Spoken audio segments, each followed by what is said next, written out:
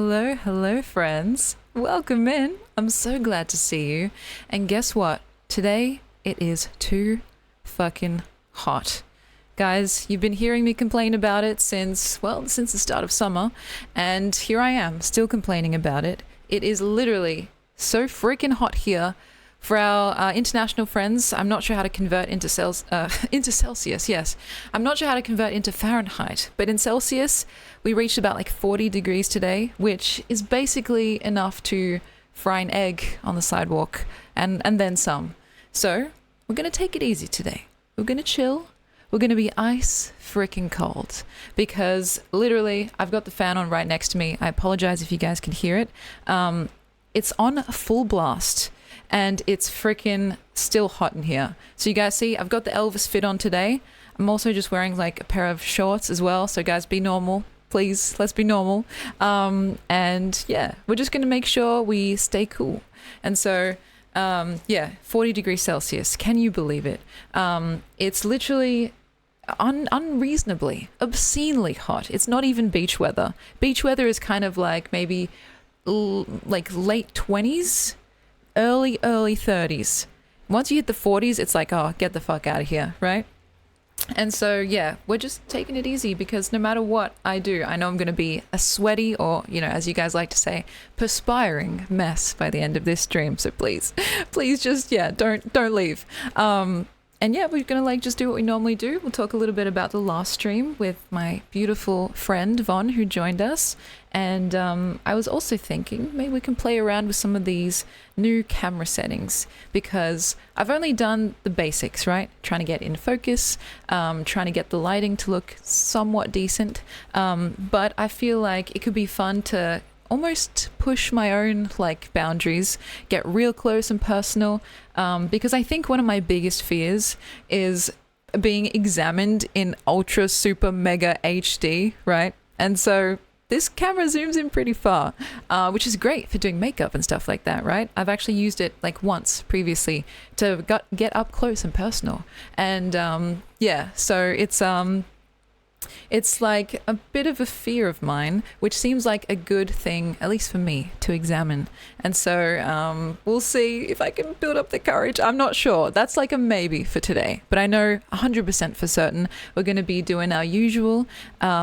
And yeah, just hoping that you guys are feeling fantastic, that you're feeling groovy, that you're feeling shagadelic, Recently, I actually spent some time with my family because I didn't even know this, but it was Australia Day yesterday. And so I just thought we're having like a family get together, like with the cousins and like, aunties, uncles, that kind of thing. And so I was like, oh, this is nice. What's the occasion? I was like, oh, Australia Day. Oh, okay. Anyway, that actually reminds me, I'll circle back to this later. But while I was like just hanging out with my family and stuff like that, my cousins, which are really, they're funny. They're about like the same age. And like, it's nice to hang out with people, kind of in your generation at the family gatherings. And I was wondering if you guys wanted to like potentially meet one of them at some point, because I think that could be fun too. Now that you guys are starting to learn a bit more about my life, meeting some people like friends, some family members, because I think it could be a nice little experiment or something like that. And now that we do have this new setup, it's a lot more amenable to having, multiple people on stream without it looking too janky and weird. So I noticed like when I was actually, when I had my friend on last stream, I was like, oh, I'm wondering if this is going to be okay. Is it going to be like in focus? Are we going to be able to like both be heard? Because this setup is mainly built around one person streaming at a time, right? But I think we did all right. What do you guys think? Did you enjoy it? And would you want to see my friend back on stream? I feel like, of course, right?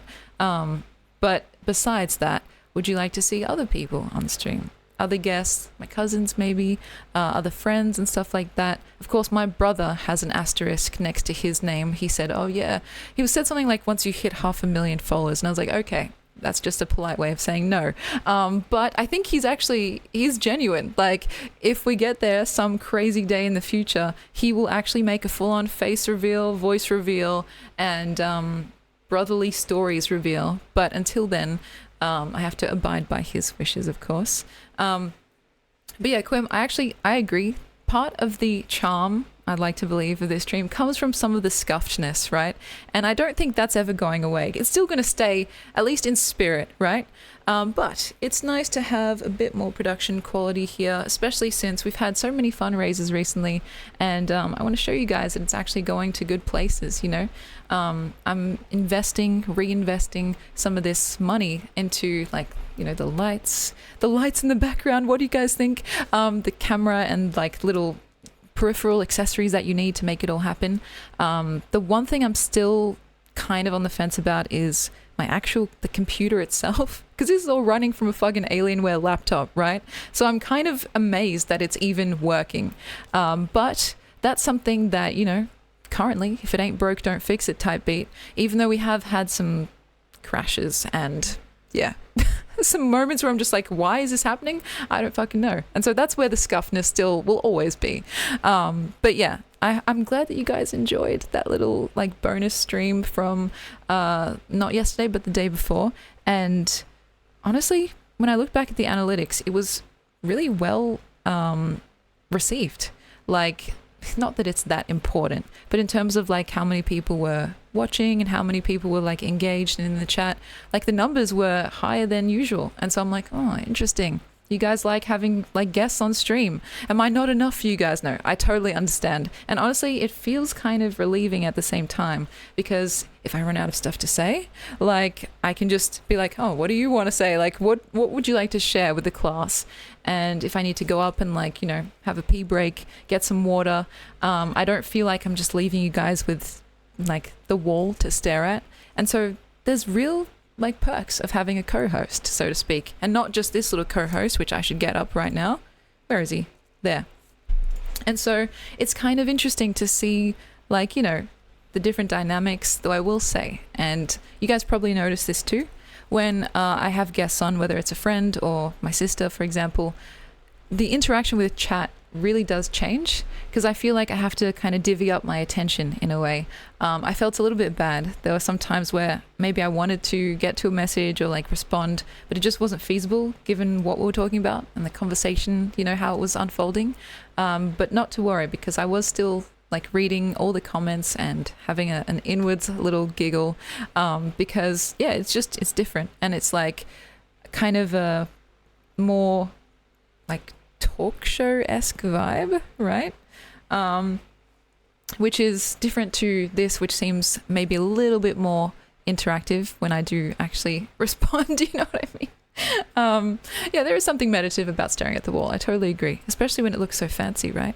But I will say that I do prefer getting like more, what's the word, up close and personal with you guys, responding more like in depth and stuff like that. So consider those little extra streams like interviews, almost like you're watching a TV show instead of a stream. And so anyway, it's like a balance that I'm still getting used to. And yeah, it's very fun, a little bit nerve-wracking. You're trying to make sure that people are having a nice time, right? And then, yeah, obviously you guys showed such an incredible amount of support and generosity. And I'm not sure if Sea Locket's going to make it here today. But like, it's just freaking crazy how welcoming and just incredible you guys have been. So yeah, it's something that I wanted to make sure that I mentioned right off the top of the stream, and also periodically as we go through, because it's not lost to me at all. And looking at kind of the journey so far, it's been very unique, so to speak, and I'm very cognizant of the fact that not all channels of this size receive that much overwhelming support. And so yeah, I want to make sure that I'm giving my thanks and being as gracious as possible, because like literally without you guys I would literally just be, I don't know what I would be. I would be way less fortunate, like in all domains, right? Not just financially. I think I would be less happy and less, well, I'd be more socially anxious for sure. Just a whole manner of things that I don't even want to think about. But it's like one of those moments where I just get so absolutely overwhelmed with joy and gratitude, especially when you guys just show the fuck up for like those guest streams, you know? It's something you don't have to do, but you absolutely every single time just pull through, and it's like it's such an incredible honor. So I wanted to just say that. And yeah, I'm gonna get all emotional and soppy, but it's yeah, it's something that I honestly don't know how to express in terms of my thanks, and gonna try and keep doing some cool shit, you know, slowly but surely. It's been an interesting experience. Like my health has been a very prevalent topic recently, not just on stream, but of course off stream. And I'm hoping that we can kind of close, or at the very least resolve, a bit of that in the next few days. I'm getting some blood test results back tomorrow, actually, right in the morning. So I don't have to worry for too long, right? And hopefully after that, we can just make some changes, or I say we. I mean, I can make some changes and like kind of troubleshoot a little bit more clearly, because yeah, I want to be the best version of myself for you guys, and of course for my friends and family too. But like when it comes to something like this, I want to do the best job that I can, considering really the fact that you could be anywhere. You could be watching anyone, you could be doing anything. I want to make sure that I make it worth your time, essentially. And so in terms of my health, it's kind of a bit of both, but more physical.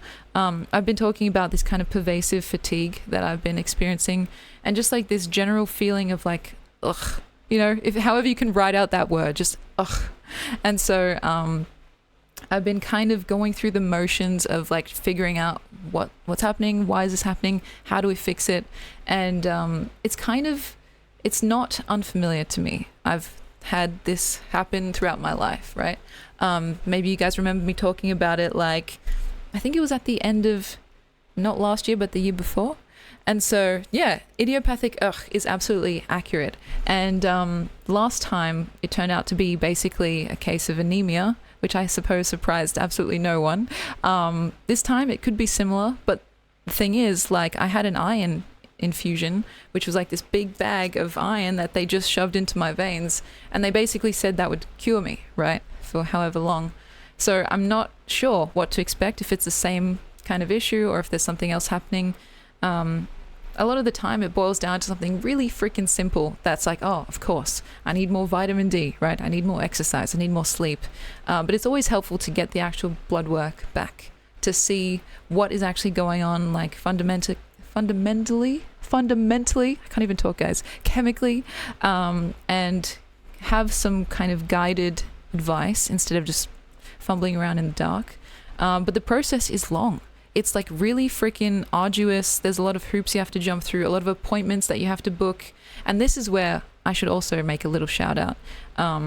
It's increasingly difficult for people working a full-time job to actually prioritize their health, because unless you like take a day off work, which means less money for you, or you find some way to book in an appointment on the weekend, which means you have to pay more out of pocket, it's almost impossible to actually like book something in, find and make and keep an appointment. And so it's times like these where I become increasingly grateful I get to do something like this for a job, if you want to call it that, something so flexible and kind of, you know, freeing, in the sense that I have my days free to do anything that I need to, go to see doctors, go to see my family, grocery shop, etc. And then I can actually still have my cake and eat it too, which is, I know it's a bit like gluttonous in a sense, but I can still see you guys and talk to you guys in the nighttime for me here, and it's like the best of both worlds, essentially. Maybe it comes at the expense of my sleep schedule, but that's always been an issue for me, so I'm like, all right, I can take that one on the chin. But it makes me realize that not everyone is so fortunate. Most people have to fucking work, you know, for their living. I don't consider this work at all. It's something that feels almost always entirely unearned, and still something that I kind of pinch myself over every now and then. And so that's why I want to just do the fucking best that I can.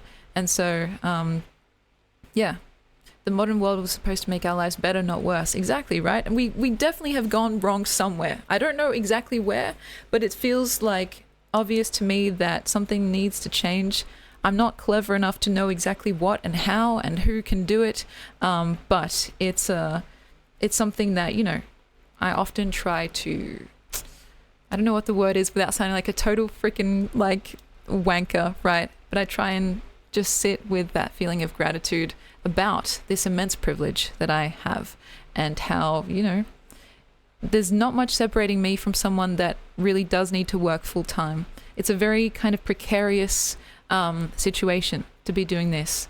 But still, that makes me way more better off than a lot of people out there who are literally just living paycheck to paycheck, that can't even like take a single day off work because it's, you know, it's too disruptive to their lives and they need to be actually showing up. So whenever I feel like, oh, you know, I'm like, oh, I don't want to do this, or I don't want to stream or whatever, like on those rare occasions, I have to kind of just like, you know, pull yourself together, like Edna mode, and just be like, you are so fucking lucky. Do not mess this up, and actually, you know, make sure that you're doing right by these people that are really kind of supporting your lifestyle and making it a possibility. Because, yeah, it's just something that kind of, it's something that I think about often. And so, yeah. Thank you guys, without getting too emotional. It's like, it's really something that I find hard to put into words, and it's not exciting to talk about. It's honestly very boring and very mushy. But it's, I think, something that is required for me to say every now and then. So I'm sorry. But yeah, it's weird. And the content creator space is a very new space for me. I honestly still feel a bit like awkward saying that I do this, or like I'm a streamer. Like sometimes it feels a bit like, oh, what the fuck. But yeah, it's like a reality that I'm becoming more and more, I guess, comfortable with, or at least trying to be more comfortable with. And yeah, it's interesting. It's not what I expected. If you told me like 2+ years ago what I'd be doing in the future, I'd be like, what the fuck are you talking about? I literally be like, get out of my face. And so anyway, it's yeah, it's interesting. And I'm very lucky again because this community is so gracious and so generous, and like it's not really common. You know what I mean? That's something that surprised me as well. But it's something that I'm really grateful for. So thank you guys. And yeah, times like this where I'm like, I really need to get my shit together, because it's not just me. Like, getting my shit together doesn't just benefit me, it benefits this channel and hopefully this community. And I think that actually is the thing that is motivating above all else. It's almost like when I talked about this a while back, when I was living with my brother, for example. Sometimes I thought to myself, if I were living alone right now, I would be way less invested in having like a nice clean space and like actually eating properly and like on time. But when you're with someone, there's like that shared accountability almost, where you want them to also take care of themselves. You're like, oh, I might as well take care of myself in the process, right? And that's kind of how I feel with streaming. Like sometimes if I'm in a less than ideal space, for example, I could see myself just like lazing about, not doing much of anything, because I've no one to show up for. I've no one to like, you know, hold me accountable. But actually having this dedicated kind of session every second day at 8 p.m., don't you forget it, is like, it's locked in now. So I'm like, okay, I have to be here no matter what. I have to make sure that I'm presentable, that I've eaten food, so I'm not constantly terribly distracted, right? That I am coherent enough and well slept enough to make sense when I speak. And that stuff, as basic as it seems, like can't you do that on your own, right? Can honestly be easy to neglect, especially over time. It's almost like a snowball effect. But you guys keep me honest, and that's something that I really appreciate. And, you know, another blessing among many. So I guess the theme of today's stream is just being very grateful and very hot in terms of sweaty, not in terms of sexy. And so if you see me dipping back like this, I'm just trying to catch that, like, the fan, the line of sight of the fan, because I don't want it to be blaring into the mic, but I still want that sweet, sweet coolness. And so, yeah, you know, it's an interesting place to be. I know you guys must be so sick of hearing about my thoughts on the meta of streaming, but in general, I think that's how I've just grown up. I've thought about like different metas in my life, you know, different kind of connections between things, less about the thing itself and more about what it represents or how it works, a bit like a puzzle. And it's strange because, I'm mostly on the creative side of things. But sometimes, depending on the topic, I can really get into the whole, like, the logic of something and how it works, unfolding it and kind of poking and prodding at it until maybe it reveals something, maybe it doesn't. I feel that way a lot about streaming, and I guess anything that I spend a lot of time doing. It's like, well, why am I doing this? Does it align with how I want to be in the world and, like, the person that eventually I would like to embody? And so that's why it ends up being a lot of circling around similar points and hopefully evolving those points over time. But the process is slow, and I can understand how it would just be like, okay, change the record. Anyway, yeah, I hope you guys kind of get what I mean. And I hope that as this channel hopefully grows, that these thoughts and feelings and of course the lifestyle stays relatively relatable. I'm never going to be fucking flexing like my Lamborghini in my garage. That's not really the kind of person I am, right?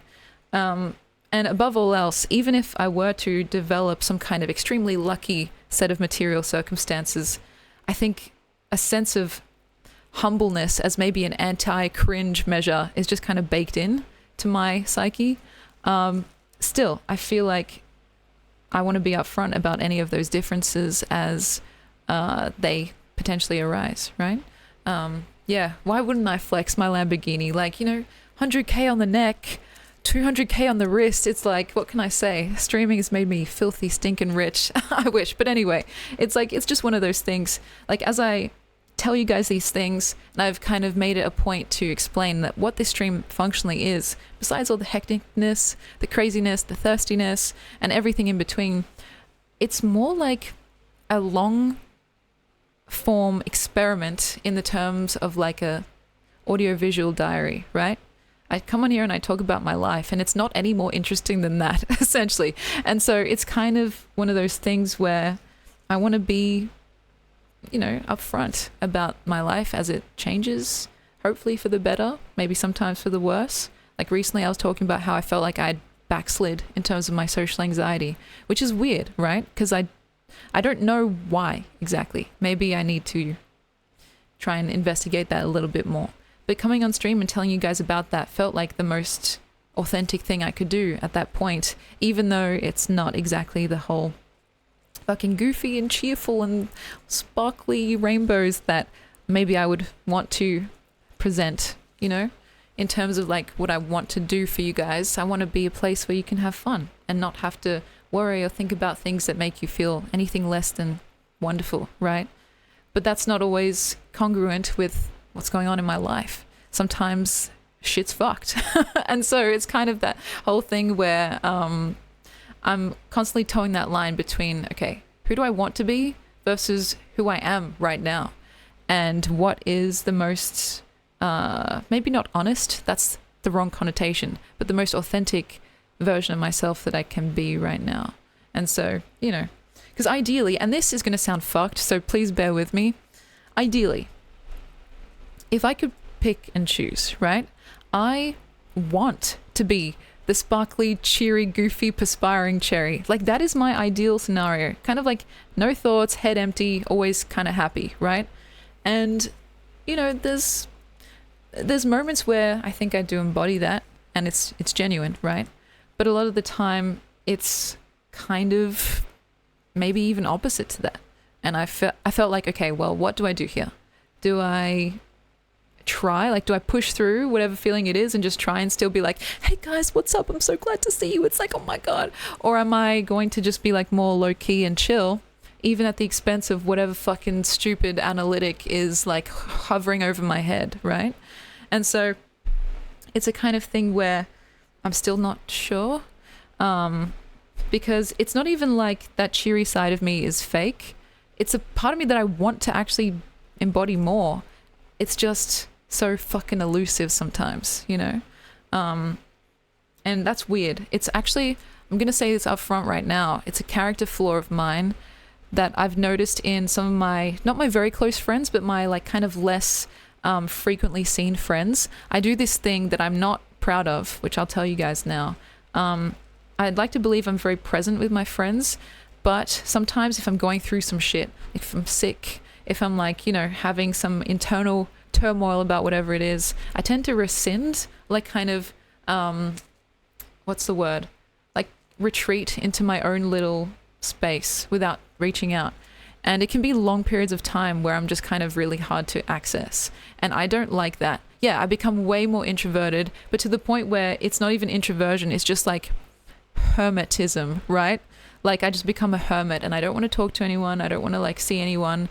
And it's this weird fucking perverted sense of like, I don't want to burden people with my worries.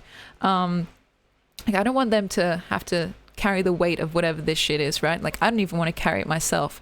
Why would I want to put that on people that I care about? But it has the absolute opposite outcome. It ends up making people feel even more worried and like outcast, and that's not at all the you know, intention that I have. But still, intentions sometimes don't mean much when it comes to actual material outcomes. And so it's kind of interesting, like I've been trying to do that less, varying degrees of success, right? Or at least trying to be upfront that can happen sometimes. Like with my close friends, it doesn't happen as much. With my like outer circle friends, I just give them a warning. I'm like, just so you guys know, sometimes like I can be a little bit more reclusive as I'm trying to figure shit out, but I still feel exactly the same about you as always. Like I still care for you deeply. And in terms of distress, like if someone called me up like I need to talk to you right now, of course, like I would be there to my best ability. But it's not like the case where I'm reaching out to them, if that makes sense. It's more like a I have to be approached type beat. And so yeah, like I need my moment alone. That's right. And so it's nice that you guys are kind of understanding what I'm saying, but I understand internally that that's not necessarily a nice way to be. I wouldn't appreciate that if a friend did that to me, especially if I grew increasingly worried about what they're up to, right? Like, why are you so distant? And it has happened, you know? But it's like, at this point, I'm like, I don't know any better way to exist, right? And so all you can do, if not removing the kind of bad habit entirely, is to do like damage control, right? Or like to mitigate the amount of damage as much as possible. And so like warning people beforehand, or just like even giving a heads up, like, hey, I'm going to be away for a little bit. I need to figure some shit out. I hope that's okay. And of course, you can always reach me if it's like necessary. That's kind of been my MO like recently. But it's a kind of thing that is not the perfect solution, right? It's like a bit of a band-aid. And then there's this other meta problem, right? Where as you become more, whatever the fuck the word is, famous, right? I don't think I'm famous. I don't even know if I ever want to be famous, but it's like the kind of thing where as your sphere of influence grows, as more and more people kind of learn about you or join this community, this wonderful community, that problem expounds. Is that a word? It grows exponentially. And so I can't be there for every single person, maybe in the way that I'd want to be, even if, especially if I want to be, you know, it's like, holy shit, what do I do with this immense responsibility? It would be easier to not give a fuck, but that's not at all how I feel. I give a lot of fucks, guys. That's the thing. Like, I care about you all, and as parasocial as that may be to say, and like, it's this problem of like, who can I give attention to ethically, like without it seeming like favoritism, without it seeming like I'm ignoring other people, just without it being icky and gross and weird and or crossing boundaries, you know, that's also something to worry about, without it being too like familiar. Because at the end of the day, there is some level of professionalism that I think one should or ought to maintain. And so these are questions that you don't, like, streaming doesn't come with a manual, right? You don't actually know from the get-go how to traverse these kind of challenges. And then as you keep going, sometimes you do right, sometimes you kind of fuck up, and then it's like, oh shit, I guess I know not to do that next time, right?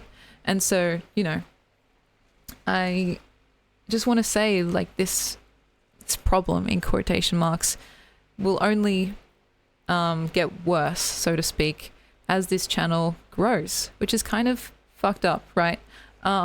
there's no real way around it. And I definitely understand a potential disappointment around a growing distance between someone that you feel particularly close to. I don't know if there are ways to mitigate that distance. Surely there are. But like, it's just one of those things, right? And it may be too forward thinking to like even broach the topic, right? But it's kind of something that I think is probably good to think about, because a lot of the times people that don't think about it in terms of streamers and stuff, they end up making the most mistakes and the most egregious mistakes as well. Like, you know, you've all heard the stories about streamers like, I don't know, getting too attached to their chat or whatever, people in their chat, overstepping boundaries, being fucking weird and creepy and sexual and all that shit, or being too enmeshed, like to a point where it's like unhealthy and toxic. Those people, I think it's not necessarily their fault. Like, they're not innately bad people. It's just like, it's a lack of understanding what this format will do, just if left untouched. That's kind of what its logical conclusion is. Complete enmeshment, right? And so you have to purposefully, before it even happens or even like becomes a priority at all, you have to be like, okay, what do I do when this and this happens? If this, then that type beat. And so it's like, you know, the kind of thing where I can easily see someone saying like, oh, you're overthinking it. And it's like, well, yeah, I think that's probably necessary, because like, you guys are more than just a fucking like piece of text on a screen. I want to treat your persons, your personhoods and your like sense of being with tenderness, not just like, I don't know, a number to make my ego feel good.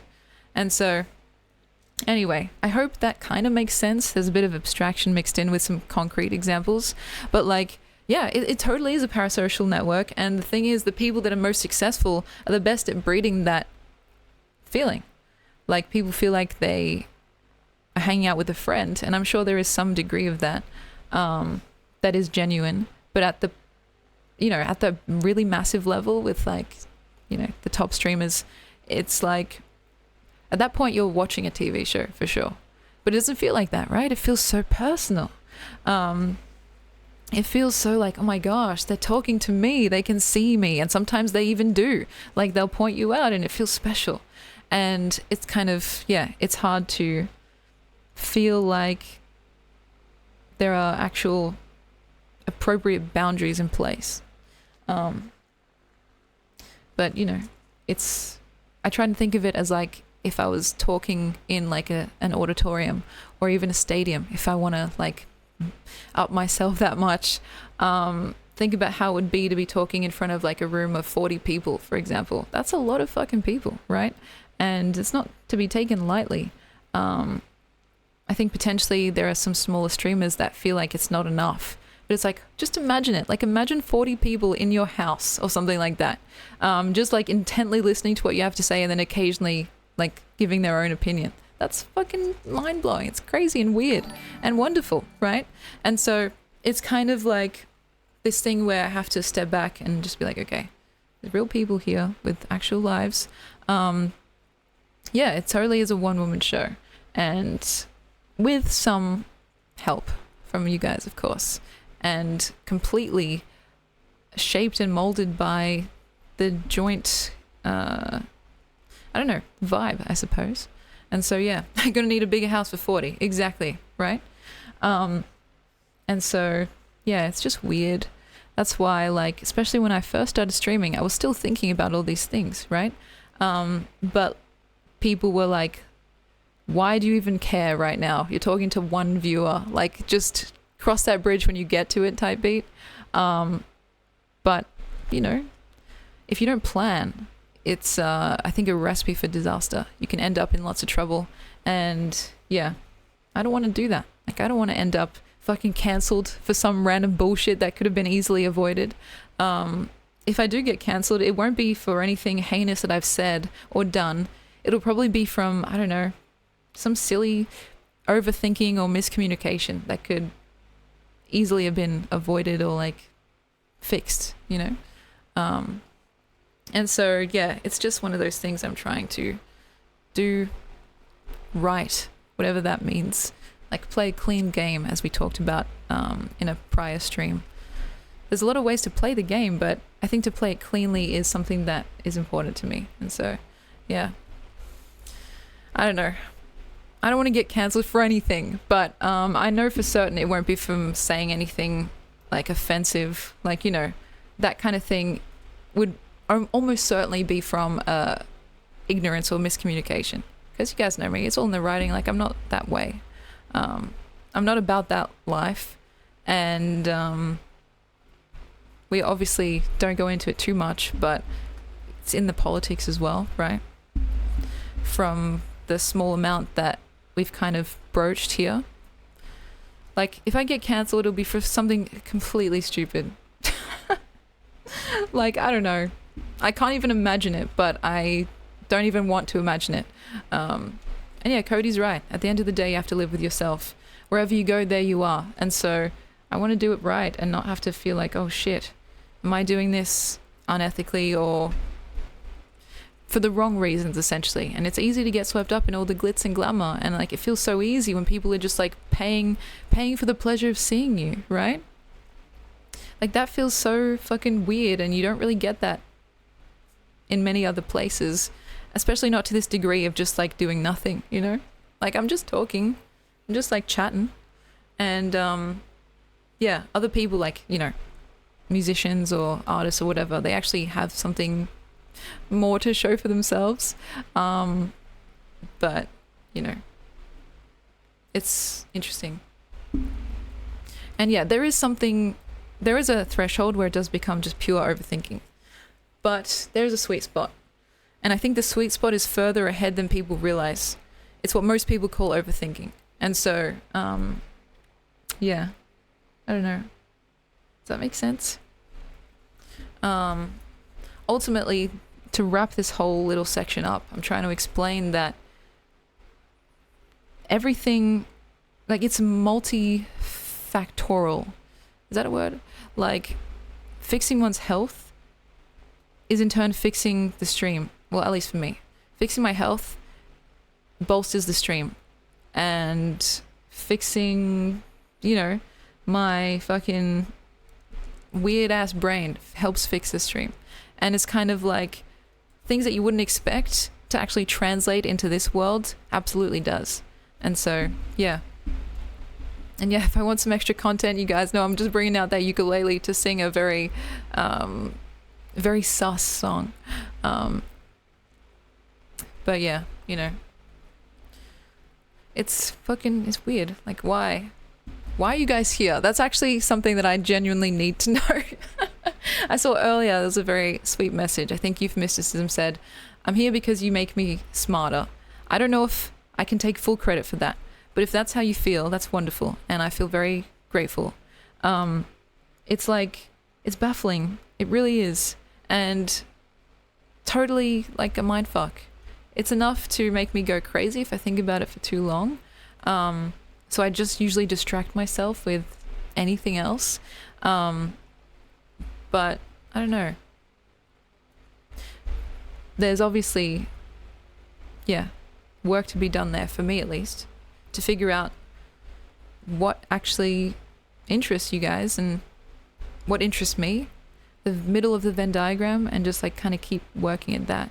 And so, yeah, I do think it's a common feeling for other content creators. Like, you'd be surprised the amount of people that are really freaking, like, I don't know, happy on the outside and kind of really going through it on the inside, right? And, you know, people from the biggest YouTubers and the biggest streamers to some of the small fries like myself. Because it's like, again, it's built in. It just makes you completely, it's a crazy making experience. And it's not just because it's so precarious and like how 1 minute you could be living like a king and the next minute completely irrelevant and dusty and musty. It's because like personal relationships get flattened two-dimensionally down into a number. And, you know, if number is big, that equals good. But if number is like small, that equals bad. And it's like, yeah, it's so fluctuating as well. It can make you feel fucking horrible, right? Which is why I try not to look at it too much. I don't really have my view account like available to look at when I'm streaming, and it's only right at the end when we raid out that it just shows you automatically, and I'm like, oh, okay, cool, and I just try not to dwell in it. But in general, it's like you are constantly judged by metrics outside of your realm of understanding of like how good or bad you are, just fundamentally. And it's like, oh, okay, cool, that's good to know. But yeah, it's obviously worth all the crazy making aspects, and that's why we do it, of course. But still, those things sometimes build up, and I'm just like, oh god, am I cut out for this? I don't know. Like, it's definitely outside of my comfort zone. I feel like I'm always just trying not to think about it. Oh gosh. Caesar, thank you very much for subscribing. That's very kind of you. And yeah, it's like that when you guys are so generous, and it's like, what? I'm not really doing anything extraordinary, right? And there are so many of us here, so I'm just like, fuck. It's that, I think this is what it is.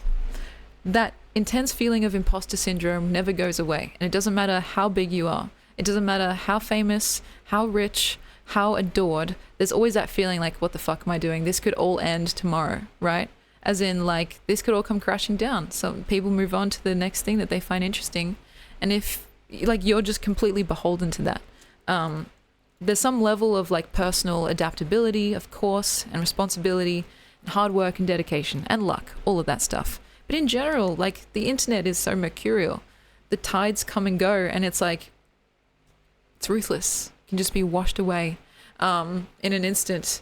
And so, I don't know. It's just, yeah, something that is kind of crazy to base your whole livelihood around. It's fucking crazy.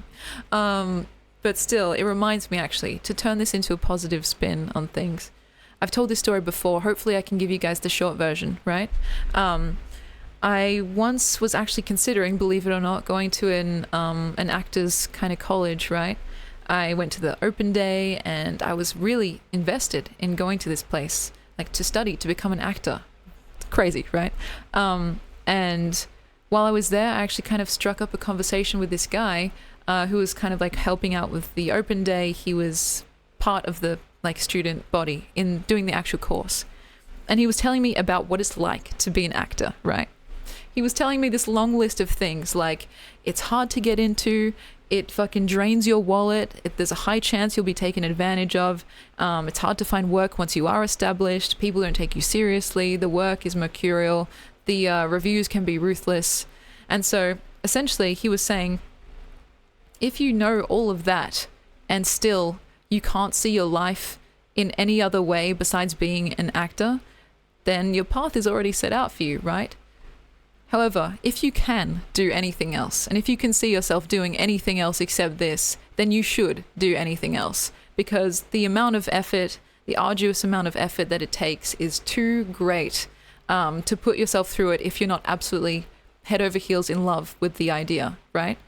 And I was like, huh, that's interesting. And that was how he felt. He knew how stressful, arduous, and precarious it could be, but he couldn't see himself doing anything else, and that's why he was there. And to kind of relate it to this now, this is my version of that. I know exactly what I'm getting myself into, more or less. And I'm still here because I can't see myself doing anything else. And so if you take anything from this stream, it's maybe a piece of that story. Find whatever it is that you can't see yourself not doing. Like something that in 5, 10, 20, 100 years time, you know, if we figure out the cure to living forever, if you can see yourself doing that one thing in 1,000 years from now, then that's, you know, that's it. It's right there. It's in front of you, and it's like, it's within your reach, or at the very least, the path is within your reach. And so it's kind of that thing where I realized in that moment, I don't think I can be an actor. Like, I don't know if I'm cut out for that, right? I wasn't that as passionate as he was, and still is, you know. I think he's actually gone on to do some cool shit since then. But like, I definitely felt that way about writing, And since streaming, like that feeling has only grown, even if it has wavered sometimes with my own kind of fluctuating self-confidence. And so find whatever it is for you that you can't see yourself without and follow that. There's like another term for it, like following your bliss. I like that. It's short and sweet and really gets to the point. And it's like, it's the same MO. Follow that thing that just gives you that kind of hard to describe feeling of like, yeah, this is it. This is it for me. And just see where it takes you without judgment. Because like, you know, I haven't perfected the art of streaming. I don't think I ever will, to be honest. And that still hasn't stopped me from like showing up, accidentally muting myself sometimes, saying weird shit, making weird faces that I get embarrassed about later. Because if I didn't show up and do those things, I'd be right back at the start, like at square one, essentially. And you can't get better if you don't try. And like, you can't be good unless you're a little bit shit for a while, essentially.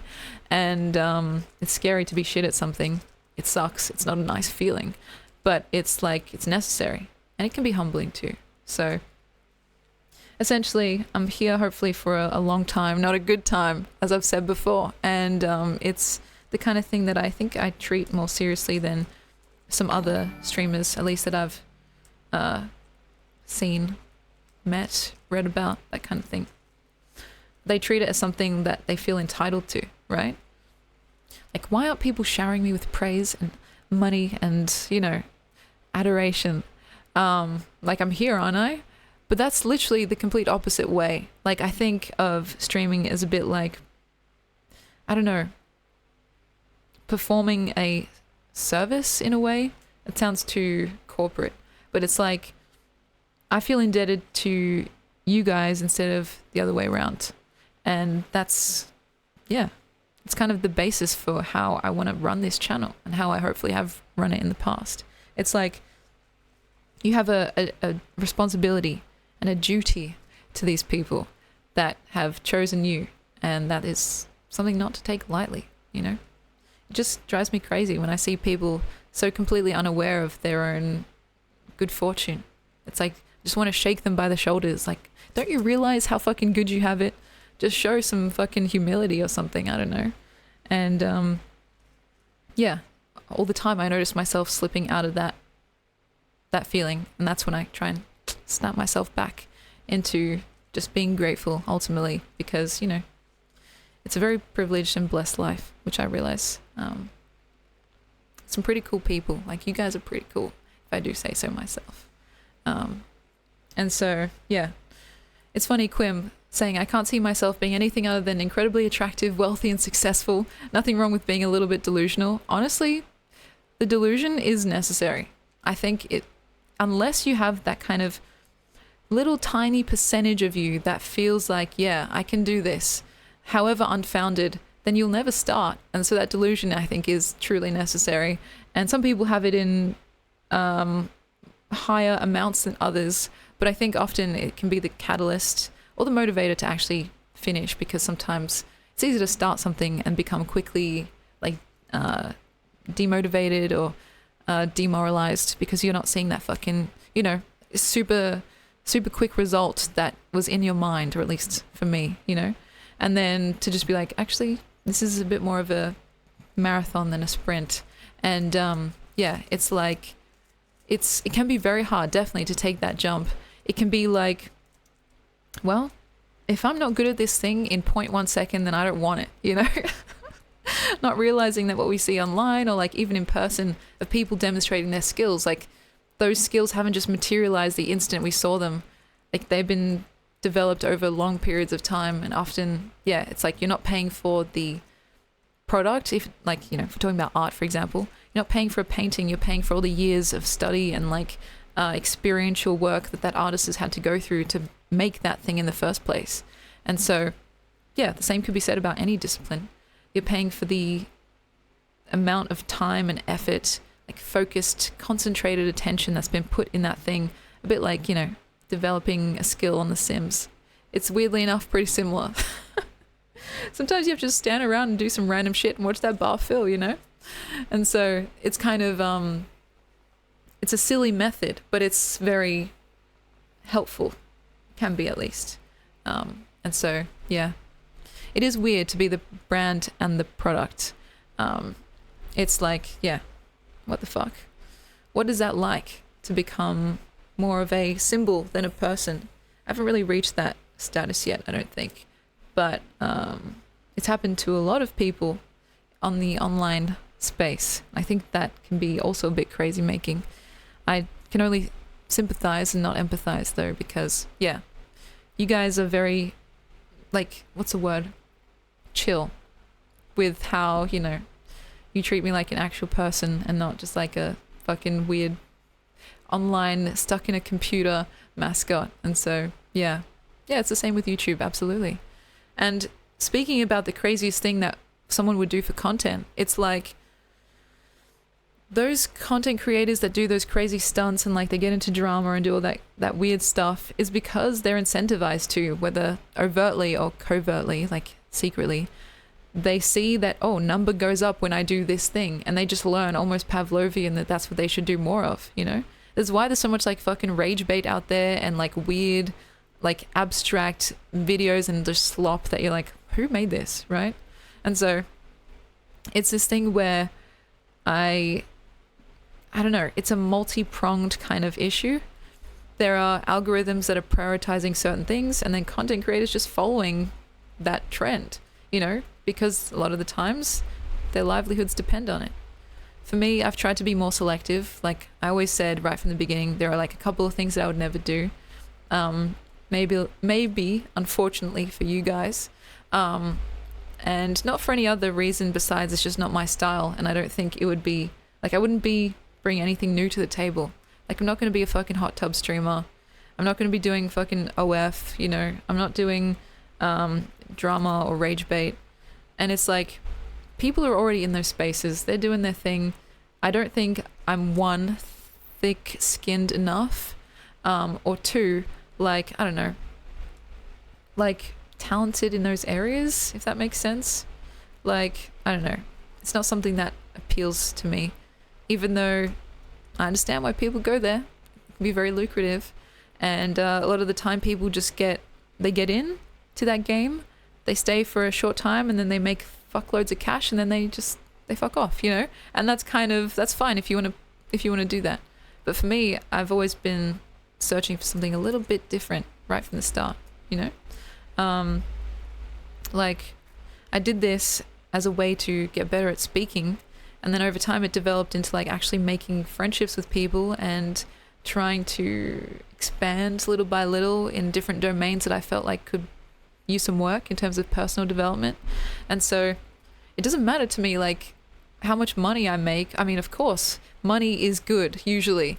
More money usually is more resources for you to like go on various pursuits with, right?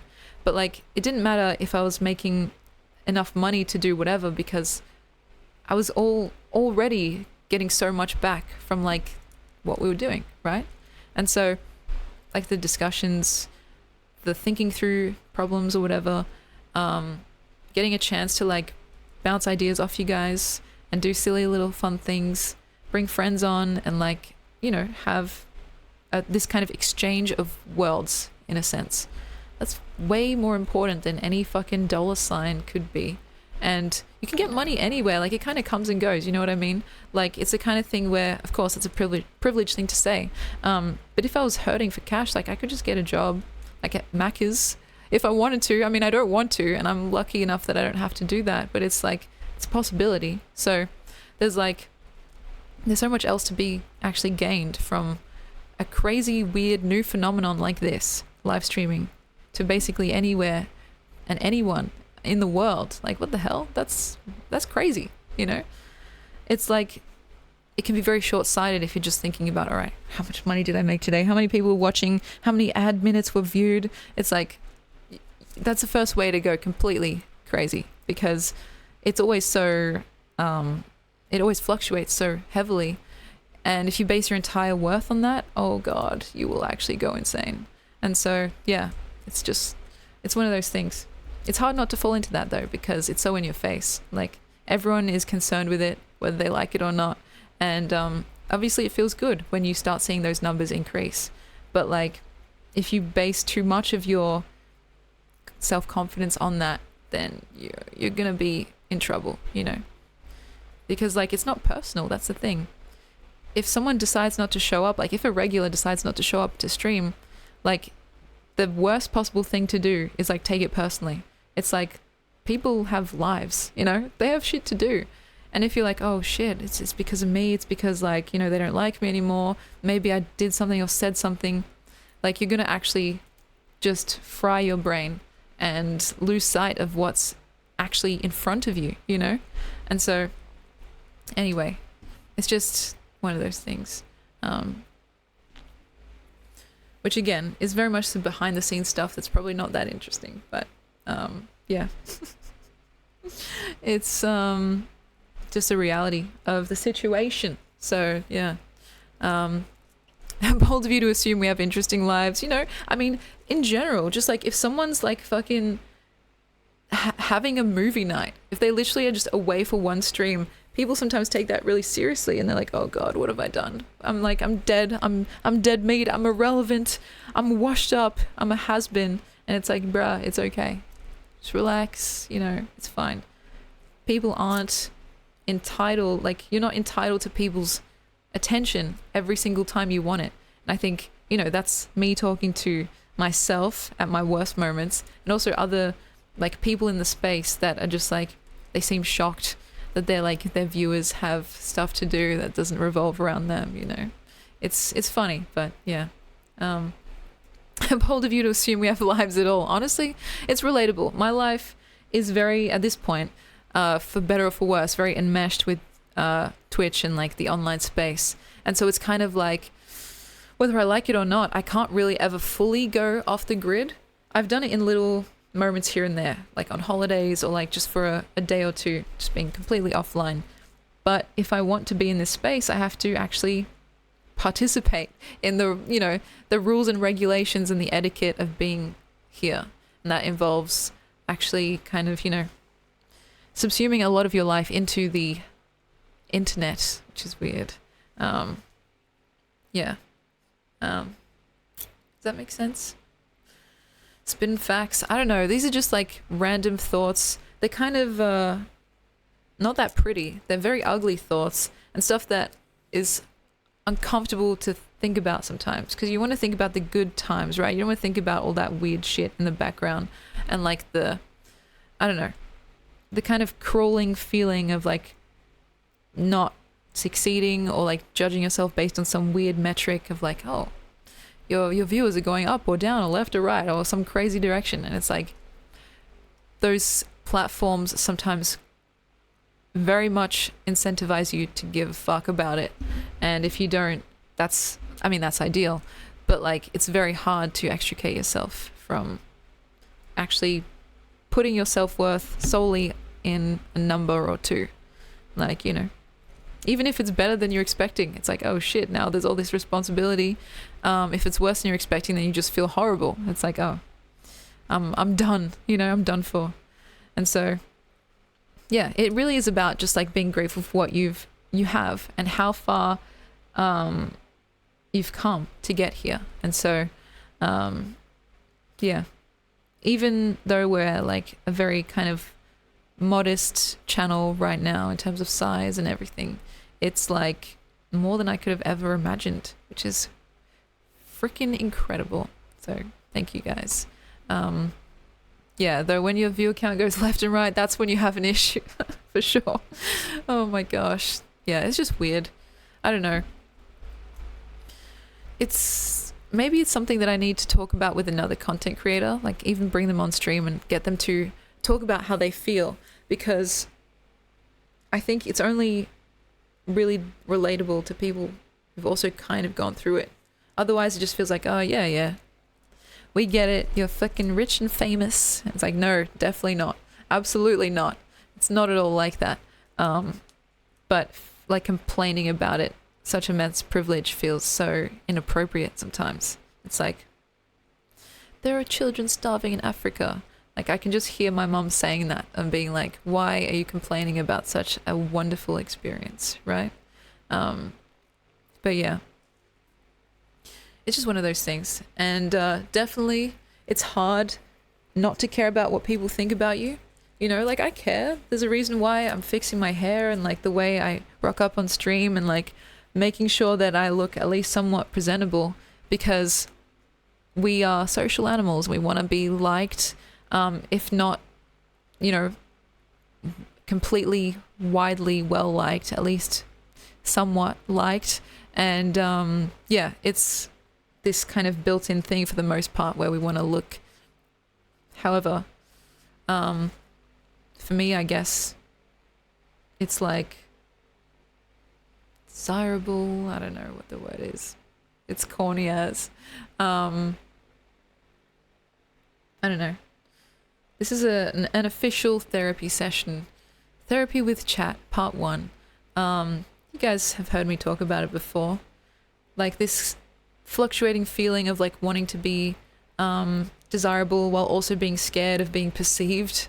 It's like with attention comes great responsibility. And it's weird to feel other people like looking at you in a certain way, or like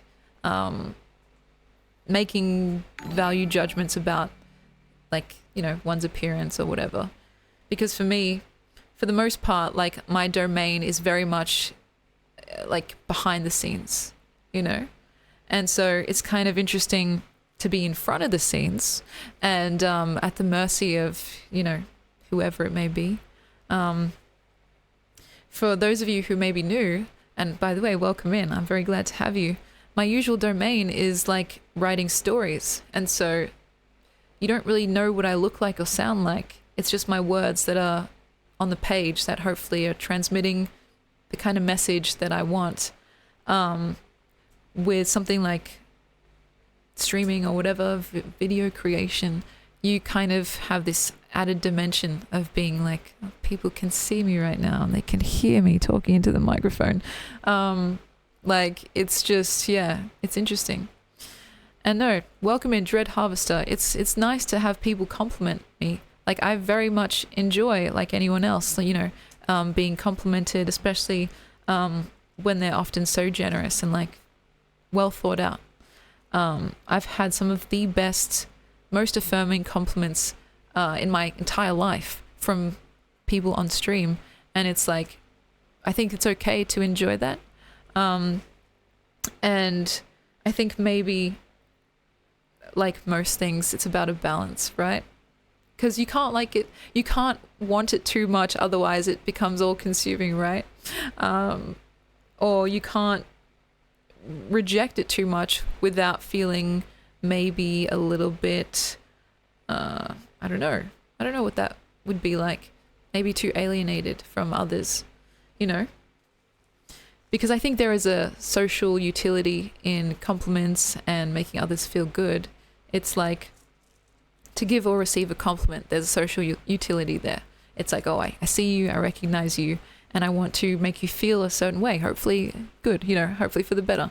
And so it's kind of interesting to learn how to do that graciously as possible in real time, you know? And just so you guys know, I don't know if I've said this too much on stream, but like the way people talk on stream is not at all how people talk in real life. And so you guys are often saying very, very nice things like, oh, you look nice today, or like whatever, your voice is nice. And of course it's very affirming to hear, right? But no one fucking says that in real life. Like I have not, besides my family members, of course, and maybe my friends too, like strangers don't usually say that. And of course there's different rules in real life, you know, in person.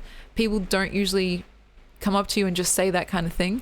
And so it's interesting like to see the contrast. It's like, oh, okay, thank you very much. And then in person to just be like, okay, don't feel too big for your britches, because it's easy to get like confuzzled about it and maybe be disappointed if you're not hearing it in real life, like on stream.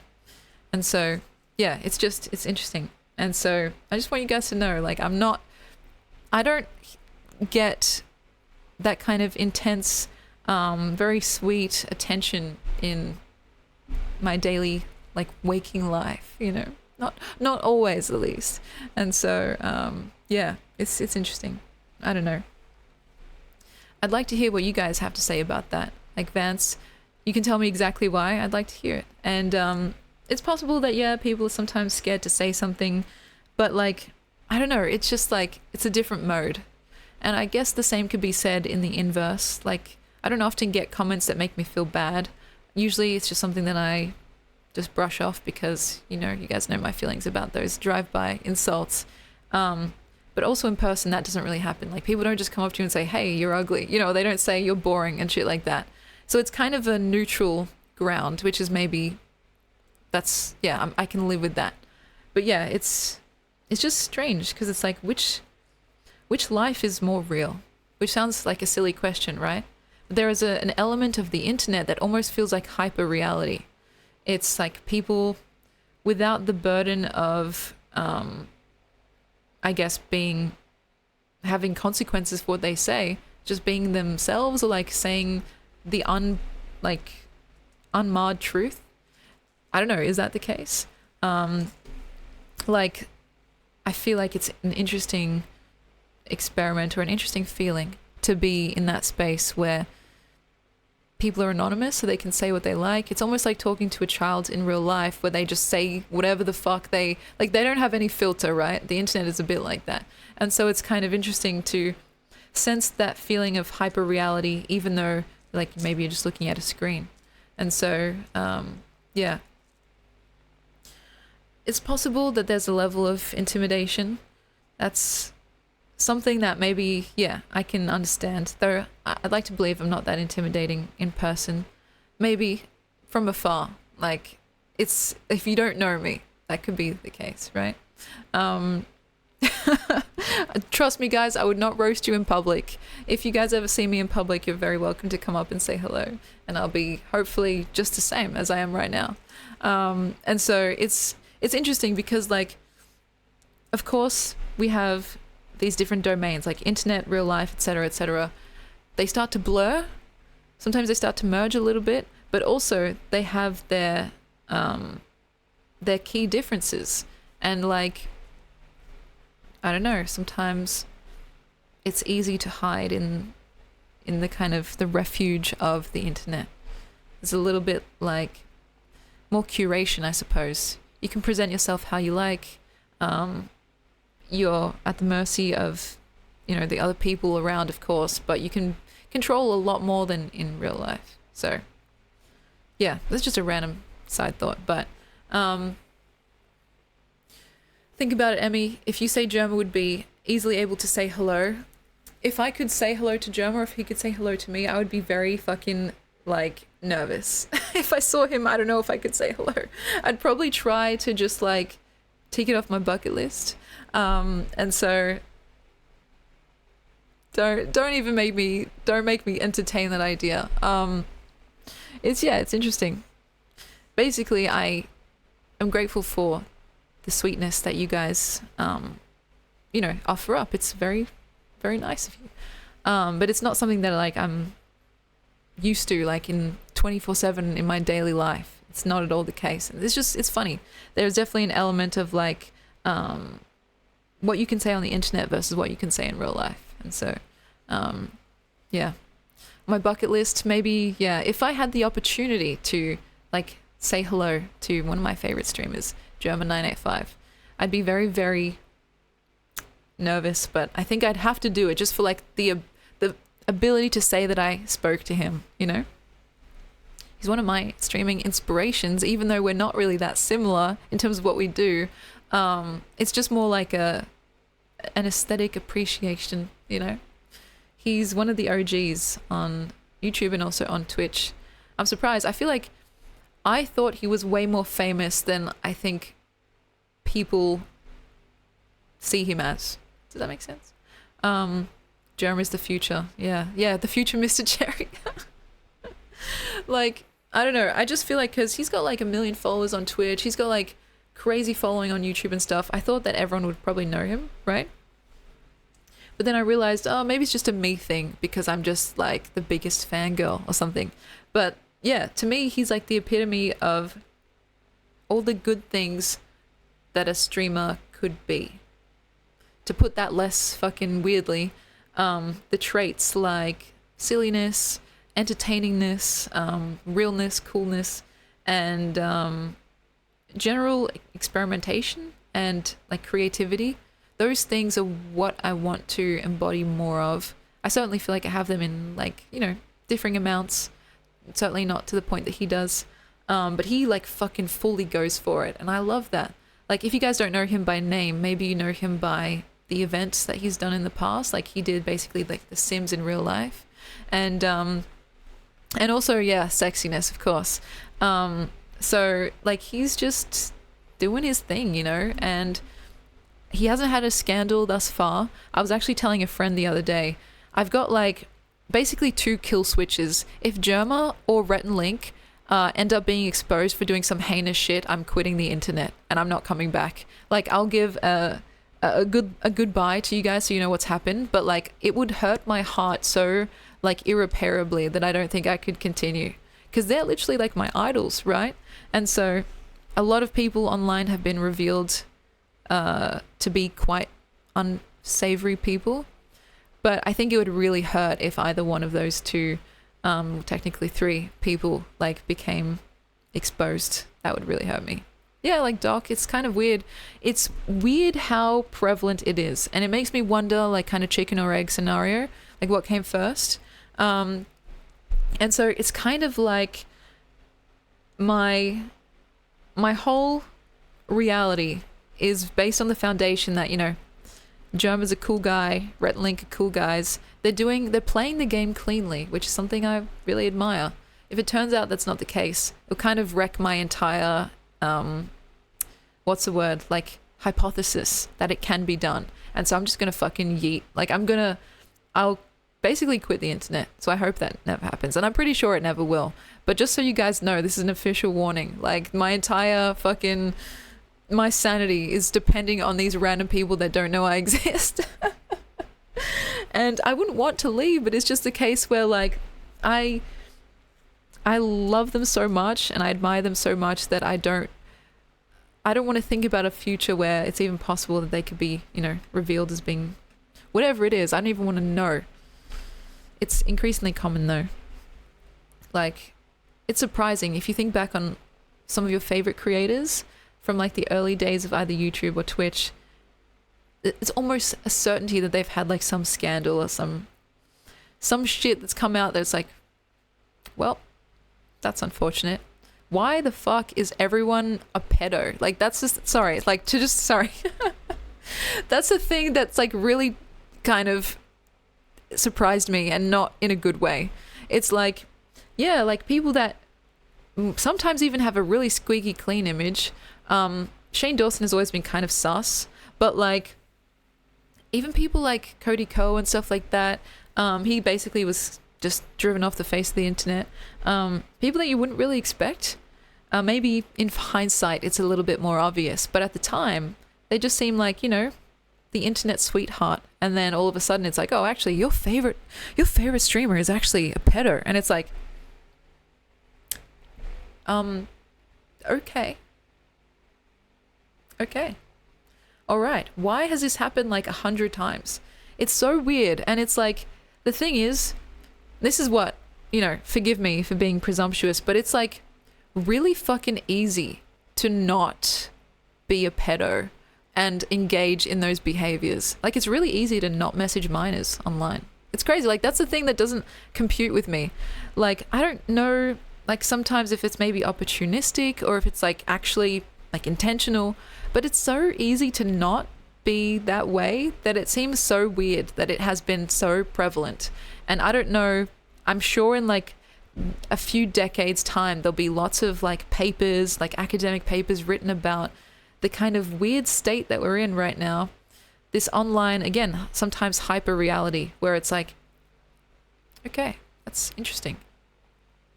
And so, yeah, it's really weird. I don't have much else to say about it except to just intense perplexingness. It's like, it seems so fucking easy to not be horrible and to not take advantage of your fans and to not message minors and to like, not be racist and like to not say just weird shit and be sus, But for some reason it's like very prevalent online to the point where it's almost a meme at this point, which is like pretty grim, you know, at least in my opinion. And so, yeah, it's weird. And a lot of the time, yeah, Quim, you're right. The content is heavily targeted towards a younger audience. Like even fucking like Miranda Sings and all that shit. Like a lot of the OG creators, I think, were kind of just like picked off like flies after all their scandals were exposed. And so in my heart, Germa is one of the good ones, and so are Rhett and Link. And if anything changes about that, it will really hurt me, guys. Like, I'm not kidding. It sounds like I'm doing a bit right now, but I would probably be very depressed because, like, you know, Germa, I talk about a lot. It's kind of the meme that, like, I love him and, like, he's meant to be with me. But without any, like, fucking jokes or anything like that, how much should I go into this? There are periods of my life where I was not very happy, you know? Like, for various reasons that we won't really get into too much. But people like him and other content creators were basically the thing that helped me feel just a little semblance of happiness, you know? And so it's kind of like, it feels like, and I can sympathize with people in the past who have had their favorite content creators be exposed, right? Like, let's say if you really like Cody Ko or if you really like Shane Dawson, it's kind of like a little piece of your childhood or whatever it is. It doesn't even have to be childhood. It can hurt at any point in life, right? Like a little piece of some moment in time that's kind of been soured almost or corrupted, especially when at the time it was a very happy and kind of like comforting like situation, right? And so that's why, like, you know, I'm really banking on these people being chill. You know, it's like I don't see a future where it's possible that Germa could be revealed for being like, oh, he's actually secretly racist and sexist and like he's been texting, and it's like, no, that is not possible in my world, right? But, you know, there have been surprises before, at least to me. I'm like, really? That guy's a weirdo? Okay. And so you guys are wondering who Germa is. It's always my favorite thing to introduce people to him. He's like the OG of streaming. Here, I don't know if this is helpful. We might go into it more later, but you can feast your eyes on this in the meanwhile. And so, yeah, it's just like, it's one of those things. That's why I feel like I have such a responsibility to you guys, because I don't want it to be the case where, you know, in the future, whatever happens, you guys feel like these moments have been soured, right? And I don't plan on getting cancelled. And I'm pretty confident that I'm not going to end up like, it's very easy to like not text a 12-year-old, like saying, hey, baby. You know, it's like, I'm confident that that's never going to fucking happen, right? And I'm pretty confident that I'll be the same person that I am now as I will be in the future. And, you know, hopefully that means being mindful and gracious and pretty progressive. So I'm not that worried in terms of like what I could get cancelled for. But in terms of like having a responsibility in the first place, you know, it's important to me. I want to make sure you guys have a nice time, and that nice time does not get corrupted in the future by some weird bullshit, you know? Because yeah, sometimes it is easier to assume everyone's fucking awful and then be proven otherwise. But to me, I can't live in that world because it's too despairing, you know? As much as it is horrible to like learn that someone's actually kind of terrible, the alternative is kind of just like, well, life sucks, I guess. And so it's like, yeah, weirdly enough, as cynical as I can be sometimes, I'm ultimately a bit of a naive optimist. And I do like to see, if not the bright side of something, I like to see the potential in people and like places and opportunities. And I think last time actually we were talking about the best compliment that I've ever received, or like my friend was on, so I asked her that question. And I talked about a compliment that I received on stream, which was like, oh, you seem real, which made me feel very seen and very validated. But actually, my friend who was there, Vaughn, she actually was the one that gave me, you know, my next most validating compliment, which was that she really appreciated how I see the potential in people. And then I realized at that moment that, oh yeah, that is actually something that I value. And so it was nice that it was pointed out to me even when I didn't recognize it within myself, right?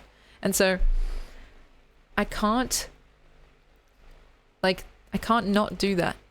I can't assume that someone is just going to be horrible from the start, because I will just like, it's just sad, you know?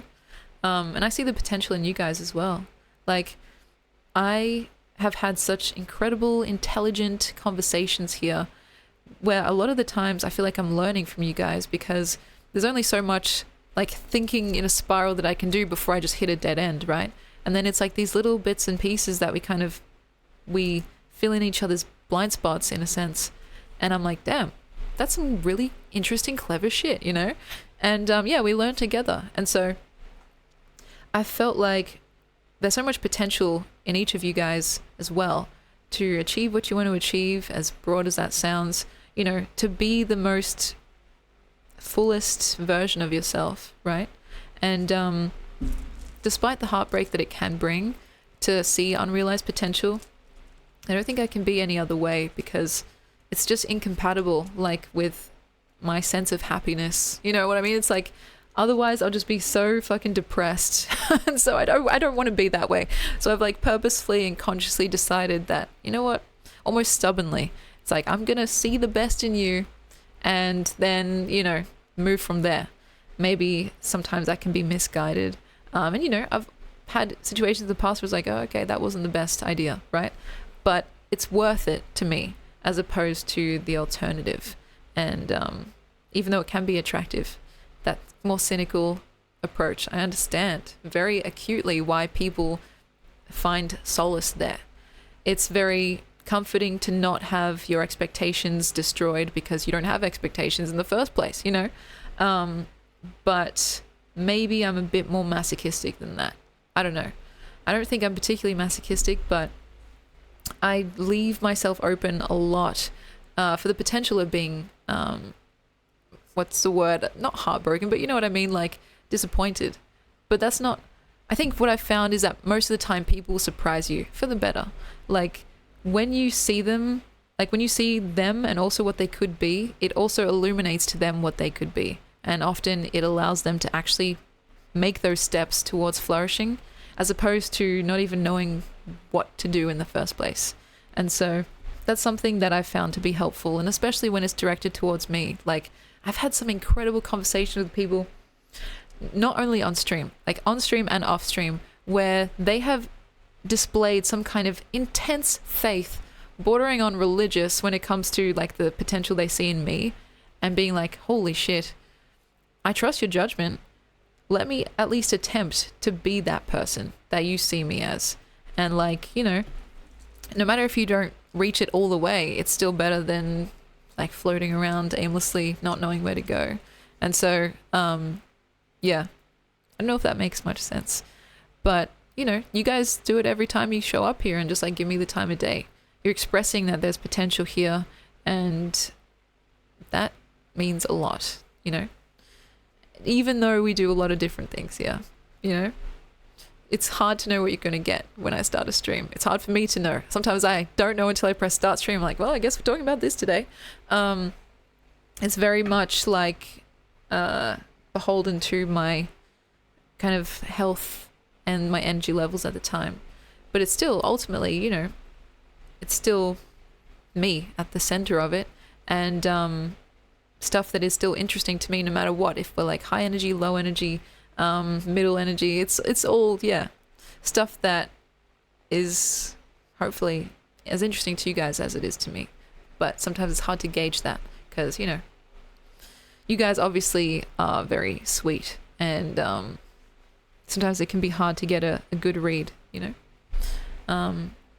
But yeah, it's not a cult. I know I've said that in the past, but I assure you it's not a cult yet, at least. Though truly, I think that a lot of the top streamers and top content creators and biggest celebrities, they have a cult of personality. And that's, again, it's by design because it's so fucking effective. Like if people love you so much that they want to look at everything you do and buy every single thing you sell and like praise your, like, sing your praises to their friends. Like, that is kind of what a cult does, right? But it's also really great for, you know, expanding and making money and getting famous. So it's like, you know, sometimes, unfortunately, they go hand in hand, right? Which is why you have to be a bit careful too. It's easy to get caught up in like, oh wow, people like me, they really like me, without kind of stopping and stepping back to think about if you're actually treating people with, you know, respect as a person. You see that sometimes with people that like, I guess, you know, that donate a lot of money or whatever. You have to make sure to check in with them that they're not actually spending money that they can't afford to spend. Or if people are like neglecting other opportunities or responsibilities to show up in a stream or like, you know, anywhere else, you have to kind of make sure that that's not becoming detrimental to their well-being. Well, at least that's my MO, because otherwise I'd feel horrible, you know? It defeats the whole purpose of what I'm trying to do here, which is like talk about and hopefully encourage good feeling in you guys, which to me is like all-encompassing. Good feeling in terms of body, mind, spirit, if you want to go there, creatively, socially, just anywhere that needs a bit of a top up. That's what the kind of good feeling that I want to hopefully, you know, encourage you guys towards. I don't want to say inspire. I always like cringe at that word. I don't think I'm that inspiring. I just sit here and talk. But like to encourage is maybe like more just like showing you like, hey, there's this thing here. It's available to you if you want it. And trusting that people will do their respective things with that information. Like some people will take it on board fully and maybe even totally transform. Other people will take bits and pieces that are meaningful to them. And that is very okay and very worthwhile, you know? I'm not trying to tell anyone how to live, because I don't even know myself and I'm frozen. Let's see. Let me just quickly do this. Back to the webcam. Hello? There we go. But yeah. Does that make sense? At least I didn't mute myself. But yeah, beyond a certain size, it really is easy to stop seeing your supporters as fully formed humans. It's crazy. And I don't know how people like, I don't know, I'm just learning all the, you know, the cool kid stuff now, but like Kai Cenat and other people right at the top of the food chain, how they process it or reconcile it. And honestly, I don't know if they fully do. Because I saw at one point there was like hundreds of thousands of people watching a Kai Cenat stream. And I think he's quite funny and entertaining.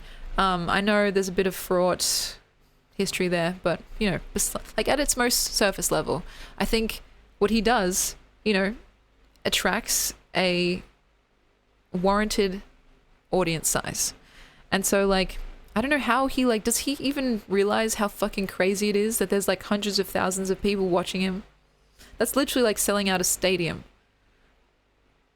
Previously, before the internet and like before only just fucking recently, that kind of thing was very prohibited to like only the most famous fucking people alive. You know, there was a select few. And I'm glad that the scope has broadened, of course. But like now it's kind of, well, it's a bit of free for all. The access, the barrier to entry has lowered, but of course audiences have dispersed as well, and the medium is different, so you don't actually see that stadium full of people.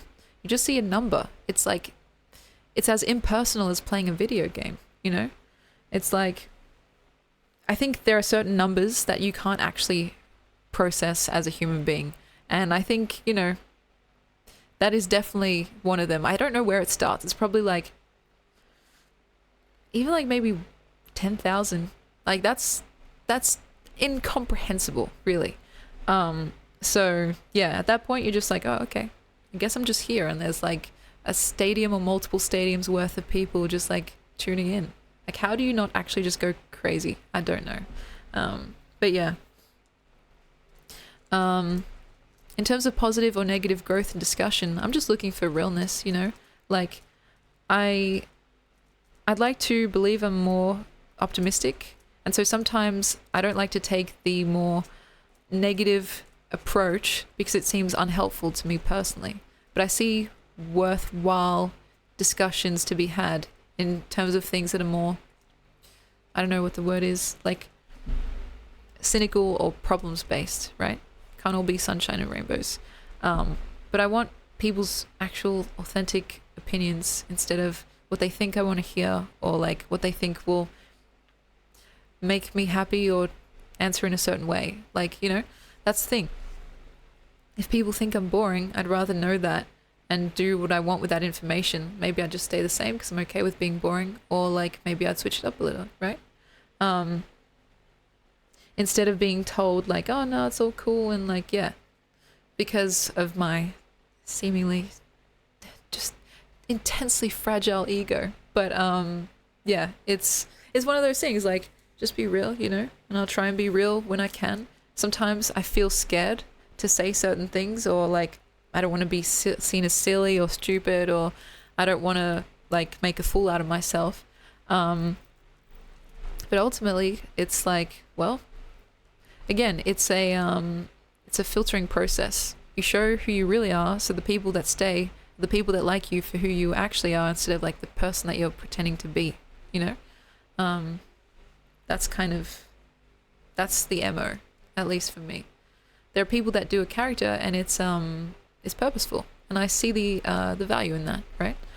For me, I was like, first of all, I can't be bothered. I don't really have a character to play, especially with this format. You know, it's very long form, spindly, winding thoughts, and so it's like it's the kind of thing where I don't have a script or anything. Wouldn't that be crazy? Imagine if this whole thing was scripted from start to finish. No, I don't have a script, and so the character is like, well, where would it be besides me just talking about my day? And in that case, why not just say my actual thoughts? Other people are doing more like performance-based stuff, and that's where I think it's more understandable. But yeah, I'm glad that you guys speak your truths. I feel like that is true, and that makes me happy. Even if you guys are very sweet to me sometimes when you don't need to be. In terms of a list things that I would want to do, it's a really good question.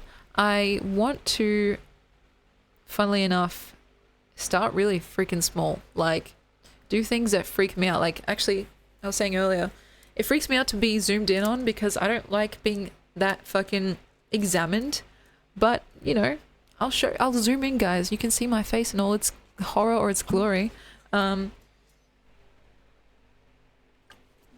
like little things like that where I'm taking it a bit like an experiment in terms of like how to grow as a person, as well as the more like big milestone events, like, you know, maybe collaborating with a favorite streamer, like potentially a certain 985 individual, or just like, you know, being kind of feeling as if I'm legitimately a part of this community, as in like, you know, I can say to people when I meet them for the first time, like, oh, yeah, I'm a streamer.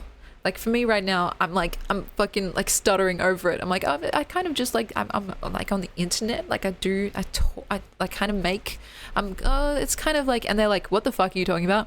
And so, it's like the kind of thing where at a certain point, I think it'll become more comfortable or whatever. But as it stands right now, like, I don't feel like I can fully say that. Right.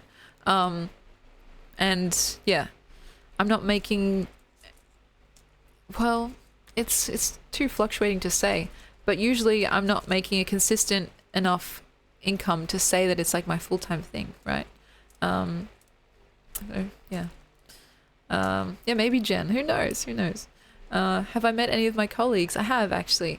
Like, you guys have seen some people that we've raided into, like, I've met Shads, Miss Sweet Devil, I've met Ariala, I think very briefly, a lot of the Aussie streamers I've met, like Azza and everything like that.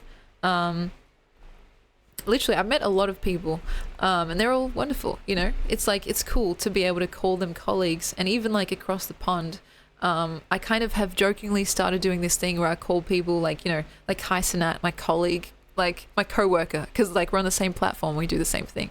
Even if we've never met before, it just feels like it binds us to this kind of weird experimental like thing that we're doing. And that's been very funny to see people's reactions, because like, what do you mean by that? Oh, you're on Twitch. Okay, that's interesting. It's a weird way to phrase that. I suppose with people like Jerma as well, even though he's like basically retired at this point, yeah, we're technically co-workers, you know, so I can live in my little Delulu land where it's like an office romance. Don't even get me started. Okay, let's zoom in. Okay, this is my face, guys. Oh, that's the wrong way. Here. This is as close as it gets. Okay. So, no makeup, a pimple right there, and just like tired as, like, people always ask me like, oh, what like eyeshadow are you using? And it's nice, it's flattering, but like this is just what it looks like when you're anemic, essentially, and when you don't sleep. And so I've been a little bit wary of doing this since getting this upgraded setup, because I'm so used to like the fucking 4 pixels of my webcam. There's like a real safety in that, right?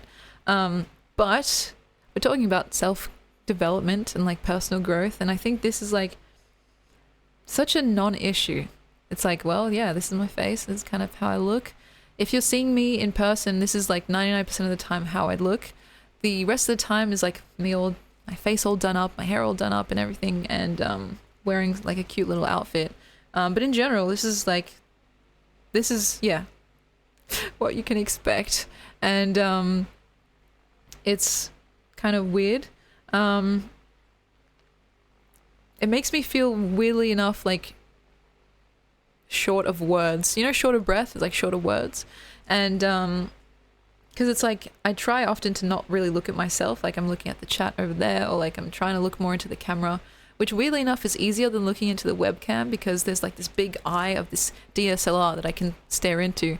But when I had this webcam, I can't even see it. There's like this tiny little light that shows that it's on. But I was always like kind of looking all around because there's nothing catching my focus, right? And so this is how I look, and I can even get closer manually. It's weird. It's really strange and weird. You can see me sweating and everything. You know, I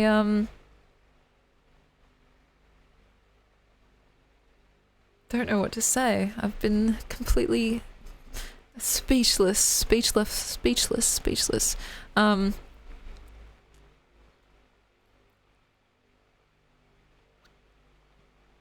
speechless too, hopefully for a neutral to good reason. Yeah, it's like, weirdly enough, this is weird, and I said this in a previous stream, but like I had this camera lying around for ages. I didn't have the attachment that would actually let me stream like consecutively, so I kind of left it to the side for a while. But I had this camera for ages, like even while I was like starting to stream and everything. I actually had the camera since before I started streaming, but I never really considered actually making it part of the stream because I was too scared. Like I didn't know how I'd look in ultra fucking HD. So I was like, oh, I'll just put that aside in my brain, and just like never really circled back around to it. And then it was only recently where I was like, you know what, better fucking nut up or shut up, and like purchase the actual cable and like this other little attachment that makes it work and everything, through like with my Twitch money and everything. And like just being like, well, what's the worst that can happen? Famous last words, right? And so yeah, it's kind of weird and very personal. It reminds me of like House MD. Sometimes they have these really fucking close-up shots, like even closer than this. Like they have basically just like the eyes and like the top lip. They're showing them, like they get really serious. Like, how could you do that? How could you say that? And it's like, yeah, very like soap opera-esque almost. But you know, this is me. This is me, baby. And it's silly for me to think about the fact that I had this incredible piece of equipment just lazing about because I was too scared, right? Like I had this piece of equipment that was way better than the one I was using. That was right there for the taking, but like it had some hang-ups about how it would look, or if I could just bear to see myself in that much definition, which is quite obviously counterintuitive, right? I want you guys to do better than me, and like don't limit yourself by these really stupid little hang-ups, right? A little bit of caution can be helpful, but there's a certain point where it becomes prohibitive, and that's why I think I was like, you know what, let's just try it and see what happens. And so yeah, the thing that was stopping me was like a sense of shyness or like a sense of insecurity, because it's like, oh well, how's my face gonna look that close? How's my skin gonna look? How's my nose gonna look? My tired eyes. How are my teeth gonna look after getting braces? And so it was just this really interesting scared fucking feeling, deeply prohibitive and totally unhelpful, right? And so yeah, this is my face. You can see what's and all. Yeah, of course I have insecurities. Sometimes it comes and goes, right? Also, let me know if you guys are sick of this, like, fucking up close and personal. I have insecurities that tend to come and go depending on, like, whatever's going on in my life. And again, another reason why I'm usually so happily situated in the writing realm. Because I don't have to worry about, like, how does my hair look when I'm writing. Usually when I'm writing, I'm in goblin mode and I'm just, like, hunched over a keyboard or, like, a pen and paper, and I'm just, like, yeah, in my goblin element, right? Because you're not thinking, like, about yourself. Maybe in a weird subconscious way when you're writing your characters you are, but, like, you're not thinking about, like, the way you look does not matter when it comes to how the writing is going to turn out. Obviously, it's a little bit different here. And I recognize that some people have an easier time than others doing, like, kind of these front-facing pursuits. So...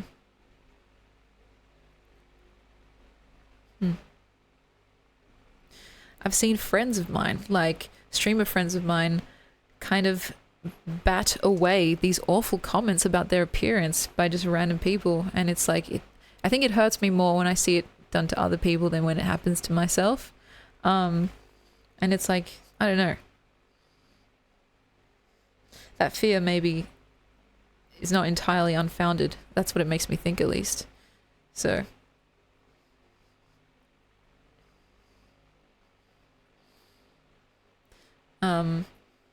anyway. Yeah, you guys may notice that I'm very extra chill today. I think I partied too hard with the cousins yesterday. In terms of negative remarks, it's more like just the random, like, first time chatters that may come in and, like, they're trying to get attention, or they're trying to, like, get a reaction.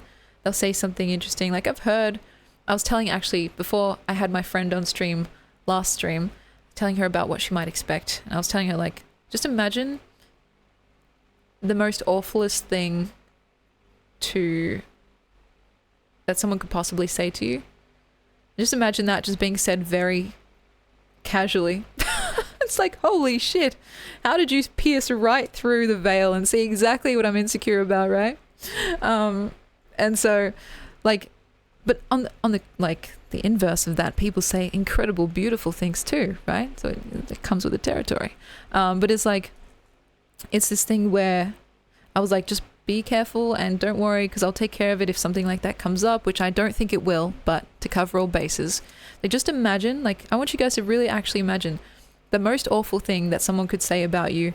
Yeah, it could be appearance based or not. Like, just imagine that. And then just imagine that being said so casually, like, just tossed out there, or even like, you know, scary things that are less hurtful and more just like, is my life in danger? You know, again, it happens very fucking infrequently here, like way less frequently than it happens in other chats. And so yeah, you know, it's like, it's just kind of part of the wild west of the internet. Like I've had people say like, here's some examples. Usually, and guys, this is a very special moment because usually you're not meant to say this stuff because people will use it as fodder and they'll just keep doing it, right?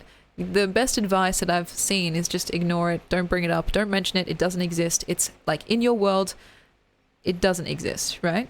And so people say stuff like, well, even just recently, someone's like, oh, when are you getting your lazy eye fixed? And I was like, bruh, at least say hello first, then maybe you can hit me with one of those like jabs, you know? This is an element of friendly ribbing that is, I think, acceptable. People say, oh, your teeth look weird and crooked. Like you look sick, you know, like you look like you have cancer or something like that. And it's like, oh,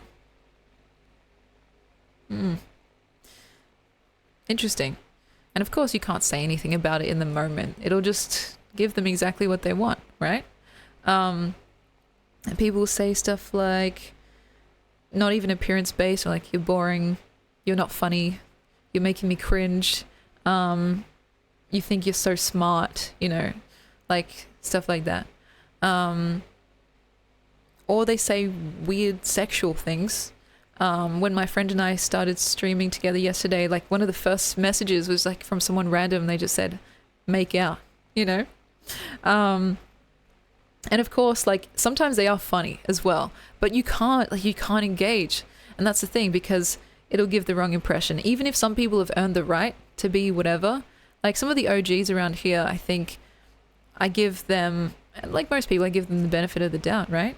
And they've kind of earned the ability to rib me and like say these funny little jokes, right? And then it's just a little different when it's someone for the first time, because it's like, well, you haven't really earned that, the ability to say that. And so that's when you just have to ignore it, because otherwise it'll just make it into a whole thing and people will hang on to that and like make it even bigger.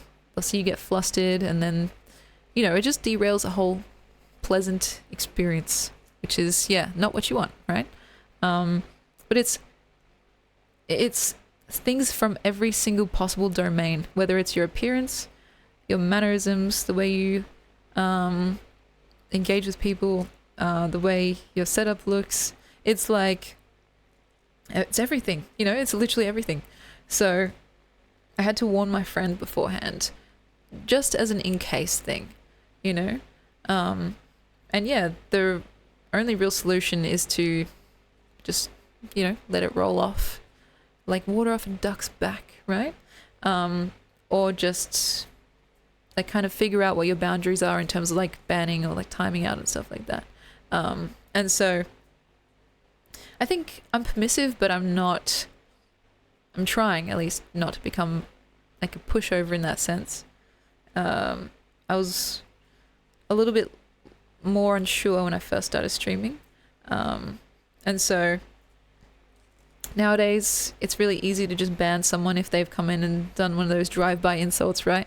But in the past it was like, it was a little bit more iffy. It's like, are they just like, I don't know, are they just having a bad day? Did it come out wrong? Maybe they're a bit like less socially aware. But you have to decide in the moment, like, what is the appropriate course of action. It's always case by case. And of course, there's obviously the auto mod and stuff, which I can see. So sometimes comments that you guys don't actually see, they already get caught and flagged. But it's still like the actual text shows up, because I can either accept the auto mod and like keep the comment gone, or I can like override the auto mod and let the comment go through. So I still see what's been written. And so it's like stuff like, yeah, weird stuff, sometimes funny stuff, and I let it just go through. But other stuff like, you know, where do you live? I'm gonna find you and like rape you and stuff like that. And it's like, holy shit. Or like talking about family members and stuff. And just think about it. Like, I am an incredibly small channel that just gets magnified the bigger you get. I can imagine like 10x, 100x, 1000x, depending on like your standing in the community, because, you know, you just become, I guess, a bigger target with more eyes on you. And so it's like a very harrowing experience. It's not anyone's fault, though I'm very appreciative of your sympathy. People say things and I don't think they even necessarily mean it, but they're looking for something. They're looking for it, well, attention, of course, but like the worst thing to do to them is to just ignore them, because they want to be seen, like validated for whatever reason. And basically it's a lose-lose, because you just have to take it, right? Just have to like pretend you didn't see it. But you still have the psychic damage that comes with it. But yeah, you know, it's a very rare occurrence, which is good. But you can see people get like, they develop their fucking complexes after the fact. Like, I don't know. Whoever said that, let's fight right now, for real. It's very, and you guys, like, it's never happened with a long-term community member, right? It's only people that just pop in for the first time and they test the waters. And it used to affect me a lot more. Nowadays I'm like, oh yeah, it's just whatever. Because why should I care about the opinion of someone that I've never spoken to, or like someone that I don't have any kind of a relationship with?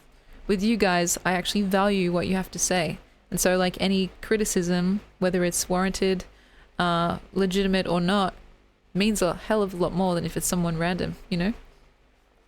And so I've always said this, but like the actual, if you're actually looking for a way to hurt me, it's like play the long con and just like become my friend, get to know me over time, let me trust you and like actually care about what you have to say, and then say that, you know, whatever it is that you want to say. But it's like, it's very hard to actually give a fuck about what some random person says. It's as legitimate as some crazy person walking up to you on the sidewalk and saying, did you know the sky's purple? And it's like, well, I can clearly see that it's not right now, so is that supposed to affect me, right? It sounds as illogical as that, you know? And so the only time where it does actually get to me is like when it's affecting you guys. Like sometimes people come in and like, you know, they try and like poke fun at you guys, and then that's where I take care of it pretty swiftly. Or if like I'm in someone else's chat and like I see them having to deal with it, it's like, oh, I know what that's like. But people can be, yeah, pretty ruthless. I feel like I get the good end of the deal. And so I'm grateful for that, because like, you know, I've heard it all at this point. And also I recognize there's some level of privilege attached to being like relatively young and I guess female online as well. There's this interesting dynamic where it's not that you are entirely more respected, but maybe you're more coveted, and people are nice to things that they want, you know, things that they covet, whether it's like for whatever reason. And so you kind of spared the most aggressive people, I would imagine. But yeah. Yeah, guys, play the long game. So any trolls out there, become my friend, develop a relationship with me, and then stick the knife in. That's actually, you know, that's the way. Because it's hard for me to care if it's someone random. It's like, would you guys care if like a child walked up to you and said, hey, I hate your shoes? I'd be like, well, go back to your mum, you little twerp. That's, you know, that's kind of the feeling. It feels so juvenile and so like, it's like a scattergun. It just like shoots everywhere but isn't really effective. Like you want something laser precise to actually do the job. And so, yeah. Unless someone's been lurking in the shadows for a while and then decides to just pop out. It's pretty easy to just not give a fuck. But still, maybe subconsciously people develop their own complexes, you know. Like I don't like the way my hairline looks so messy and scattered there. It was really thin for a while because I was sick. Like I was legitimately sick and I had my hair falling out in clumps. And I think since then, I don't know if it's recovered that much. You can zoom out a bit. Yeah. Like, but I'm always like, if there's one thing I could try and change more permanently, it's like the fucking stark whiteness of my scalp that you can see. Because my hair is so dark, my skin is so light, it's even more obvious, and so it feels like I'm fucking my receding hairline or some shit like that. So that's something that, whether consciously or subconsciously, it's like a complex, and then just always like touching my hair or just like looking at it, trying not to look at it. That stuff is like, oh shit, okay. But yeah, I do think, yeah, Twitch is definitely seen as more of a boys' club too. It's like, if you think about some of the top creators, it becomes more, I guess, obvious in a way. And a lot of the time, I think, especially now, Twitch has garnered a bit of a reputation for being, housing a lot of like softcore pornography in terms of like the hot tub streams and stuff, and how Twitch was actually accommodating to that as opposed to being more stringent. There's a little bit of, I think, whatever the word is, like ire surrounding that, because a lot of the time, yeah, that's seen as like unappealing for some reason. You know, I can't even get into the psychology of that. But yeah, it's like that whole thing where it's a little bit like being in the playground, you know? And I'm not nearly clever enough to go into the actual like specific nuances of what it's like to be you know, male or female in this space, but surely there's like something there, right? And so yeah, I need like someone with a psychology degree to come on stream and just like talk about the shit that I have no business speaking on with any authority. But yeah, it's weird. It's like Twitch itself has a mixed reputation from what I've learned. But in terms of like the male streamers, they're entertainers, they're playing games, they're doing cool shit. And the female streamers, they're in hot tubs, they're in bikinis. They're doing like sexual ASMR and stuff. And that's kind of what like an outsider, I guess, expects, you know, even though of course it's a lot more diverse than that. It's like infinitely more diverse than that. There's some really amazing streamers of all genders doing like cool shit. But that's hard for someone who's only heard like in passing conversation what Twitch is. Like, it's hard for them to like think about that, because like, oh, girl with big boobies, yippee. That's kind of like, I don't know, I just feel like there's that kind of pervasive stereotype of like what actually happens. And you know, even sometimes I joke about it, like I said this joke about when I tell people that I stream, sometimes they're like, oh, on Twitch, and then I say jokingly, oh, what's Twitch? Like, you know, kind of implying that it's somewhere more scandalous, because that's kind of what is the common like meta right now. But yeah, it's weird. I think that it's a complicated topic, and my thoughts aren't nearly well formed enough to really offer up anything of too much value. But it doesn't matter like what you look like. People say stuff because the point is to just, yeah, get some attention. Even if you're the most prettiest little person in the world, if you're the prettiest little princess, or like if you're the most Chad looking jock ever, people are saying stuff because they want to get under your skin. So yeah, I also can't wait for Pat Thick to set the new smutty Twitch meta. Honestly, I'm ready for that. And actually, yeah, maybe after this little ad break, we can talk more about Pat Thick too. And we'll do our affirmations as well. So yeah, it's weird. And again, I don't know if this is interesting to anyone, but like, it's just stuff that I think about.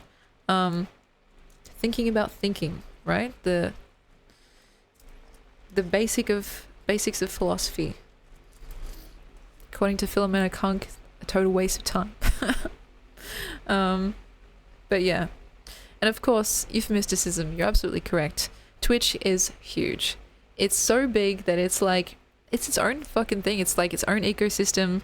It makes like world news when big things happen here, when there's big events or big scandals. It's like it sets precedents, and it's kind of at this point like a beast in and of itself.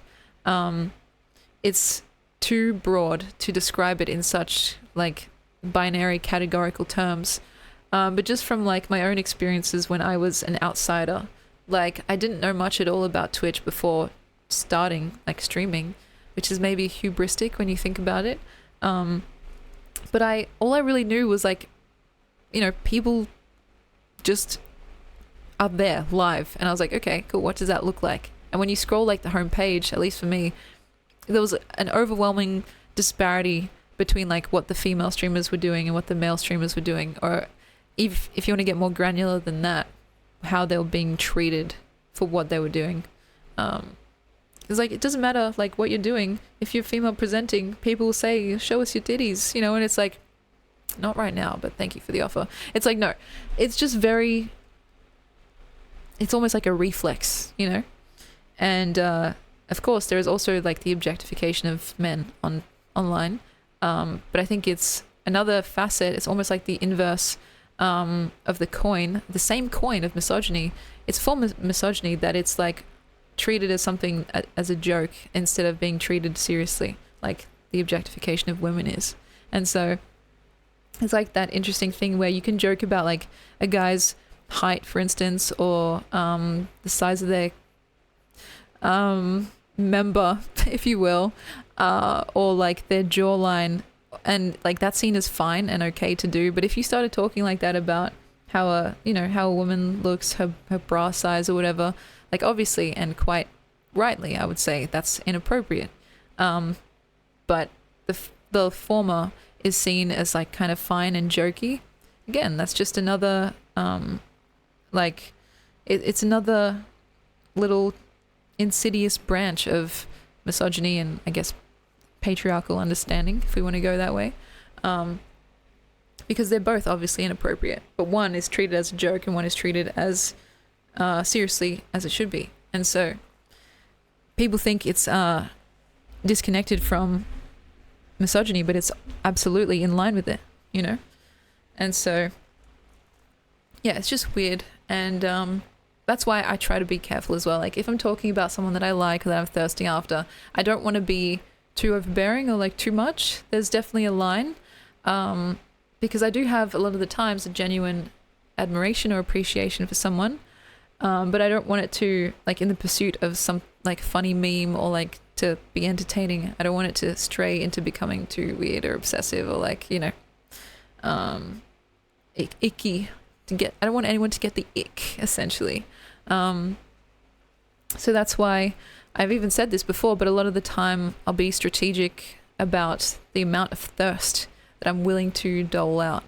I think characters, you know, actual not living, breathing humans, like just characters from like games or stories or whatever, like I can be a bit more thirsty towards them. But like actual people and like Germa, for instance, or even celebrities, it's like there's a bit more hesitation there because there's a real chance that they could, well, not that they could see it themselves, but like just the fact that it's out there in the ether and like it's adding to the meta of how acceptable, like how it is acceptable to talk to people in that way. Like I don't want to contribute to that if it's harmful or like uncomfortable, you know?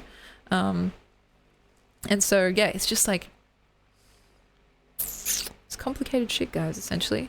And yeah, just fucked. Shit's fucked, essentially.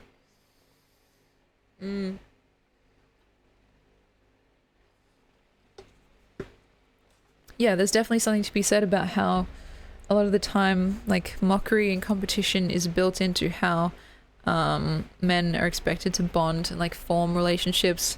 Like if you're not okay with it, you're seen as being like girly or like, you know, like a sissy or whatever, like just suck it up kind of thing. Even though I feel like, you know, it's kind of fair to not want to be mocked, or like you're constantly in competition with someone, like that gets pretty exhausting, I imagine. But still, it's kind of just like something, again, insidious tentacle of the patriarchy where men are just expected to be like, well, man up, you know? Which is unfortunate. I don't think it's doing anyone favors. It leaves everyone unhappier for it.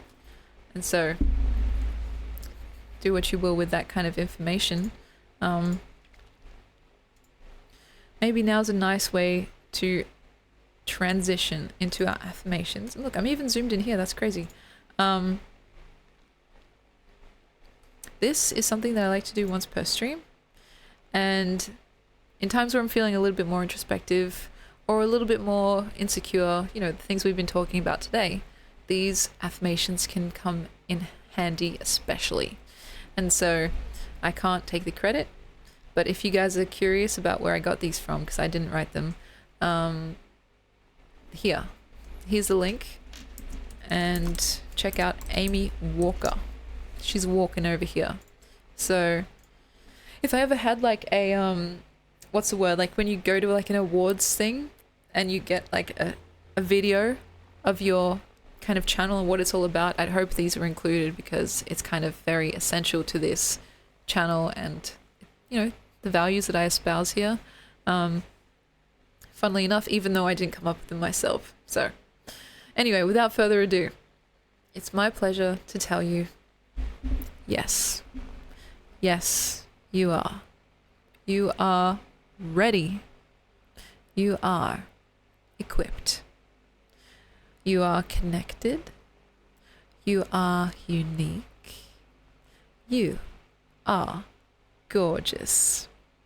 You are loved. And my personal favorite, you are alive.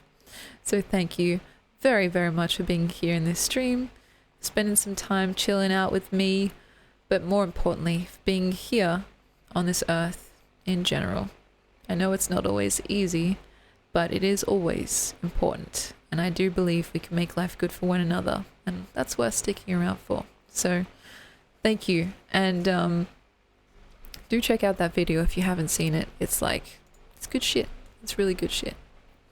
I guess now is our kind of standard 1-2 punch shot chaser type beat.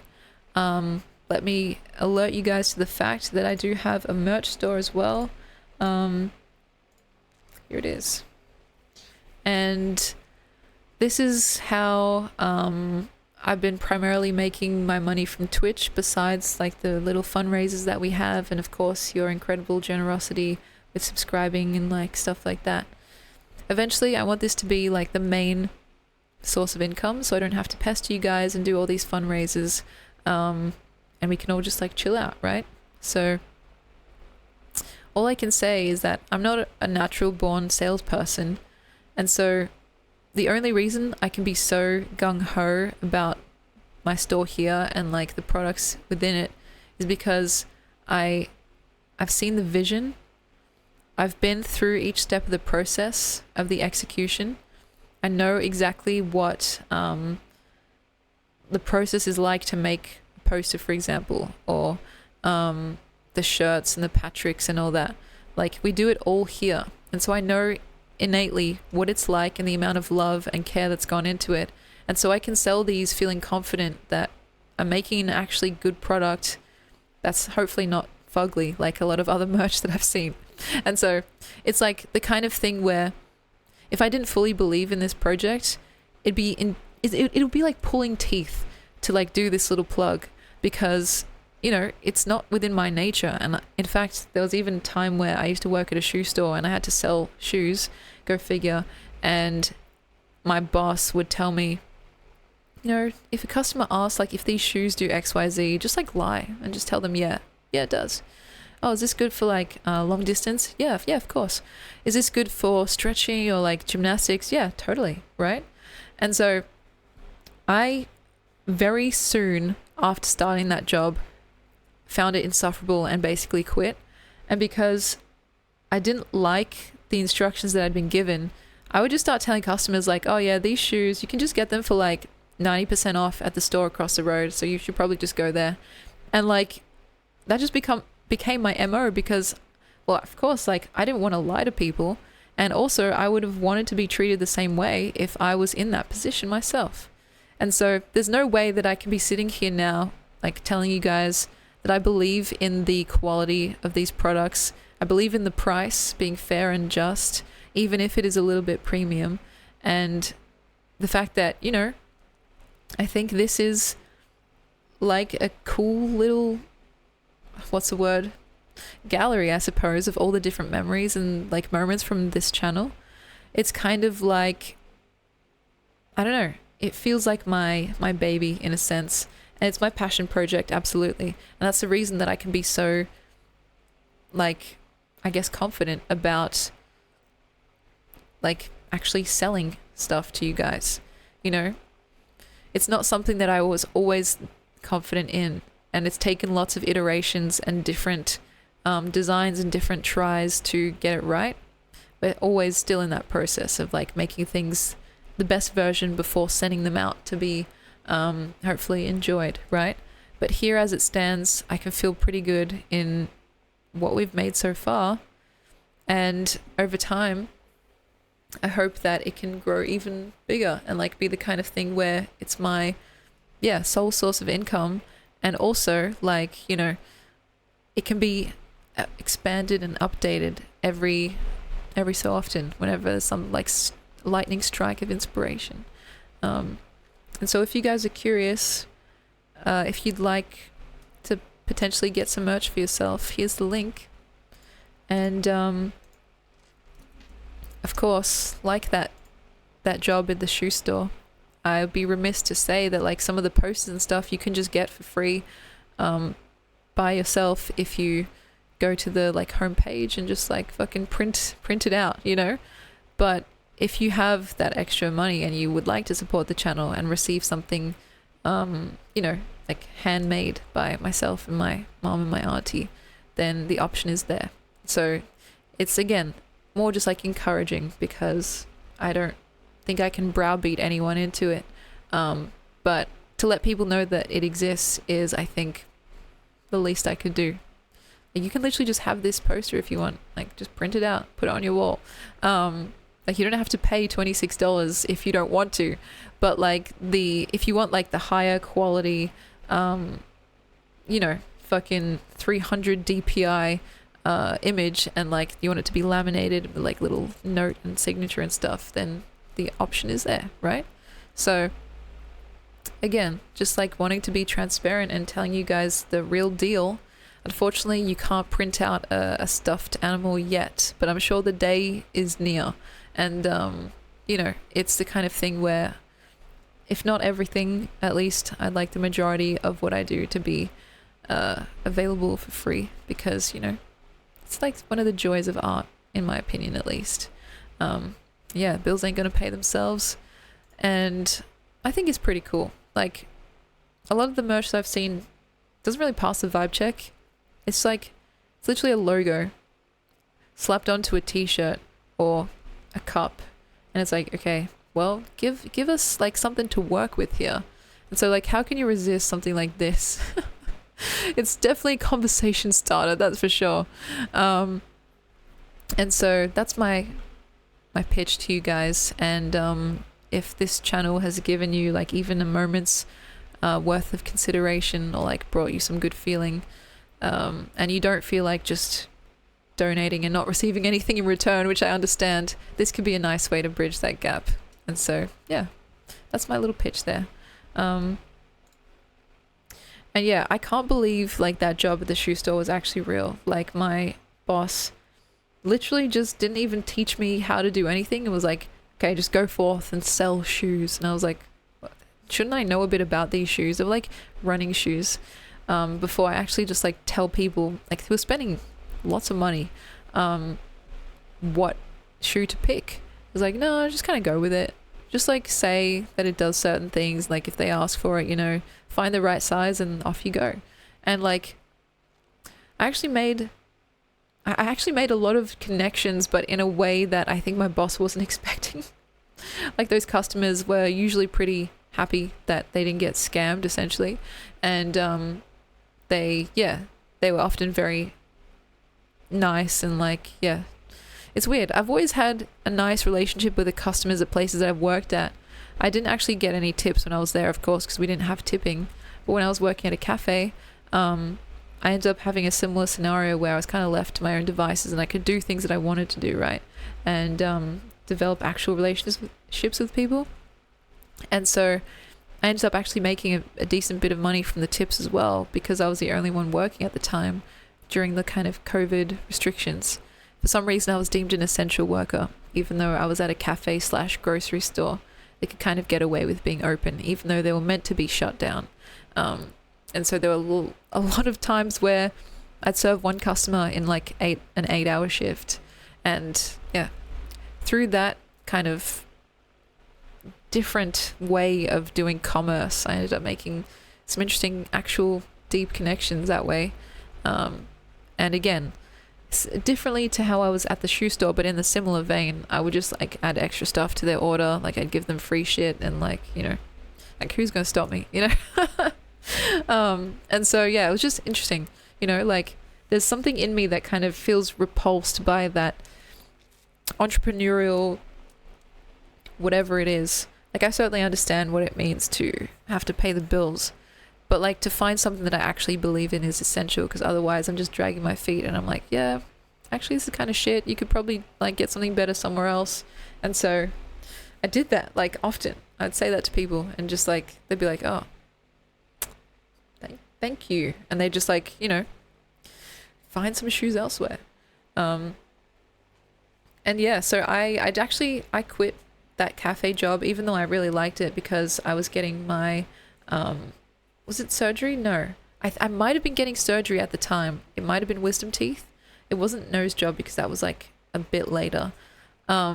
And so I was just like, I'm sorry, I literally can't work for like the next few weeks and I don't really want to anyway. And so like, I just quit, right? But I had a pretty long stint there and I have some good memories there, despite it being fucking traumatic at times. Like, I'm definitely not a morning person, but obviously working like a cafe / bakery, I had to wake up at like 6 a.m. just to get there on time. And like, oh God, sometimes just sitting outside in my car, like, okay, I can do this. And then just walking in like, good morning. You know, it was like such a weird fucking thing. And the fact that it was during the pandemic as well is an extra layer of just uncertainty. Like we didn't know what the fuck was going on and like having to wear a mask all day. I actually didn't mind wearing the mask. This was like, you know, a customer facing job. Sometimes you don't want to be like, hi, how are you today? Yeah, that's wonderful.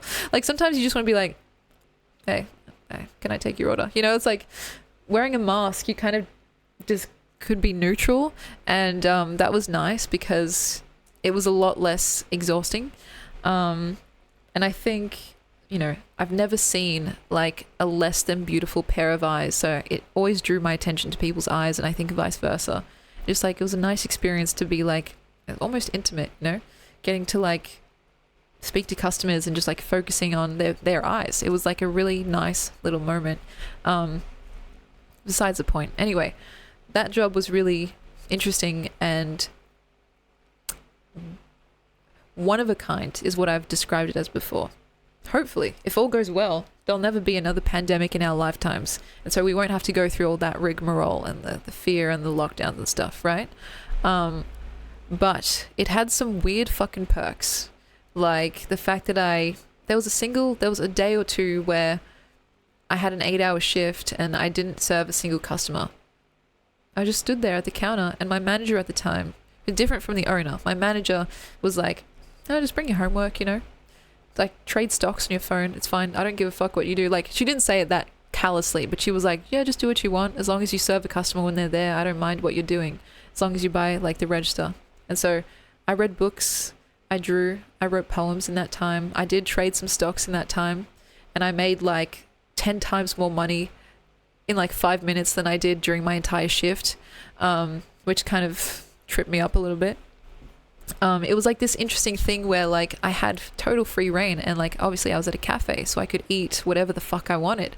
Like I was eating, and I honestly didn't really eat that much because at the time, I don't know, I just didn't really have much of an appetite and you kind of get sick of it after a while. I could eat and drink whatever I wanted. And so like that was like, oh, okay, that's pretty cool.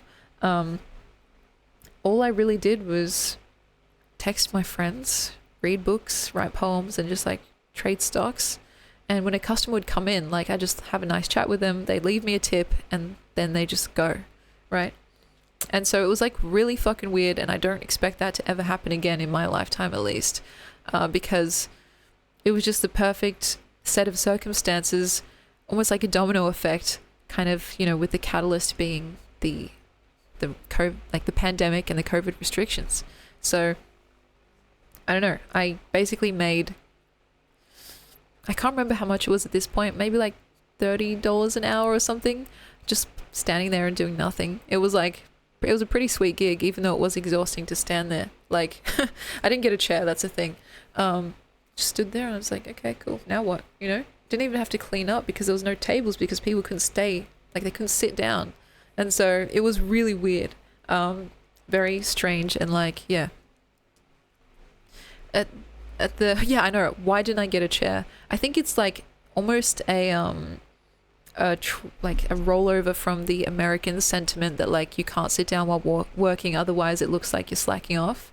And so my manager didn't really care, but the owners who kind of like flew in from like interstate sometimes, they were like, nah, we want you to be standing. And I was like, oh, okay, I guess so. And so yeah, I'd be really tired by the end because my feet would hurt. I'd have to like stretch out my legs and stuff. And the only other downside of working alone was that the whole shift was like a break, but if I wanted to have an actual legitimate break, I couldn't really, because like there was a kind of the front cafe and then the back where customers aren't allowed to go, but there was like a doorbell that rang if anyone ever walked in. And so obviously I'm alone there, so there's no one that can cover for me. If someone comes in, doesn't matter if I'm meant to be having a break, like I have to serve them. And so it was a good and bad experience, because I was basically on call the whole time, which is not what you would expect if you have a coworker with you. So yeah, I had to really like time out when I would get my toilet breaks, you know.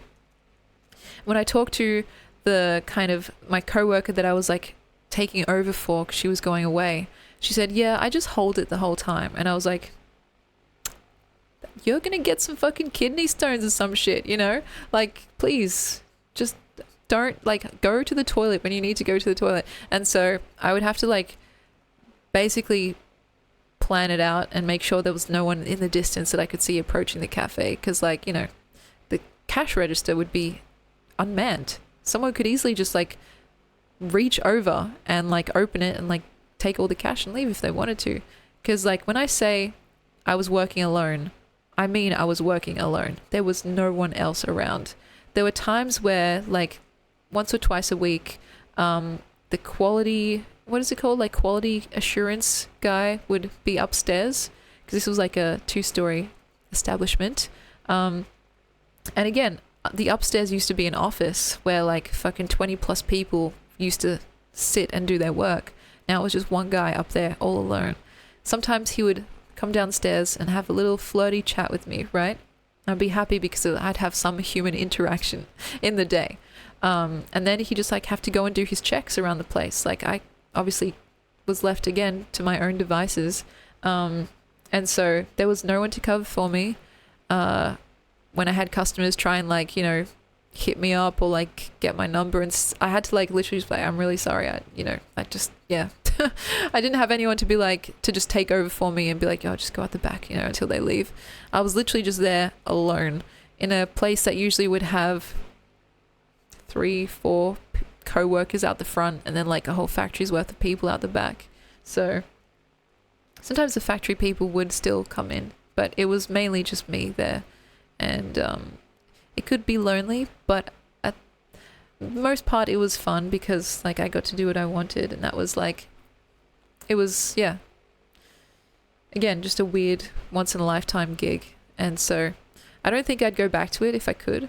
That bakery / cafe is still, obviously is still standing. And I think sometimes I heard whispers of like people, them needing people again. But like, I've moved on from that portion of my life, I suppose. And obviously I'm doing this now, which has been thankfully lucrative enough that I don't have to scramble. It's not like full-time money yet, but especially this month, in 2025, you guys have been exceedingly generous already, and I've been really like pleasantly surprised and humbled by that. Um, in terms of leaving the cafe job, I had to have surgery. That's from shaky from my memory, but I think it was like wisdom teeth surgery. I would have been out of operation for a good few weeks, and I was also just kind of done after a year or longer of that whole environment. I kind of didn't realize what I had at the time because that was a very unique situation, and the restrictions started to be lifted as well. So more and more customers started to come in. Then I realized, oh, maybe I'm not cut out for a cafe job after all, right? And so it was like that whole thing where it was just basically time. And I tried to make my exit graceful. It was one of those times where for once I didn't have to fucking lie to my employer. I was like, I'm really sorry, I'm having surgery. I'll maybe ask any of my friends if they're looking for work right now, because they obviously, I don't want to leave them too much in the lurch, even though I liked my manager a lot. She was fantastic. The owners were a little bit more hard to deal with. They only flew in like once every few months, and when they came in, it was like fucking Navy, you know? They'd be like, why haven't you wiped this spot down? And it's like, oh, I'm really sorry. There was like a half a centimeter that I missed, and like, just do it again. I'd be like, okay. And so they were very particular. And I mean, I understand running a business and how it needs to be taken seriously. And, you know, maybe they were just trying to pick up the slack from when I had just been standing around doing nothing the whole time. But like, they had an interesting rich person demeanor where they kind of treated me literally like a bit of a servant, if I can even say that. Like, it's almost like, yeah, I didn't feel like they could actually look at me like a human. They literally just saw me as like a means to an end. Like, I don't know if that really makes sense. They couldn't interface with me. And they didn't understand like why I wasn't beaming with joy at the chance to scrub tables for them. You know, it was like, it was just, yeah, something that's probably pretty relatable to people working those types of jobs, like service jobs especially. But when there's this thing that happens when you're serving someone, like if you're working in a restaurant or something, people literally treat you as if you're like moving furniture. Like, they kind of see you as less than human. Anyway, that didn't happen that often with really anyone but them. Like, the customers were always fantastic. If a little bit too amorous sometimes, but they were just kind of like literally treating me as if I was like, again, part of the furniture. So I wish I would have been passive aggressive and just brought in a chair, because yeah, there was enough room for a chair, but if I did sit down, actually my head would barely be over the kind of like, you know, the place where the cash register sits, like the shelf basically. And so that's maybe why they wanted it to look like someone was actually there, so it's like the shop looks open. But that was just unfortunate because like I'd come home after 8 hours or longer, my feet would be all swollen and like really sore, really tender, like the type where you don't want to put too much weight on it because it starts feeling like there's a shooting kind of pain. And that's just from standing in one place, basically. I tried to pace back and forth and stuff. But yeah, like my manager was so chill. She was like, she did the same thing as I did, but just at their other like store, because it was a bit of a franchise. So she would just like go on her phone and shit, and she would just like, she would actually taught me, like she was the first one to teach me about trading stocks. And she's like, yeah, just do this. And like if a customer comes in, that's when I serve them. I was like, oh yeah, okay, that makes sense. But in general, yeah, that's never going to happen again. I would go back in as a customer. I would like to see that man from QA who I literally developed quite a deep friendship with him over a year. But it's weird because once you're out of someone's general proximity, especially if it's a weird pairing to begin with, like you're not really in the same generation or social circles, it's kind of the case where you just never fucking see them ever again or hear from them or anything. In this case, this guy was like, I'm bad with ages, but I'm guessing he was probably in his like late 30s, early 40s. And we only had each other to talk to, so we kind of just got to know each other. He's like married and had kids, and he was definitely not like, you know, on my radar or anything like that. But still, like having someone to have banter with and kind of playfully flirt with in like a harmless way was very nice when you're kind of lonely and yeah, you don't see anyone for like most of the day. Yeah, maybe I'll do some stock trading on stream. We'll see. We'll see how much money I lose doing that. I'm mostly out of that life now.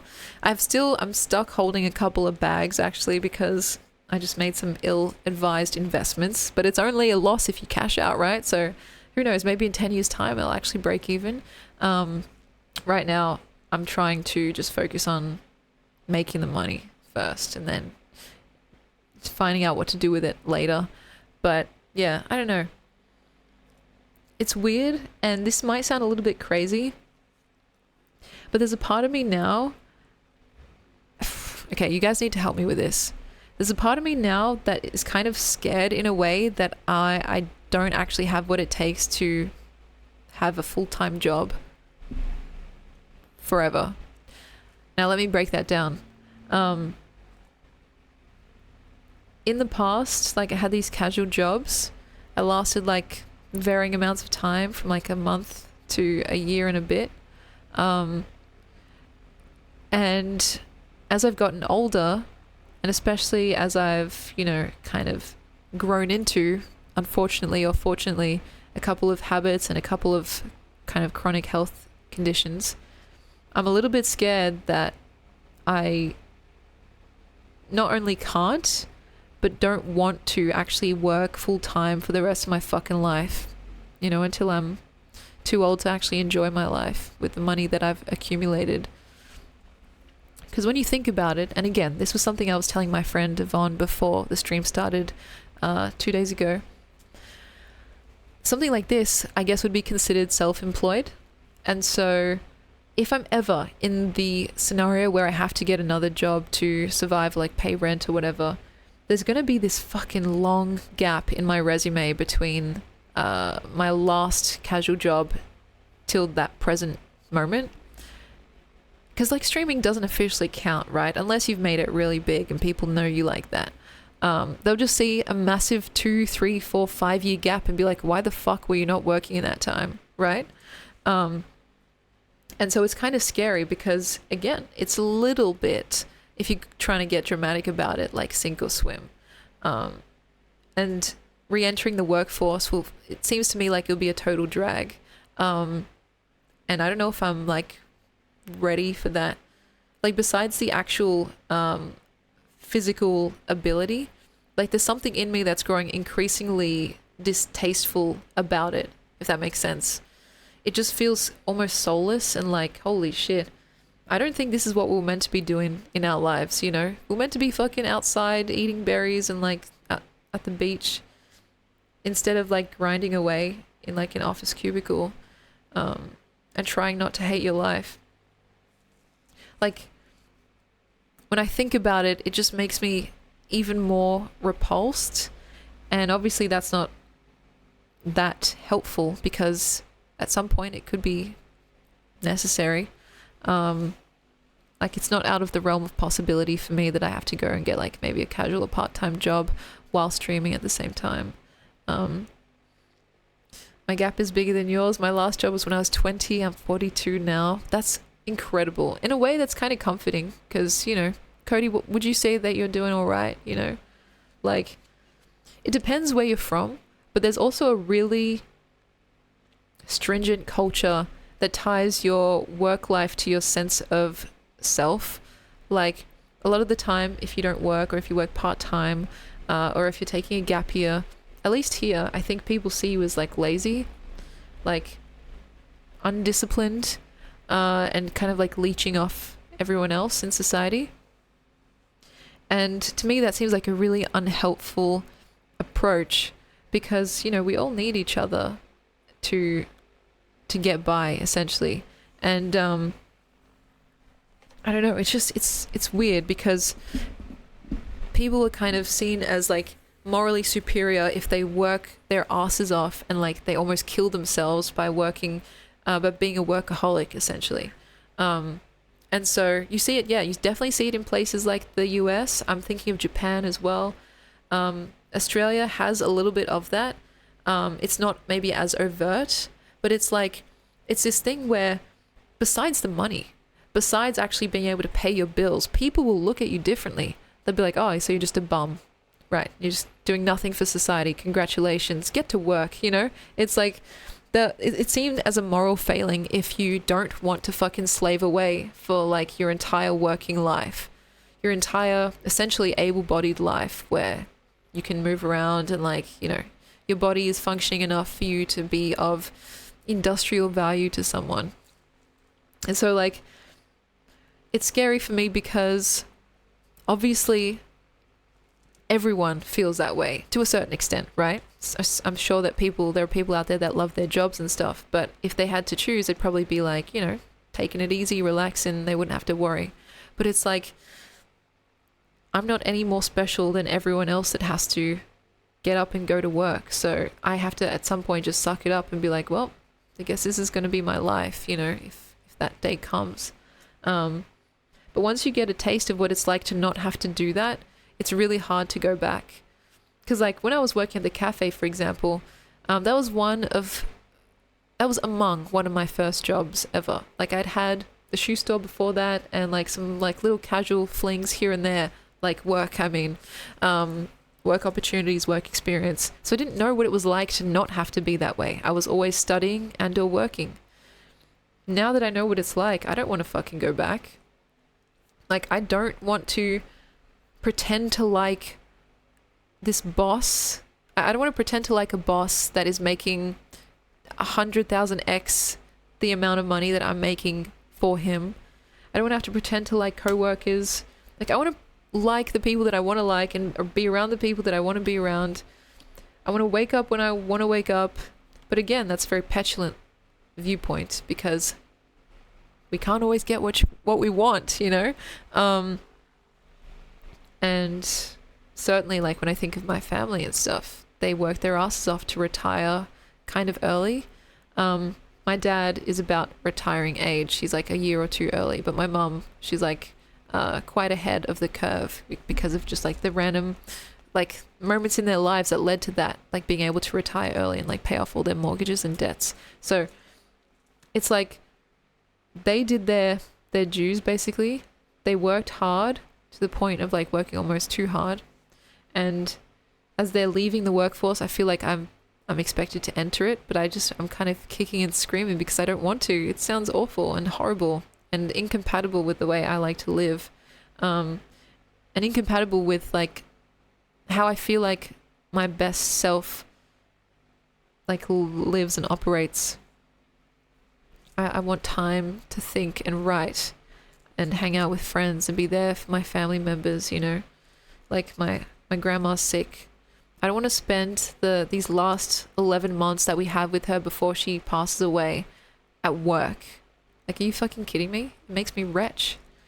Like, my grandma on my maternal side, so the one that's not terminally ill, she's 90 now, as you guys know. I don't know how much longer we can expect to enjoy our time with her. Like, I don't want to spend those last few years that we have away. Like, slaving away at a place that I can't stand. Making the minimum amount of money. Like, basically minimum wage is like, if I could pay you less, I would type beat. And so it's like, I understand that the feelings that I have aren't exactly that helpful because eventually it may come to a point where I need to actually nut up and shut up, you know? But once that feeling hits, it's hard to shoo it away, you know?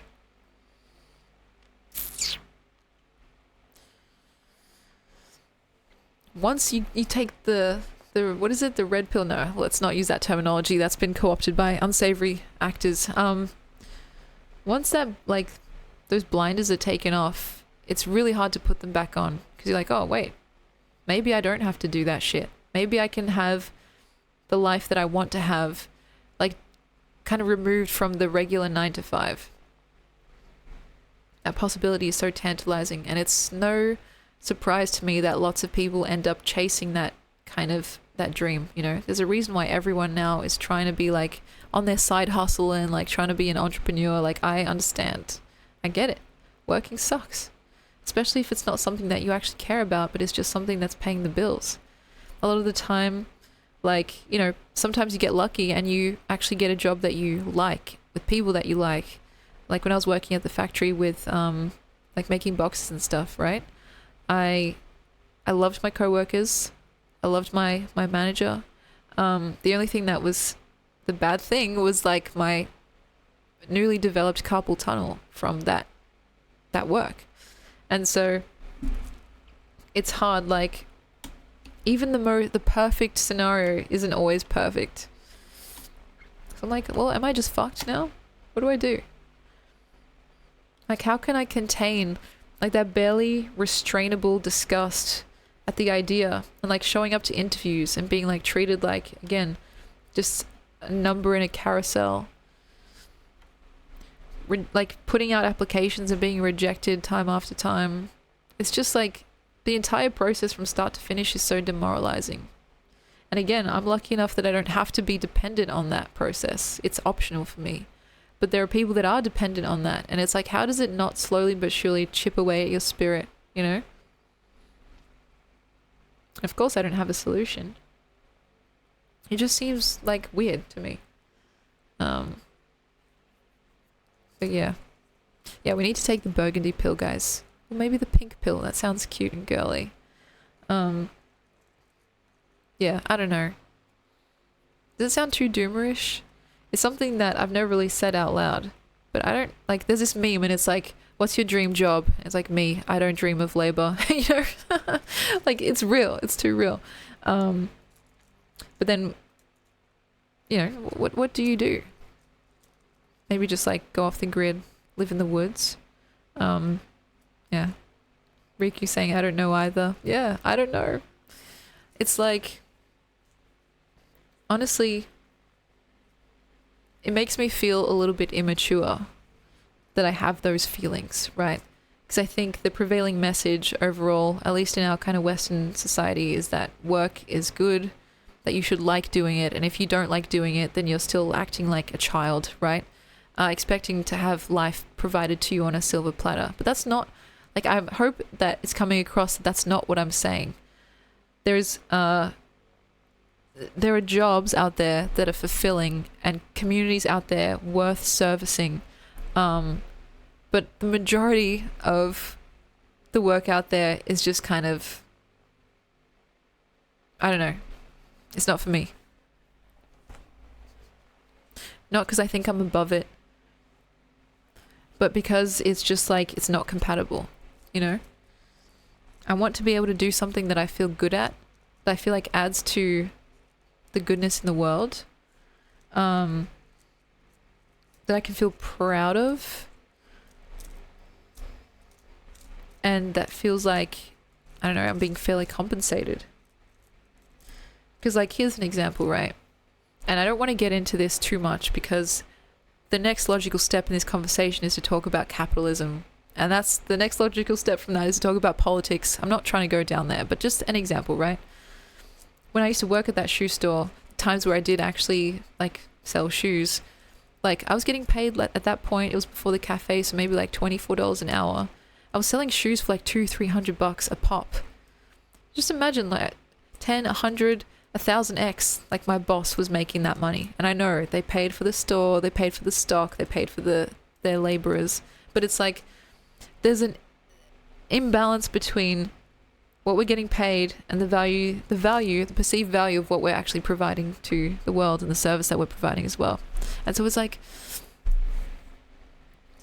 something like this is so liberating because I can set my own prices. I can have a real like deep dive and sit down with myself and sometimes even my mum and just like ask ourselves, what do we feel is fair? So it doesn't feel like I'm constantly being ripped off whenever I'm actually at work, That was the feeling that I got at that shoe store. And sometimes they try to incentivize you, make you forget about the fact that, you know, your boss is making like 100 times more than you're making, they offer you commissions. But I was never offered that, nor would I really be like content with that, because like, I don't know, it just seemed a little bit sly to me. So like, there's something to be said about doing something more, I guess, freelance. You can decide, like, if you want to set your price at $5 or $50, and then you just have to justify it. Like, to me, there's no right or wrong. There's just more compelling and less compelling. And so if you can make a compelling enough case why this certain thing should be this certain price, then cool. That sounds good to me. Like, if you take into account the amount of time, the effort, the materials, and everything that's gone into it, and you say, well, I want to sell this this sticky note here for $500, you know, it's like, oh, well, okay. Make me an argument for why you think that. And if it's compelling enough, I'll be like, actually, I can see that, you know? So I don't have a problem with people making money in the world. Or even, you know, working myself. But it has to be the kind of thing that I actually feel connected to. Otherwise, I don't think I'll be able to give it my all, besides that also like separate thing of having your ego attached to your performance, which is something that I think like workforce also uses potentially against you. You know, you don't want to look like the lazy one out of the group, do you? You have to work just as hard, if not harder. Like a sense of competition arises, and then people are staying later and later to impress the boss, and it's like, just go home. Just freaking go home. But anyway, that's a whole thing. I don't know. In a sense, like streamers are one step removed from that, like a regular 9 to 5, but we're also pretty close to it, you know? Especially the bigger you get, and if you get taken over by like an agency or whatever, you start having increased expectations or whatever. Basically back to square one. So there's no real escape besides just being, you know, having rich parents. That's the code, guys. Just actually go back in time and have rich parents. Besides that, all you can do is just like try and not be totally, I don't know, what's the word, disempowered or something by the state, just the absolute state of things, you know what I mean? And that's coming from someone who's in a relatively privileged position, you know? Yeah. It is miserable. That's the word.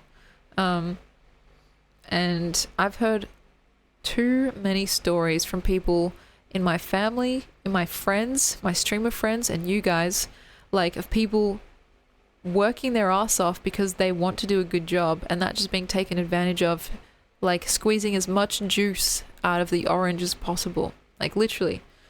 Like I've said before, my dad worked so hard he basically had a heart attack. Well, he did have a heart attack.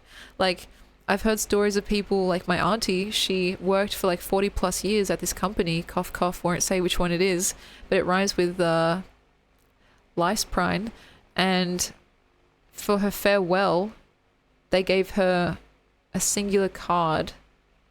No flowers, nothing, no money, no gift cards. And of course it's like, it's not that you expect that stuff, but it's like there's something about being recognized for one's loyalty that just means nothing in that world, you know? Even my cousin that I was talking about at the start of this stream was telling me how he just got out of a really toxic workplace where, in his words, he felt like he lost his soul. And he's the kind of person that's not really religious or spiritual, but that's the only way he could describe it.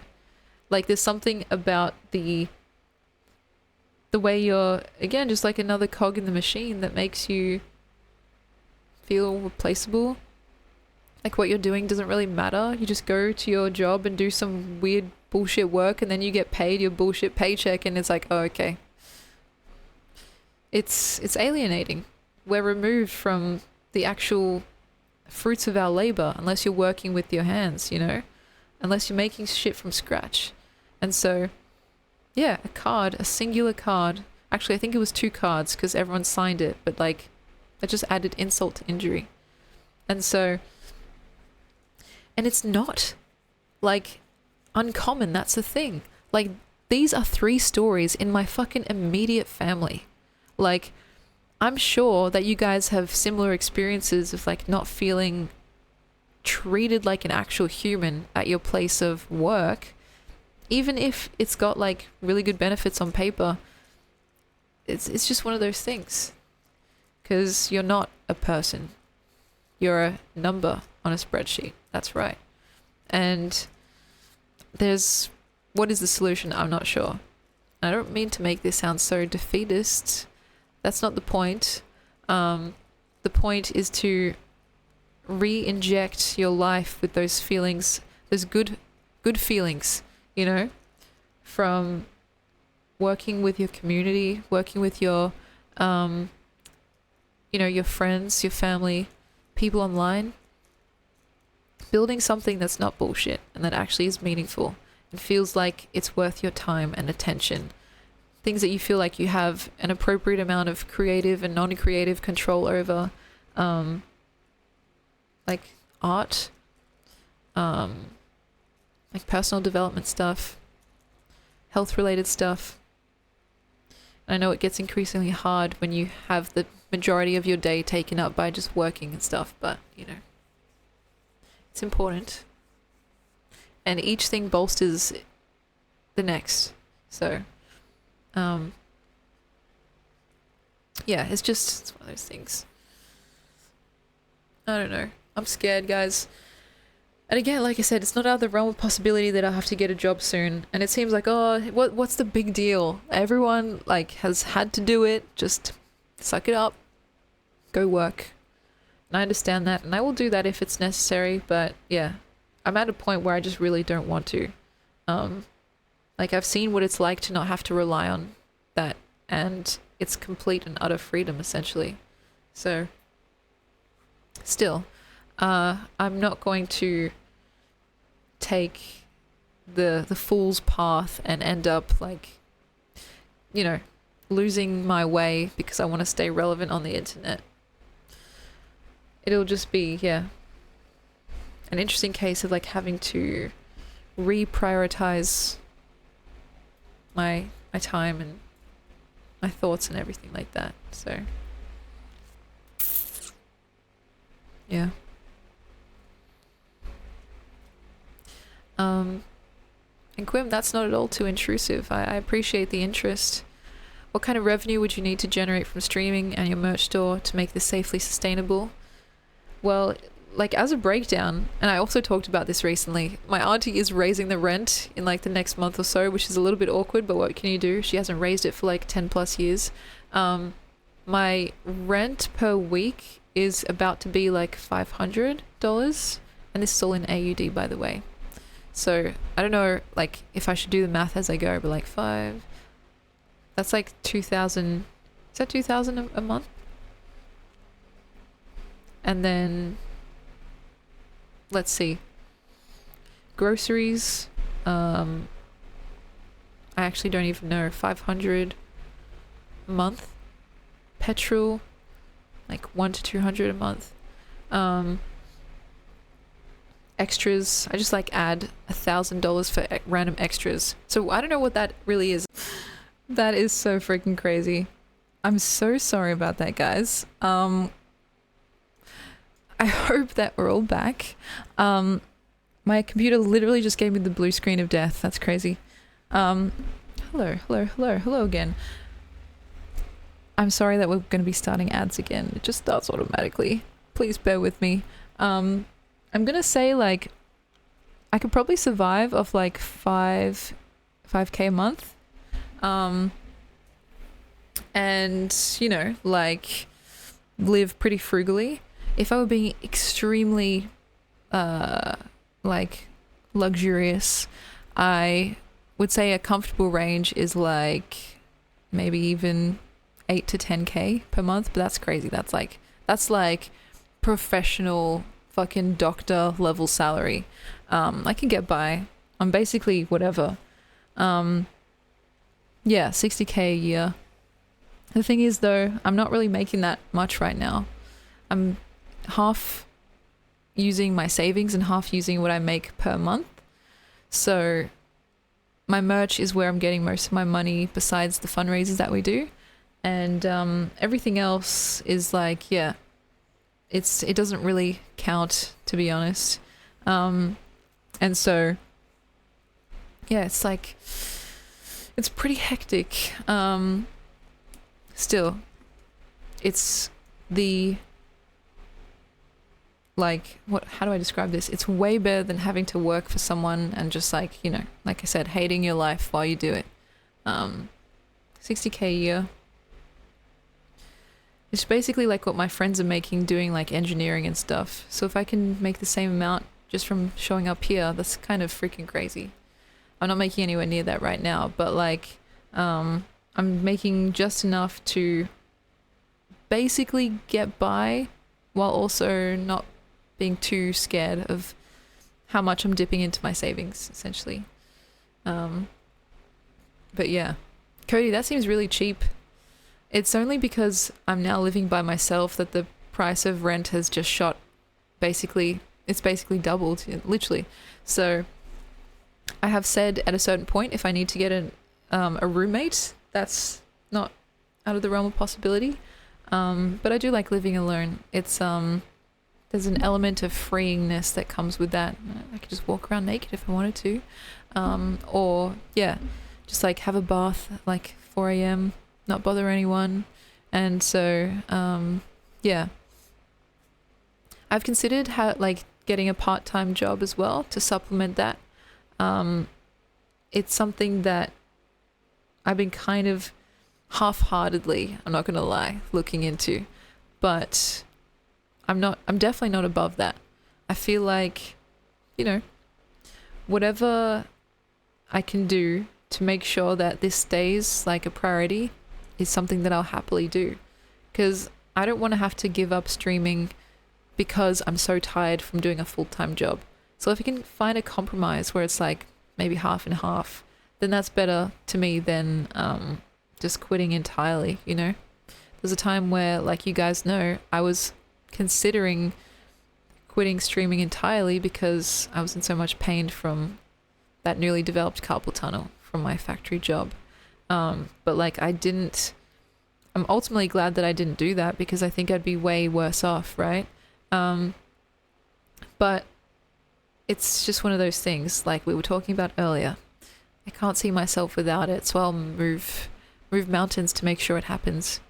When I mean it, I'm talking about streaming. And so, yeah, it's weird. It's fucked.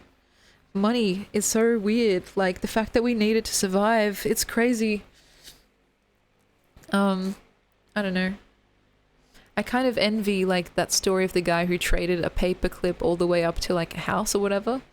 I feel like we should do more of that kind of thing, you know? We should do more bartering and trading, like the good old times.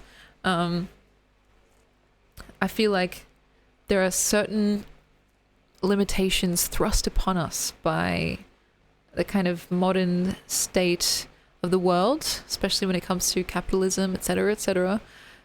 And it's like not always conducive to the happiest, healthiest population. In fact, I think a lot of the times it's completely counter to that project, you know. People are overworked and underpaid. They're stressed, they're tired, they don't have enough time to do the things they actually want to do. And yeah, it just seems rather unfortunate considering how many incredible individuals are just like stuck under the weight of trying to survive, you know? I don't feel like I'm included in that because, like I said, I'm in a little bit more of a fortunate position. But when I think about how many like potential artists, mathematicians, teachers, anything, like people out there with incredible skills that get neglected because they're literally just fucking working. That's all. Because they need to, you know? They weren't as lucky as someone like me. So it's rather sad, and I get this feeling that's hard to describe. It's like this nebulous, full body kind of almost like sadness, something more specific than that. Um, Actually, I think this is where it's an appropriate time where language fails and poetry prevails. Um, Here, there's a poem that I'm thinking of. I wonder if I can find it. Um, let's see.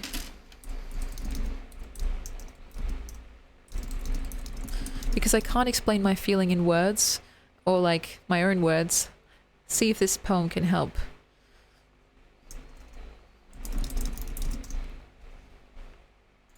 Okay. Let's see if this works. This is like, I think, an excerpt of a poem. It says, "Later that night, I held an atlas in my lap, ran my fingers across the whole world and whispered, 'Where does it hurt?' It answered, 'Everywhere, everywhere, everywhere.'" That's the feeling that I get. And what are you meant to do with that kind of overwhelming grief? I've talked about it before, that it seems almost like, it seems indulgent to be despairing so much when you've got it pretty good in life, right? Still, it's hard not to notice how many people out there really are kind of just going through it. It hurts everywhere, everywhere, everywhere. Just that image of like a map of the world, or, you know, like an atlas, representing the collective kind of struggle, I suppose. It's the most concise way to put it that I can think of. Everywhere, everywhere, everywhere. But yeah. And Cody, you know, you're absolutely so welcome here that I can't imagine like telling people, like in the way that does happen, like, "Oh man, if you don't subscribe, you're not a real member of my community. You know, if you don't get my merch, you're not a real member of my community." Like, there are so many incredible people that I've met that, like, if I never saw a cent from them, I would feel the exact same way that I would feel about them if they donated their whole fucking life savings. You know what I mean? Because, like, there's so much more to a person than that fucking, their bank account details, you know? And that's why I always say, like, the merch is so optional, and how much of it can also be accessed just for free, because I don't want that to be like an imposed hierarchy between the people that, like, I value, essentially, you know? And so, yeah, it's one of those things. I don't want anyone to feel like the streams are prohibitive or the merch is prohibitive, because, you know, that's completely antithetical to how I want to run things, quote unquote. And so I hope you know, Cody, that you give back by being here, by sharing your art with us, by sharing your opinions, and being a reliable friend to turn to. You know, it's like those things are so important, and they're worth literally all the money in the world. Like, I would literally become destitute on the street, like, if it meant that I could still have the friendships, the relationships, and, like, you know, those special connections and moments that I've had with you guys on and off stream. Like, if I could keep those friendships, I would do anything, essentially. And so, yeah. I've never put my chat into sub-only mode. I basically didn't even know that was a thing. Maybe that's just a side effect of not being technologically literate, but no, I have not done that before. I try and make it so that everyone, subs or non-subs, can, like, enjoy the stream or the website or whatever it may be, server. We had Patreon running for a while, which was fun, but that's on hiatus now, and I feel like I can put my efforts elsewhere, my focus, my efforts. And so, yeah, it's just like, I don't know, it's interesting. I don't know. Am I cut out for this? It's debatable. but it's fun to experiment anyway, so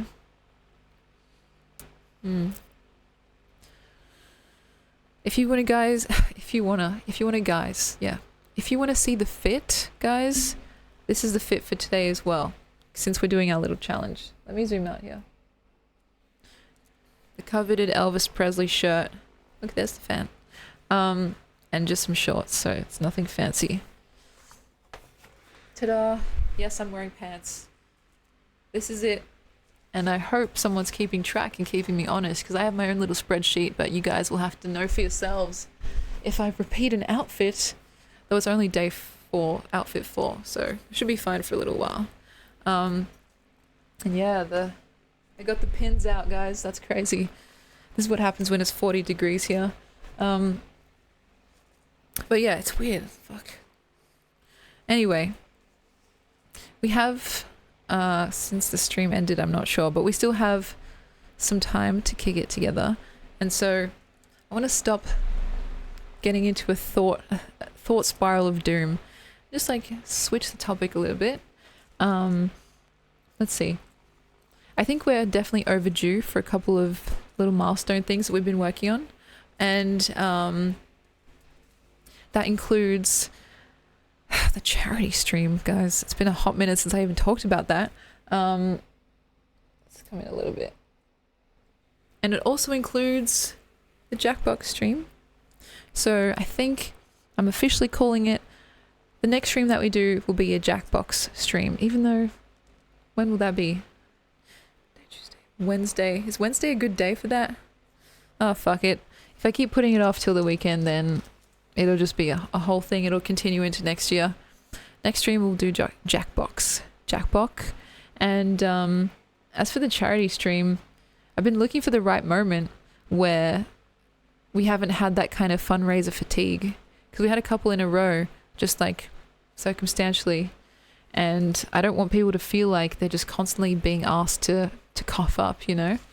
I'm going to get a lineup of maybe 5 to 10 things that hopefully are of interest to people, such as a Patrick, a Zoom date with Emmy, maybe some cool merch and stuff like that, and all the proceeds will go straight to a charity of our choosing. That was one of the milestones for like 1,600 followers, and it's been a hot minute since then.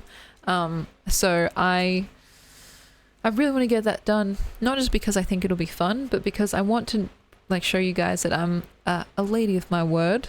And yeah, maybe we'll do the Zoom date on stream. We'll see. Maybe the person will have to decide, because, you know, if they're paying for it, they can decide for themselves. I think it would be good content though. Wouldn't that be funny?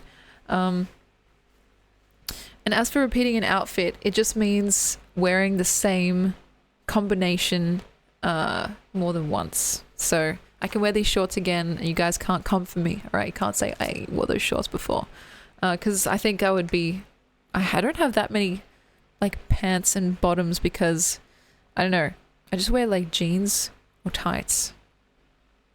So anyway, yeah, that is kind of the vibe for the next few streams. I'm gonna start actually like completing the tasks that I've wanted to do for a while, because sometimes I do want to do the thing, but I'm trying to wait for the perfect moment.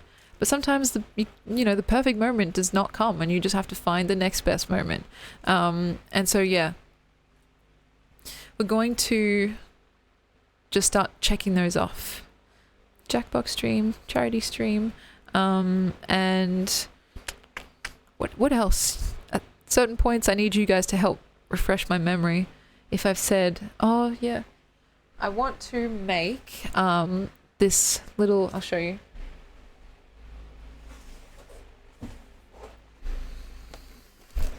I want to make this Lego set on stream because it was gifted to me by one of you lovely individuals. I think it was Default Prime through Throne, and that was ages ago. I wanted to like make it on stream to like show my thanks. And I've literally been dying to open it, but I couldn't bear to do it off stream because I felt like that'd be kind of cheating. So it's been like kind of in my like collection of items for like maybe almost a year, which is crazy. But that will be on our to-do list also, because I don't know, I feel like it's the least I can do for anyone that's generous enough to like purchase anything off the throne, to like show off the goods, you know? And now that we have this camera set up, I can probably set up my phone on a tripod so you guys can see the dual camera thing. This like desk is pretty sizable. I could probably make something work. It will certainly be putting my boomy nature to the test, but it's definitely possible. So that's another thing that I want to get done. And just so you know, guys, for certain things that like I say that I want to do, it might take a while, but we'll always come back to it eventually. If it takes a year, if it takes 10 years, because I'm the type of person that like, if I like give my word, like that's it. It's happening. Maybe not immediately, but at some point, because, you know, it's just a little bit tricky sometimes to find the right moment. But yeah, there's been a few things that I've been meaning to check off, and those are some of the first most pressing items. So yeah, it's one of those things, especially when it comes to like charity stream and all that. I think that works a little bit better when you're a bit bigger in size, because I don't know, it just seems like there's more chance to not have to, ask the same people over and over again for their generosity and support. But yeah, until then, some nebulous time in the future, I think we should still do some of those things. So it's coming. And yeah, Alexa, remind me in 10 years. Oh gosh, it really be like that sometimes. But honestly, it's actually so true, because there have been poems that I've come back to in like multiple years, like 1, 2, 3, 5, 10 years into the future, changed a word or two, and then found like it basically is brand new. It's like it's come into itself a little bit. And so it's a kind of thing where I want to like make sure that the stuff doesn't get forgotten. Yeah, like the movie night as well. Don't worry, Cody, it's gonna happen. Let's see. Maybe this week, Wednesday, Friday, Sunday. Like this next week of streams could actually be the time where we just tick everything off the list. Could be. I'm curious how the 985 poem might change in the coming years. That is so funny. And also, I think I saw what you wrote before, but I didn't get back to referencing it. What that poem means to me. Honestly, it might just be my best work to date, besides the Elvis poem about Elvis coming in his pants. Yeah, I know. We're not going to unpack that right now, but it's literally the most, like, what's the word? Vulnerable making thing that I've ever put on the internet for people to look at. And it's definitely bordering cringe, but it's just me. That's just the real me. And so I think the legacy of that poem, like, it still has a while to go. Like, the thing is with the Elvis poem, I feel like it reached its natural conclusion because it, you know, I read it out at the poetry thing at the festival, and then it got published in like a magazine. And so there's still a while to go for the Germa poem. I still think there's time for it. Like, ultimately, someone asked me once, like, if I would actually show it to the real guy, the real deal himself. And I was like, hell yeah. Like, literally, these poems are essentially like little bite-sized love letters, right? And even if it's only to be appreciated for a split second or not at all, like, just be like, what the fuck is this? That's still a total, like, honor, right? The Elvis poem, if you must know, is it's quite far down on my website at this point. If my internet will load. If you type in, if you go to, wait, is there a search bar? Oh, my old website had a search bar. This one is just scrolling indefinitely. If you control F and type in leather, it should come up. This is the one. And Riku, thank you so much for joining us. I hope you have a wonderful time zone. Be well, and I'm glad you enjoyed the affirmations. This is the poem. Poem that got me published with like $50 or whatever it was in my account. I can't remember. Was it 50 or was it 110? And I'd written this for my own self. Like, I had not intended to share it with anyone, to publish it anywhere, let alone read it out to a crowd of people. But circumstances just, would allow for a kind of interesting unfolding of events. And the Elvis Festival was just, the beginning of it all, really. So there's an online magazine called holy shit, how am I blanking on this? They literally interviewed me and everything. What the hell? The Suburban Review. And the Suburban Review, if you type in Emmy Cherry, it should come up. There it is. And there's the interview. And I think you have to buy an actual thing to see it, but there it is. There's like a little snippet. I wonder why they chose that snippet, because I think the poem is kind of strongest right at the beginning. I don't know, maybe that's the part they like the most. But then there's the interview here too, and there's me. Ta-da! If you want to check it out. But yeah, that's crazy, right? So I feel like the German poem still has a while to travel. If we come back here. And also this poem here is about XQC. You guys know XQC? He's a streamer. So I'm famous. Essentially, yeah, I'm famous for my sex poetry. There's XQC. Here's a crash course. There's Germa. Don't look up Germa online. You'll be scared by what you see. And Elvis. Let's just round it out. So a lot of my poems are inspired by my not just Twitch crushes, but crushes in general. The thing is, I don't even necessarily have a crush on XQC. Obviously, he's a handsome enough guy. But I think I wrote this with you guys, with chat. And I liked the fact that it was kind of meta in the sense that all the words squished together kind of mimicked how he's known for speaking, really quickly with no pauses in between. He's like, chat guys, did you just see what just happened? They're like, we can't fucking understand what you're saying. And he's like, yeah, and it's like the poem is kind of paying homage to that in hopefully a way that's not punching down or anything, or even punching at all. It's just like a nice little reference. And then that kind of saucy little innuendo with XYZ, XQC, and then the last line. I'd like if he could XYZ all over me. It's like, what is that censoring? Is it censoring something? What is that meant to mean? And so I had a lot of fun with this one, and I do eventually want to add to it add to the website, because having this here at the very top every single time I go here is making me kind of sick of it. But it's a decent enough poem, and I like it for what it is, so I don't want to get sick of it, like the first song in every one of my playlists. I just have to remember what my mum taught me about fucking going to 3 different websites to actually end up posting here, because we have to go through the back end domain and all that stuff. So anyway, yeah, XYZ all over me. I think in my head, in my head canon of this poem, it's meant to be obscuring 3 letters. It's kind of doing the job of a asterisk, 3 asterisk, because I use that term all the time, XYZ, to mean an example of something. So I don't know, it feels like it's definitely saucy, but playful and light and not too overbearing. The 985 poem is a little bit it's a little bit much. Yeah, what 3-letter word could possibly go there, I wonder?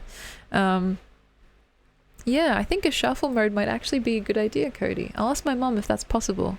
I know Bill Wirtz, who's one of my inspirations, he has a randomize button on his website. And so you can just press randomize, and you're just taken to just a completely random, go figure, entry. And so this is the 985 one. This one's less, it's definitely horny, especially at the end, but it's leaning more towards lovesick and just completely racked by whatever this feeling is, as opposed to just playful, light, and just a little bit horny. So yeah, this still has a while to go, I think. If I'm being honest, I would like for him to read it at some point and hopefully not be horrified by what he sees within. because the cool thing about poetry is that it is so kind of multi-layered. You can come away from this not getting any of the horny undertones, or you could come away from it feeling like, whoa, that is literally pure smut. You know what I mean? And so depending on your own interpretation, you can kind of arrive at your own conclusion, and in that way you become a bit of like a co-conspirator or a collaborator with the actual text itself. And so I'd like to believe in my delusional fantasy that if Jerma were to ever read this, he would hopefully receive it well. He would not immediately enact a restraining order against me. And that, you know, it could be basically a full circle moment of me showing my appreciation for a guy who does not know I exist, but helped me get through a lot of my kind of like adolescent years, especially when, I don't know, I really feel like I needed it most. And not just because he's funny. It's nice to be, for someone to make you laugh, but for even like a more meta reason than that, which I have talked about before. But basically like his total and utter weirdness and silliness and complete chaos. I don't know, just to see him being so adored because of those things, those exact things that I was kind of insecure about in my own self, made me realize that, oh, well, maybe I can be silly and chaotic and weird and not have to push those parts of myself down in hopes of being liked, you know? I've said this before, but like, Jerma is not liked despite his weirdness. He's liked because of it. And that was like completely revolutionary to me at the time. It seems obvious now and almost imperative, right? But it's kind of like, for someone a bit younger, just trying to figure out what it means to be a person in the world, I felt like it was totally revolutionary, you know? To be like, oh, wait, yeah, people won't turn away if you're acting like a weird little gremlin, you know? And so, yeah, that's just one of the many, many reasons why he's such an important figure in my life, or at the very least, my streaming life, right? Excuse me. And so, yeah, as opposed to whatever I was going to say before, like feeling as if I have to be very normal and in the lines and all that to be just kind of myself was very freeing. And so he gave me that. And yes, he does not know me. He's in fact a very famous streamer. I've never interacted with the man, and I don't know if I will, or if I would even want to, because I think maybe I'd be too shy. But if that poem could somehow land on his doorstep or something, maybe I'd be okay with that. Like, not that I'm gonna fucking do that, but yeah, it's like in a weird abstract realm where like he could have knowledge of this poem without any of my involvement, or any of your involvement, by the way. Then I think, yeah, I'd be okay with that. Or even just to stand on its own. I think it's a testament that does not require a response. It's just a show of appreciation, I suppose. But anyway, let's hydrate, and here's a wink for you, cuz ding.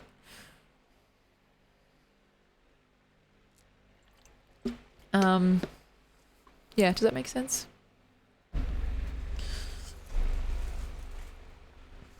Pearl smudging, yeah.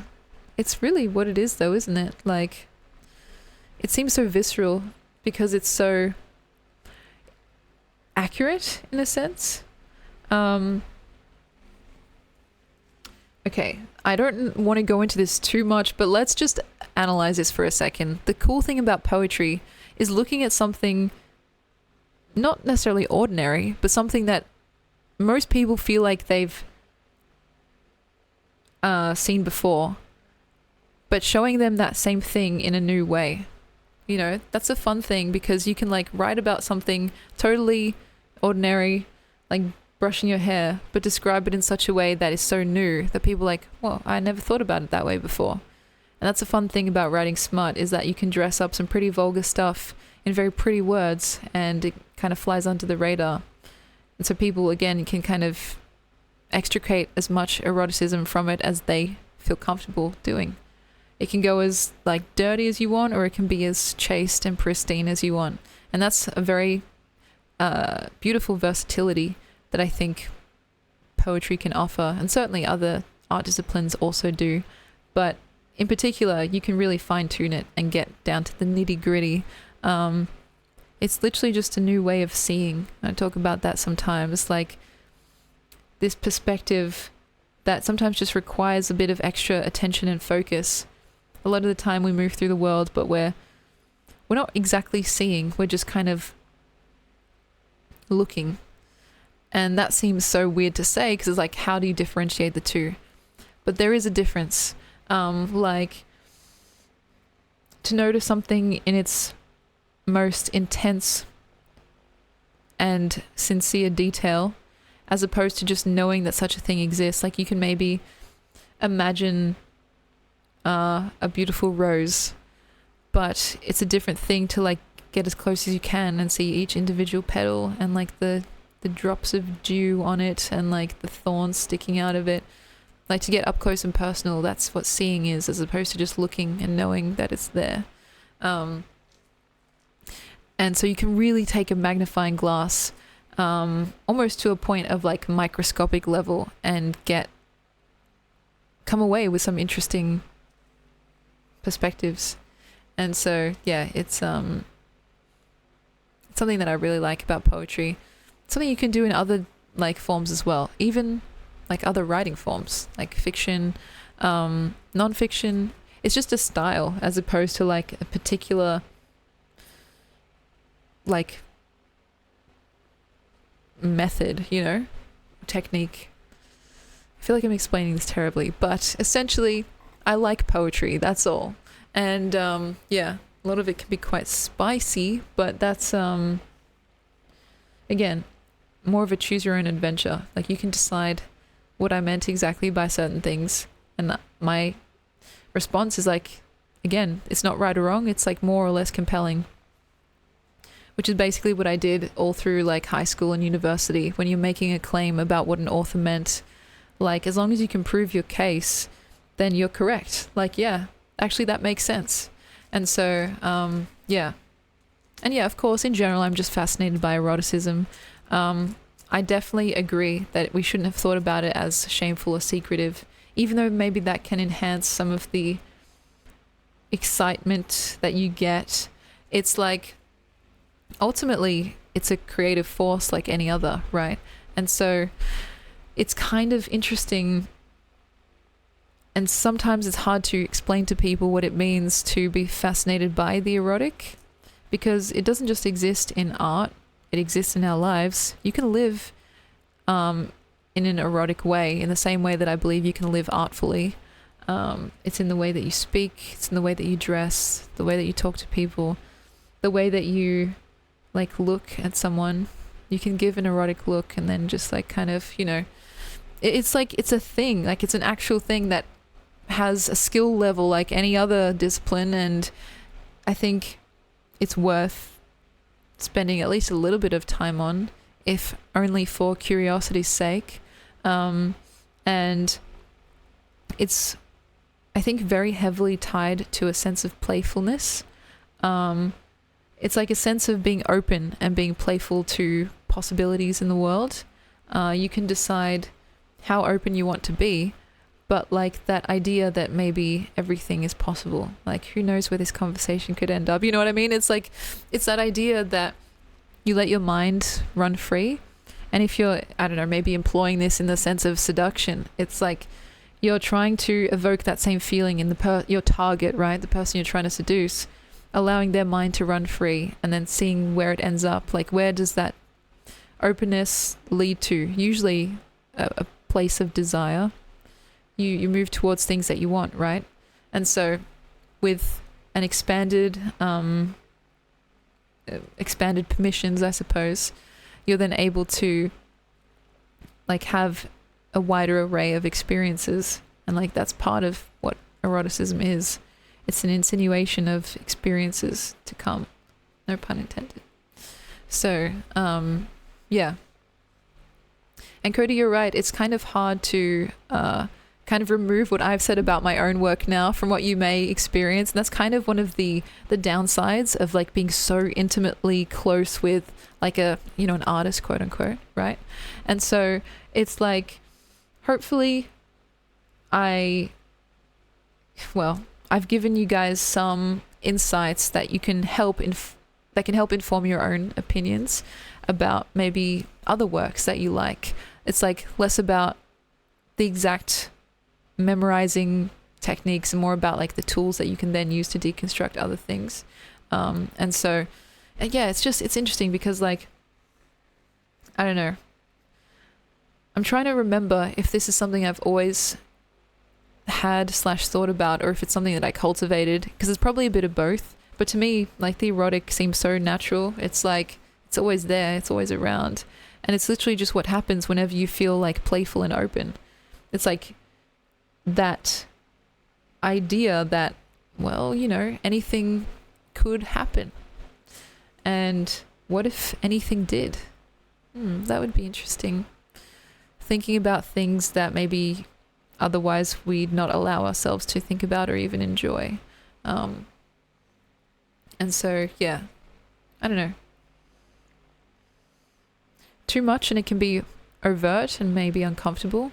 That's why I think the erotic stays in more of a gentle lane as opposed to overtly sexual and maybe vulgar. And it's a very fine line too, you know. Still, I think it's an interesting topic because it seems that most people, well, I can't be so general. It seems that some people that I've talked to find it elusive. They don't know what to do with it, or they find it annoying or hard to wrangle. But it's like, I think you need a gentler approach, you know, and more concerted, focused, intentional attention, you know. Don't worry guys, I'm not going to become like a fucking, what's it called, like a pickup artist teaching you guys the tips and tricks. Purely like you can have a sense of eroticism just within your own life that doesn't even have to involve other people. You can go to bed erotically, you can walk down the street erotically, without the desire to be perceived or like to be putting on a show for anyone else. It's a state of mind, I suppose. And yeah, it's like, it's interesting. I think people maybe are scared, and I understand that as well, of what it would mean for them to be in that space. But I like to say that it's a bit less scary than you may think. You know? Writing helps you explore those feelings in like a low stakes environment, something that only you have to like see, essentially. Like no one else has to see it except for you. And like that's cool to me because it's like, oh, well, you can basically try out anything. It's sandbox mode. You can like pretend to be a king, pretend to be a pauper. You can be straight, you can be gay, you can be anything in between. And it's like, oh, okay. That is a very interesting and helpful practice to have, right? Yeah, not me, not Hermione, you. You can be anything, and you can see what your life could be like with these certain minute changes, you know? What would life be like if you embraced more of the erotic? What would it be like if you embraced less? Maybe I'd get more work done. It's one of those things. But yeah, I might take up poetry so I can pretend to be interesting and likable. It sounds thrilling. It's funny because actually even words themselves can be quite erotic. Thrilling is one of my favorites. It has connotations of like, so some kind of like naughtiness or like some kind of feeling, like exciting feeling that's bubbling up. And so you can imbue your life with eroticism just by changing the words that you use, right? I don't know. It's again something that now has become totally second nature, even first nature. So like I don't really think about it, but you can do it purposefully. I used to do it a lot when I was working. Instead of saying thanks, like saying my pleasure. Pleasure just sounds nice, doesn't it? Or like, I don't know, just using words that make you feel good and put you in that state of feeling good, and that kind of playfulness and like an openness, maybe a little bit of innuendo as well. And yes, I would agree, Quim, I think you're already interesting and very likable. So it's like, yeah, I don't know. I don't know if that makes much sense, but it's like more accessible to people than they might first think, you know? Yeah, more beautiful words. There are so many beautiful words in this kind of amalgamation of like a bunch of different languages that we call English. And so I try to use that to my advantage, you know? Sometimes even putting together words that don't usually go together, or like using forms of words that aren't grammatically correct, because it's more about like showcasing a feeling as opposed to being right, you know? There are words that I use maybe not by their dictionary definition, but it's like I'm not trying to win a spelling bee. I'm trying to evoke a certain mood or feeling, you know? You can do that by breaking the rules.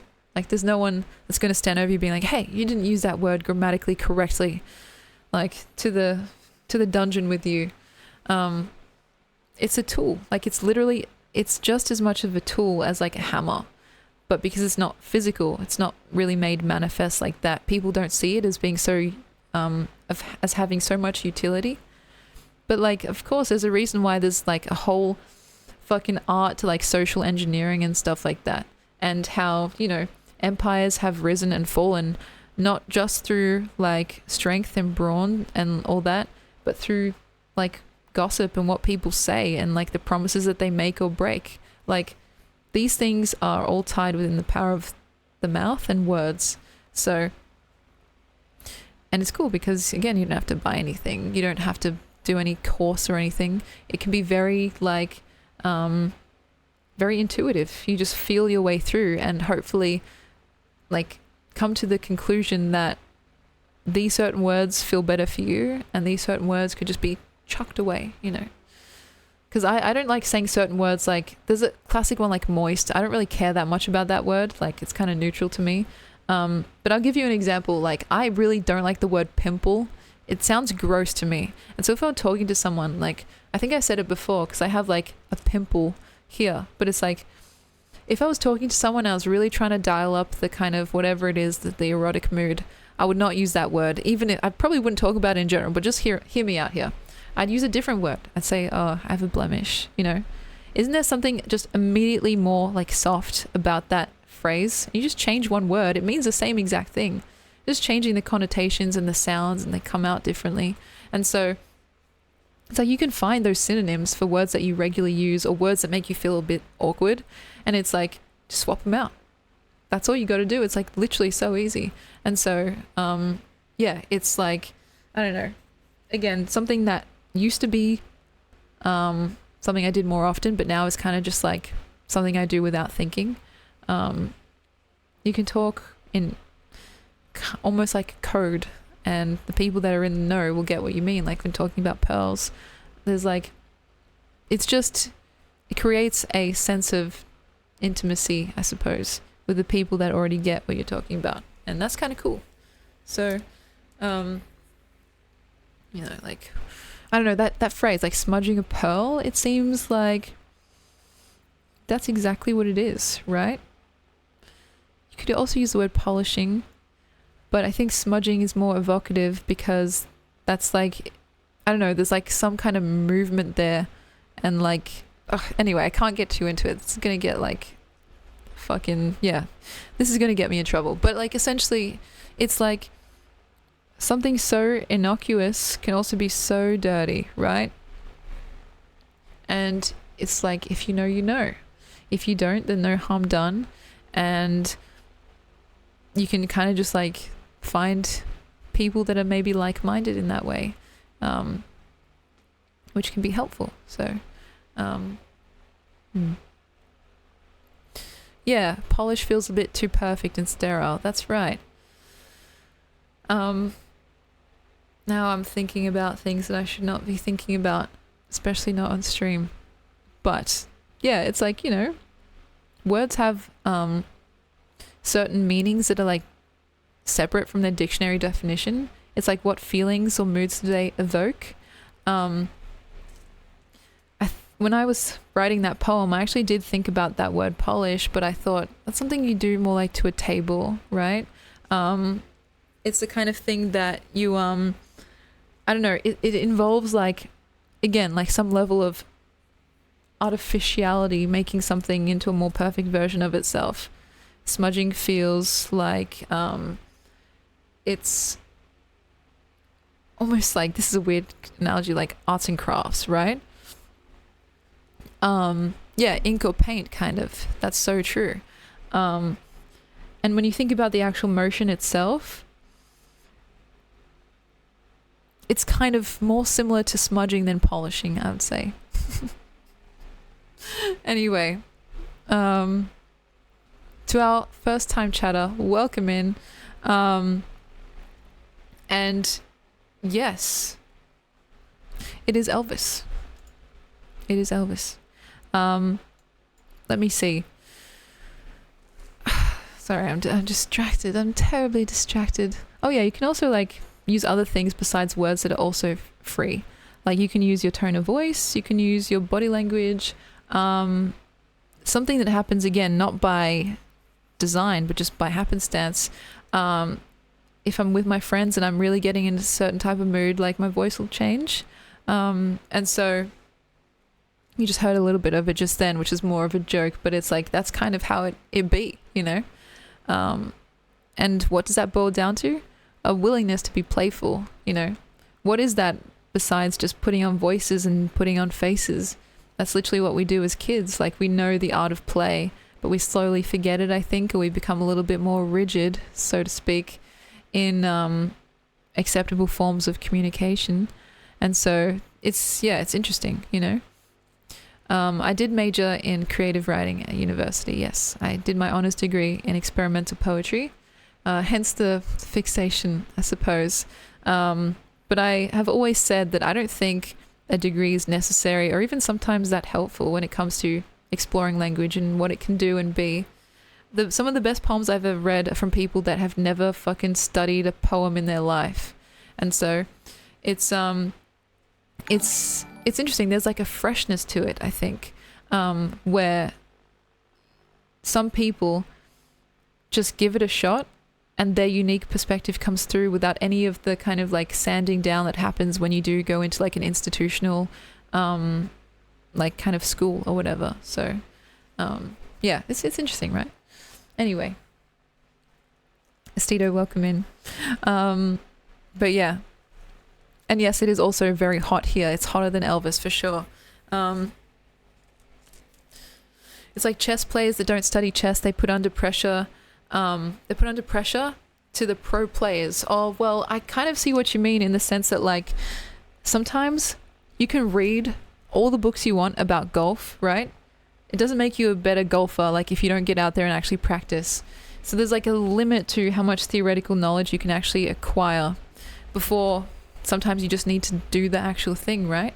But the thing that also is interesting to me is the fact that like when it comes to certain things like more intuitive forms of like art or any other discipline, sometimes actually going to school can have a negative effect because the teachers chuck away all your original ideas and leave you with what they think is like acceptable as part of the canon, right?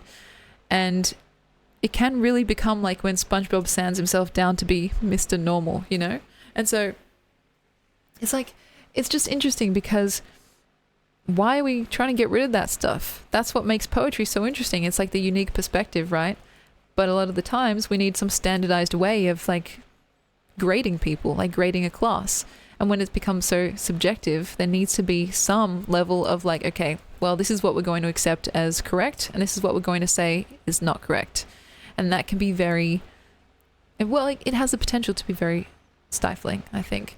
That's why, like, I always encourage people, like, to also do their own study, like self-studying and stuff like that, to make sure that they're still getting kind of the best of both worlds, that they're being educated, but that they're still retaining the parts of their own practices that make it so interesting, you know, no matter what it is: dancing, singing, underwater basket weaving, poetry writing. And yeah, I enjoyed my time at university, but it was still only one piece of the puzzle, you know. I don't know, I think I would still be as fascinated by language and in a similar spot than I am right now. So, but yeah, in terms of the Australian education system, it's really a very complicated topic, and I wish I was more well versed and I could speak with more confidence. As it stands, I went to a public primary school and high school. I had a good time there. Like, I thought it was the best that I could have experienced, considering, you know, like what it was and what it was trying to do. The university experience was kind of unique in the sense that it was half tainted by COVID.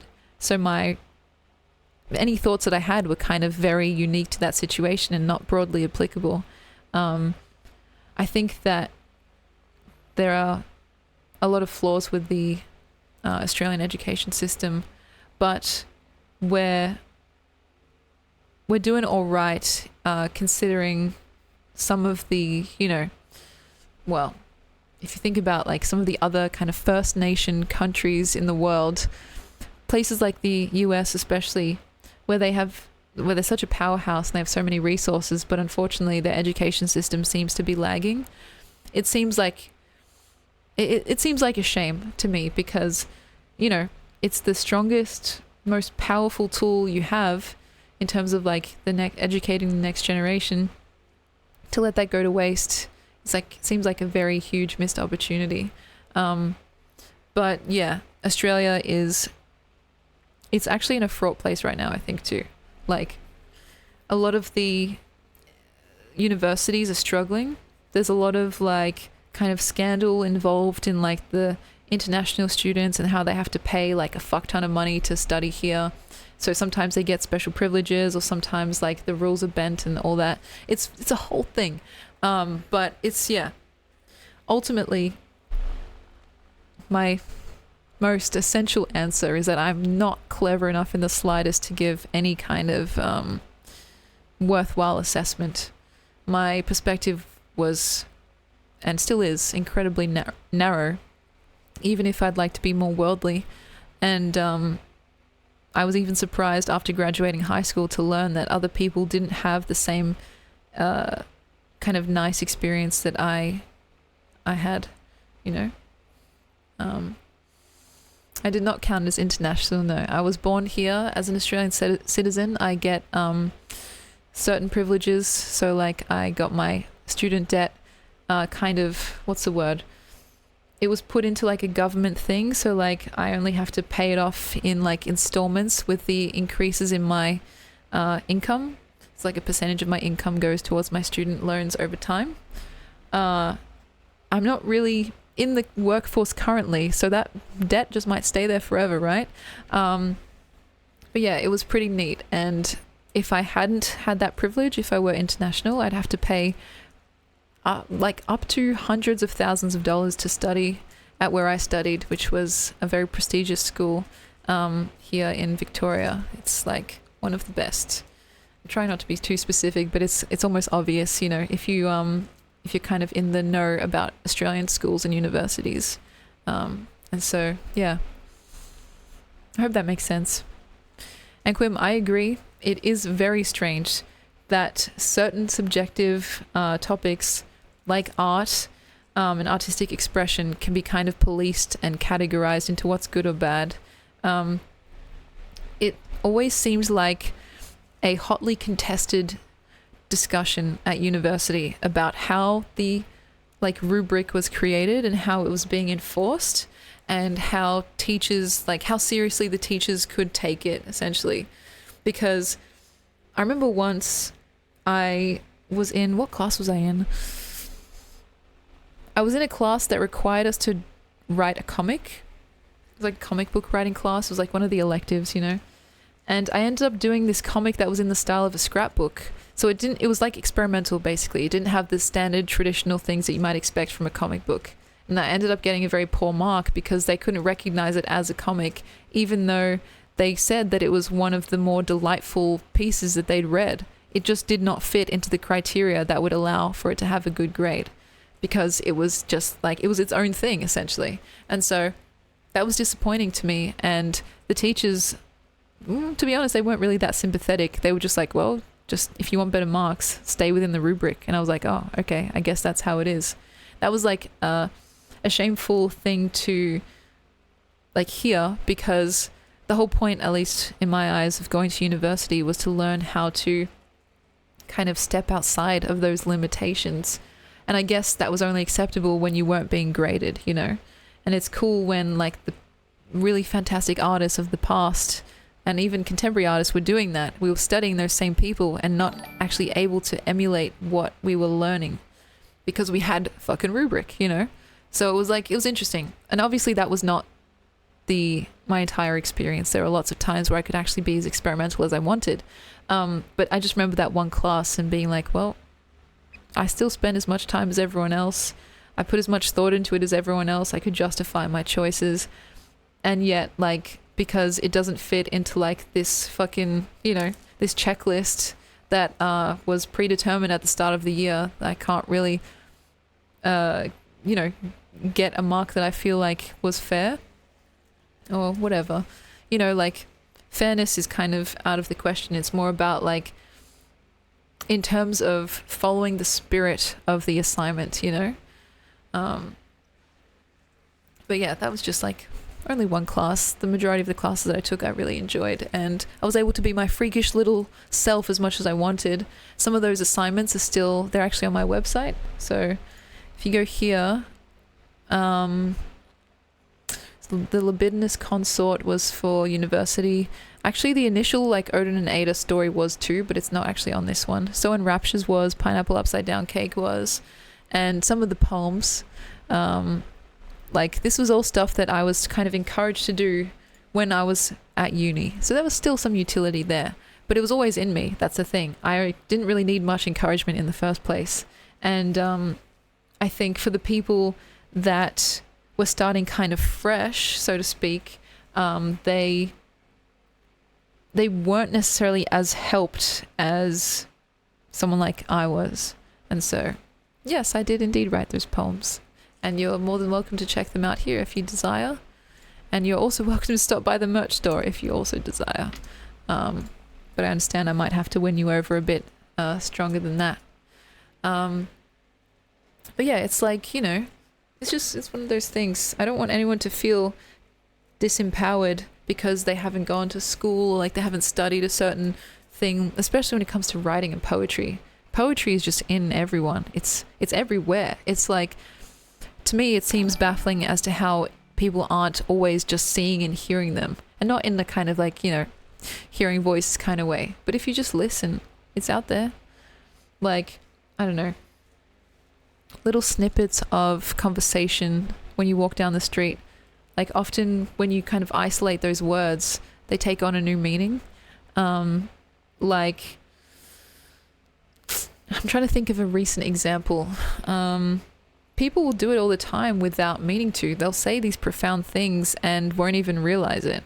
And all you really do when you become a poet / a better poet is you sharpen that antenna, I suppose, for picking out those little phrases and moments in the world where you can actually like expand upon them.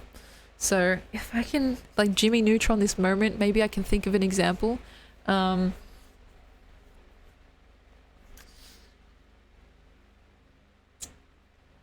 Give me a sec. Sometimes I write down these little phrases on my phone, so I think I may be able to find one. Give me just a sec. I'm sorry for being terribly rude. And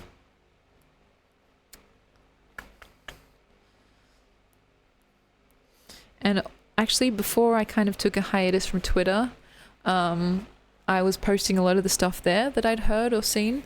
But since recent developments, I've kind of been a little bit turned off by Twitter, and I'm not sure what I'm going to do with my account right now, if I'm just going to leave it or if I'm just going to, yeah, I don't know. Honestly, I do not know. So, let me see.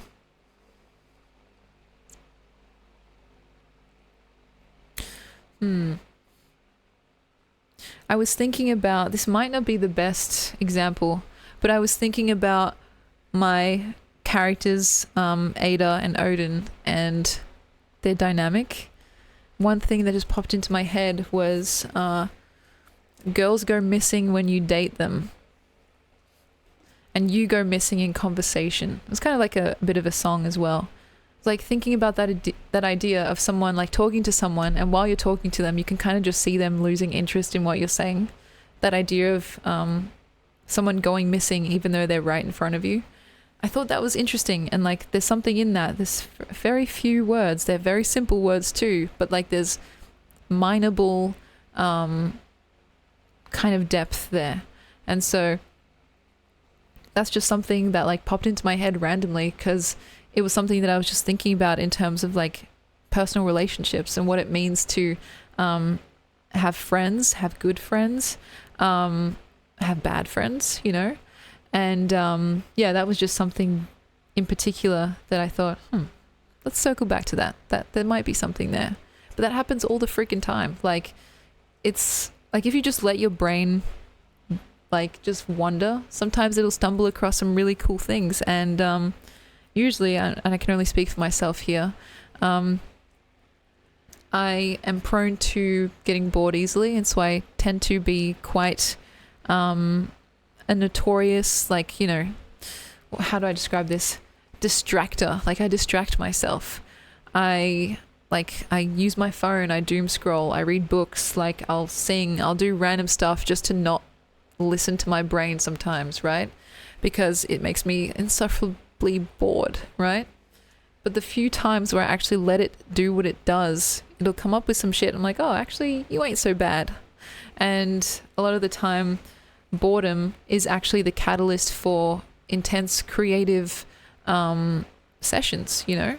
But there's a shortage of boredom nowadays, because we always have the ability to be entertained at a moment's notice now with like social media and phones and everything. There's like this incredible device in your pocket that you can access whenever you want and just like see people all over the world doing intensely interesting shit. Like, our poor brains have no chance, you know.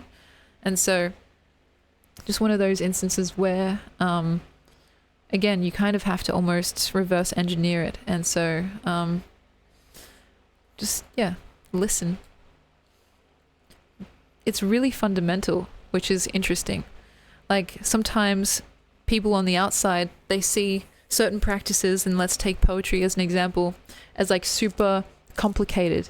And like there's a procedure and it's really complex and you have to like study for years to get it right. And certainly there are different techniques that are harder or easier. But like, in general, it's so fucking foundational. It's like, it's seeing and listening. Things that we basically more or less know how to do naturally without any like added obstacles. We all know more or less how to see, and we all know more or less how to listen, but it's hard to do those things, or increasingly difficult, I should say. And so we forget. And stripping back everything, it becomes like more, I don't know, becomes more like returning to something rather than creating something, at least for me, especially when it comes to like writing these stories and poems that seem to just like spring out of nowhere. They just pop into existence, and it's almost like they were just already there and waiting to be discovered. And when you hit that feeling, that's when you know you're kind of in your stride, because you become, as wankerish as it sounds, like a conduit for whatever it is, rather than the actual creator. Just a vessel, and some kind of divine inspiration is moving through you and onto the page.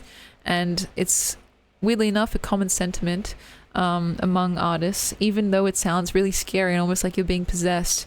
I don't know how much I subscribe to that idea. It's more like the most accurate way to describe it, as opposed to actually being possessed. It's like the feeling is analogous to it. And so, yeah, it's weird to me how freaking fundamental it really is. Listening, seeing, and I guess kind of, in a way, translating those things that you see and hear into like words that you can then show other people, right? The divine inspiration is one among many different kind of feelings and techniques that are involved in the process.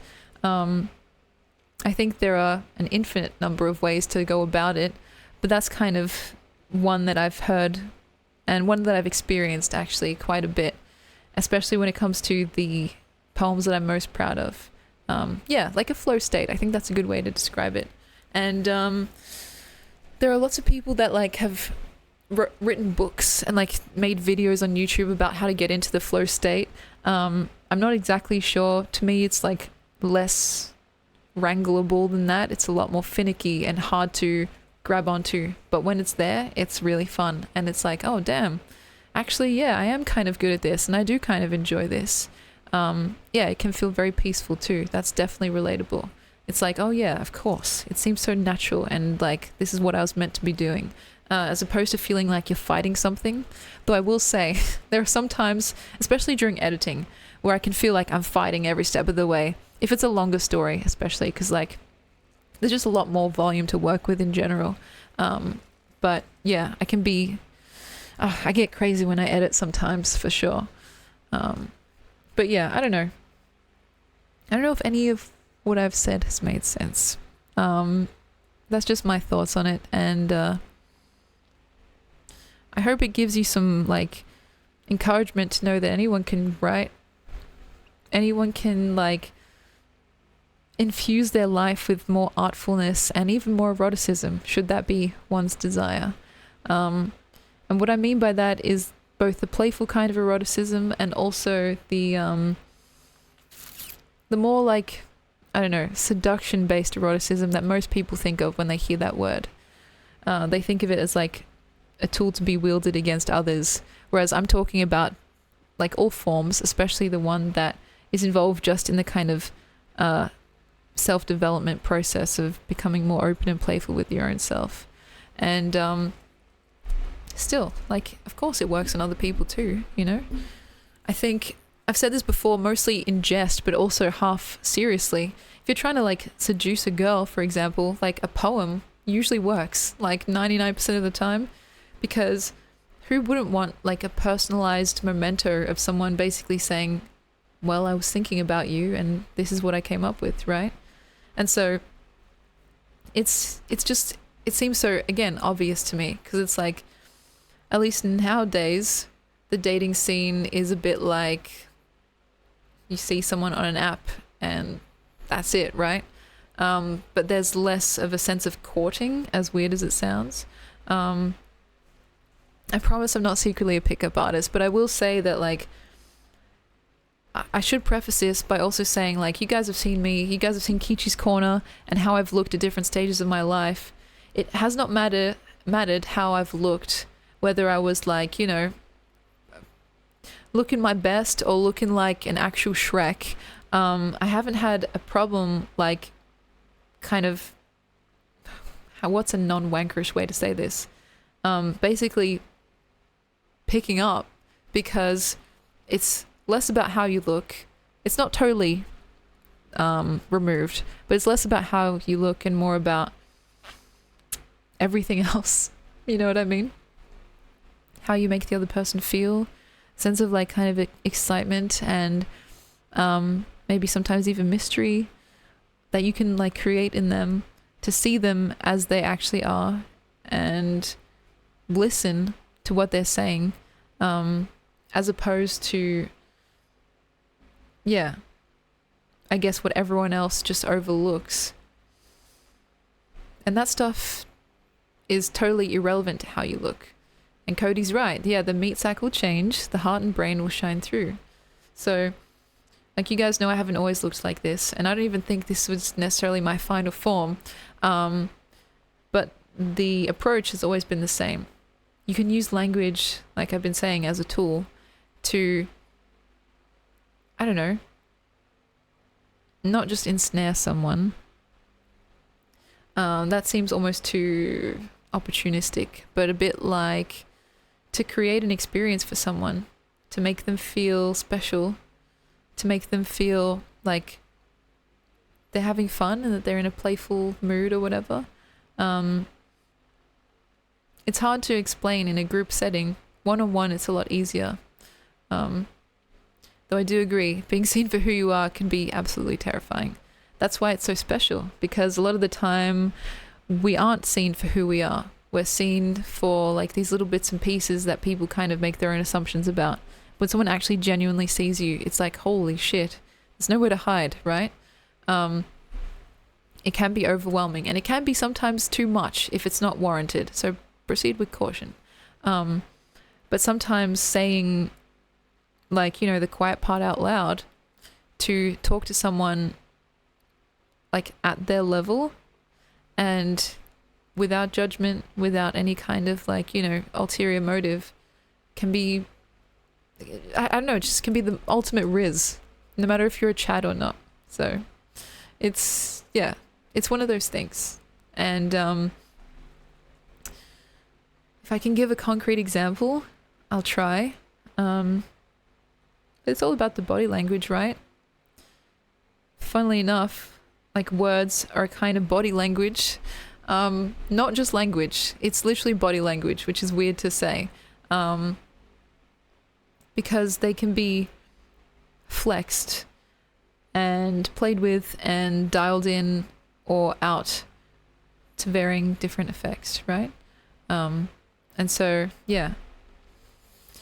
Yes, it could be an ulterior motive to try and risk someone up, but in terms of just like presenting yourself as you are and being honest about your intentions, like that's kind of what I mean. Because like you can come at someone and be like, hey, I'm trying to riz you up, and at least if you both know what's going on, then I would not consider that to be having any ulterior motives.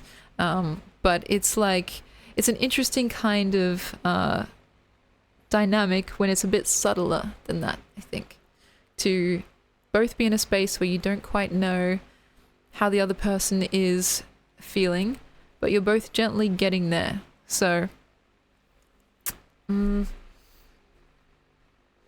me think.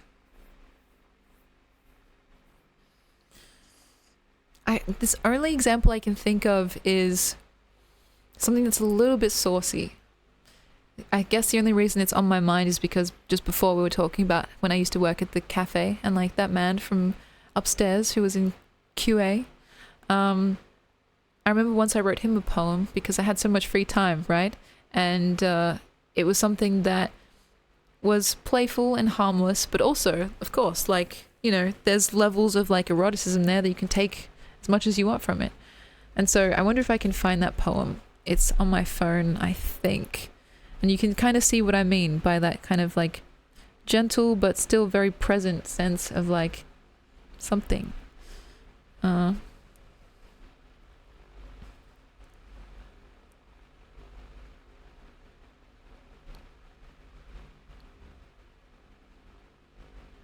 Actually, yeah, this is it.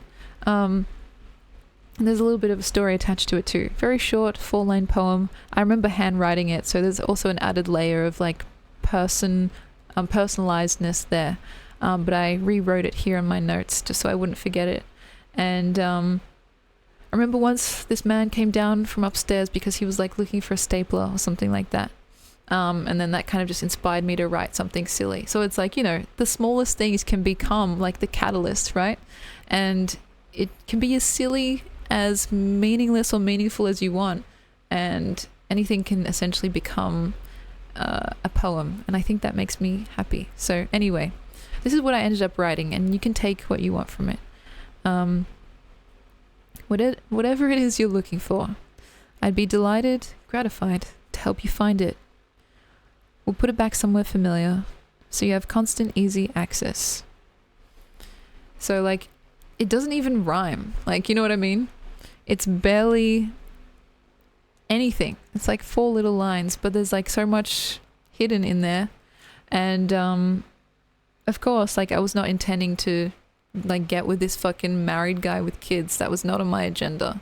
I just wanted to write like a sweet little note and like have that kind of feeling, like, you know, when you have this shared moment with someone, and hopefully make him smile, you know?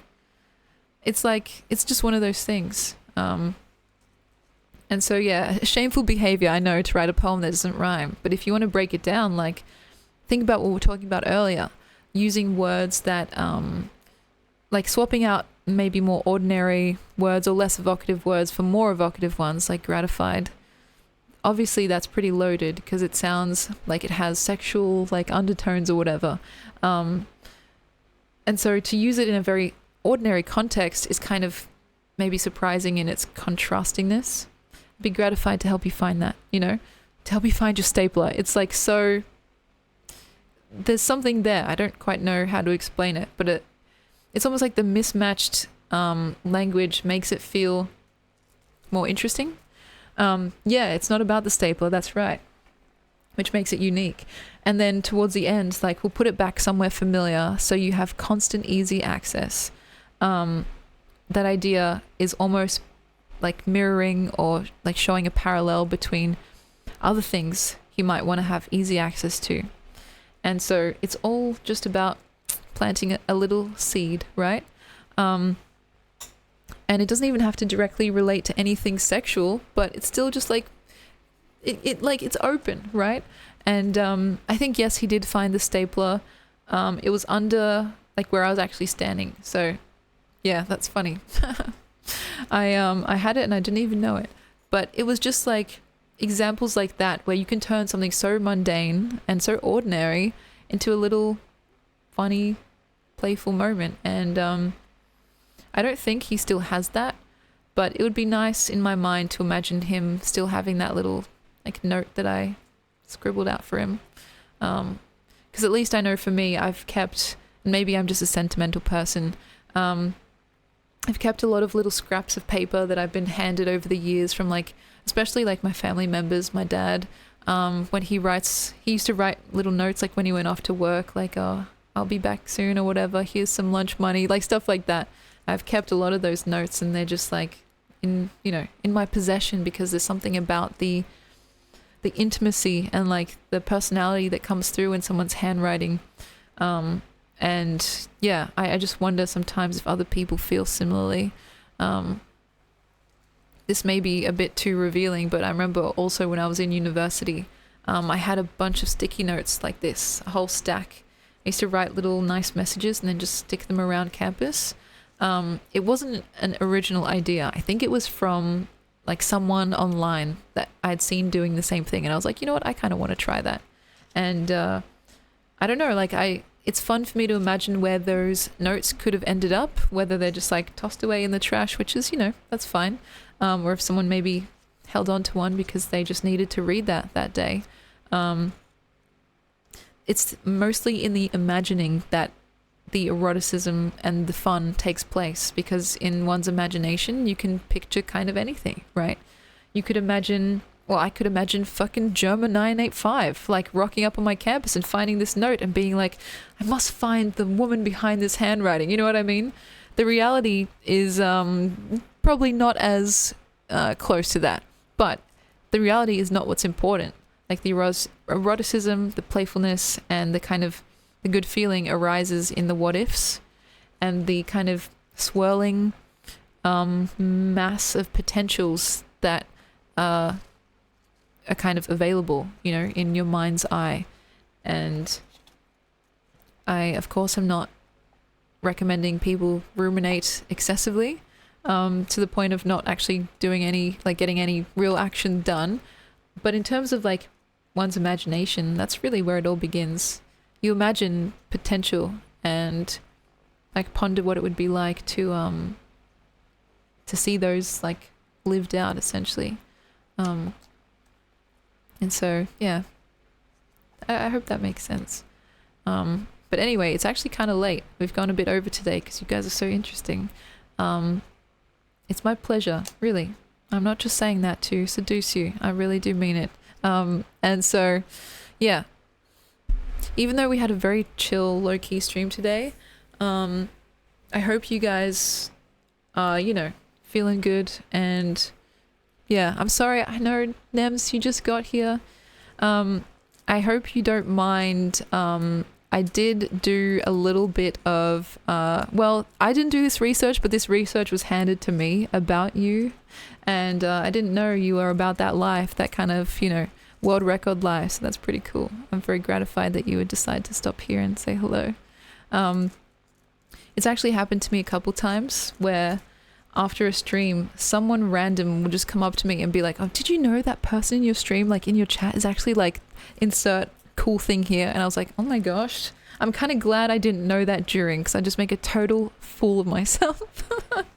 One of my friends slash mods actually told me after stream, and I'm trying not to fangirl right now, but I really appreciate the fact that you would stop by, especially, you know, since I think last stream was very different to what we normally do.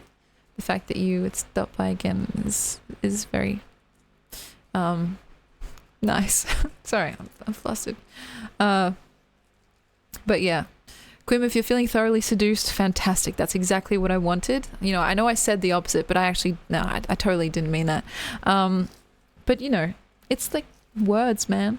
They're so fucking powerful, and they're so slept on. You can literally build or destroy empires with, you know, a cleverly constructed sentence, right? And so, I don't know. It sounds maybe a little bit nerdy, and actually it is very nerdy, but I think I would be content actually just reading through the dictionary, because it's basically like, you know, you're adding to your arsenal, your toolkit, and that's very helpful. You never know when you might need to pull out a word like loquacious, or a word like serendipitous. What's the most obscure word I know, actually? Probably a word like eunoia. I like that word. It means beautiful thinking, and it comes from the Greek word, or words, I can't remember exactly. And so there's like a word for every situation, every occasion. And for me, at least, I'm not looking for grammatically correct. I'm looking for personally and emotionally accurate. Sometimes I'm not feeling good. I'm feeling super spondiferous and, you know, and thrilled beyond belief. Other times I'm not feeling sad, but I'm feeling desolate beyond fucking any consolation. And it's like, okay, well, maybe that word is not how it's meant to be used there, but it felt right in the moment, and that's what's important to me. And so, yeah. As for what a cleverly constructed sentence can be, it's honestly, again, just about what feels the most accurate in that moment to how you're actually feeling. And so, yeah. I'm such an elitist. Yeah, I really can be, you know, in my ivory tower. It's honestly the most accessible discipline that I know of, besides maybe something like meditation. Like a lot of other disciplines and practices, you need to buy a course or go to school to learn the basics. And certainly you need to learn the basics of the alphabet, I suppose, if you want to indulge in something like this. But after learning the basics, you can pretty much do 80 to 90% of it on your own. And I think that's the coolest part. Like some of the best authors have literally just been self-taught, because, you know, despite what people may try and sell to you, you don't need a special pen, a special computer, a special typewriter to actually write better. Like, it's like from within, as cliche as that may sound. But yeah. There's a song, is it Ophelia? Once I read a dictionary from cover to cover, thought it was a story about everything. I love that. And honestly, it is. Like, if you think about it, all the words in there have been repurposed to make every single book and poem and story that we know of today. So it's kind of cool to think about, you know. Learning new words is, I think, a very low budget kind of, you know, cerebral maxing activity or skill. So, but yeah, I wish I had more concrete examples for you guys.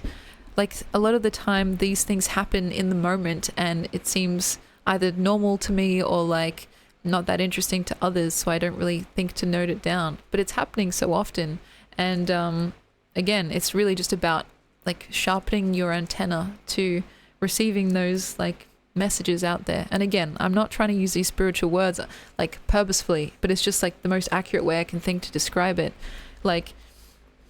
I've described before what it feels like to have inspiration.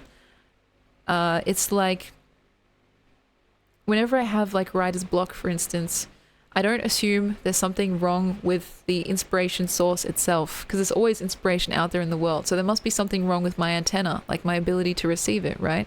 And so the first step is usually trying to unblock whatever is like doing that kind of jamming of the signal. And then once that's done, and it's usually something, again, wrong with like how I'm feeling, how I'm eating, how I'm sleeping. Once that's resolved, then the inspiration comes flooding back because it was never gone in the first place. It's not like the riverbed is suddenly dry. It's more like there's been a dam that's been put up and it's blocking the flow. So when you think about it, the flow is the inspiration and you're like the actual river itself. So yeah, to me, I never assume that, oh wow, I have writer's block, that means there's no more inspiration left in the world anywhere. It means that I need to reassess what I've been doing because something is preventing me from actually receiving those signals. And so, yeah, it's, yeah, very much like pulling something from the ether. Like, you know, I don't know how like kind of spiritual you want to get, but some people do believe there's like this sense of collective consciousness. And I don't think I particularly, well, I don't know. The thing is, I'm just a giant question mark in that realm. I don't necessarily believe or disbelieve in it. But that idea that there's like this collective consciousness, and certainly in terms of cultural consciousness that has been proven to exist, like we're shaped by the media that we consume, the things that are in popular culture, etc. That kind of informs our decisions and our ideas. But something a bit deeper and more broad than that as well, like an idea that there's like some kind of universal knowledge that sometimes we can dip in and out of. I'm not quite sure. But you know, it's fun to ponder, and I think in general my philosophy remains in that realm of like, well, what if? You know, it's open and playful and not too judging sometimes. Definitely judging, I think, sometimes, because you can be, I think, discerning and for the better. Does that make sense? Like, sometimes it's good to judge someone if they look like they're about to stab you. You know what I mean? Like, if they are reaching into their pocket and brandishing a knife, it's probably a good idea to judge that person as someone that you should get away from. But in terms of like something less obvious than that, I like to approach things more with like a curiosity as opposed to like a set idea of how I want to go about things. And so, yeah, it was kind of like, okay, well, this thing is contrary to what I believed in the past, or this seems really far out. What am I going to do? And just kind of seeing what is revealed, you know? I don't know. It's certainly not for everyone, but it's helped me. Yeah. Judgment constructively without criticism is essential to growth. Yeah, I think that can be true, you know? You don't want someone to just like tell you what you want to hear, but not what you need to hear. And especially if it's like well-intentioned criticism, it can be very, like, it can help you level up essentially. And that's kind of cool. But, you know, a lot of the times, and this is something that you see in people that say that they're brutally honest, they potentially revel too much in the brutality and less so in the honesty. To me, I don't use the term brutally honest, but I like to use the phrase radically honest, because to me there's a very distinct definition, or difference I should say, in the sense that like radical honesty is about being yourself without being plagued by the typical anxieties that one might be plagued by, whereas like brutal honesty is kind of, I don't know, there's a sense of like blood sports involved where you just kind of want to say whatever the fuck you want without having any consequences. And you can be like, what? I was just being brutally honest. You can't be mad at me for saying you look like a Shrek gone wrong, you know? Yeah, it does seem like a bit sadistic, doesn't it? Convenient disguise for people with a sadistic streak. I prefer brutal dishonesty. That's hilarious. And honestly, there's something that, if I can offer any like insight into what has worked for me kind of socially, there's this thing that you can do where a lot of the time people will talk good about you to your face and then talk bad about you behind your back.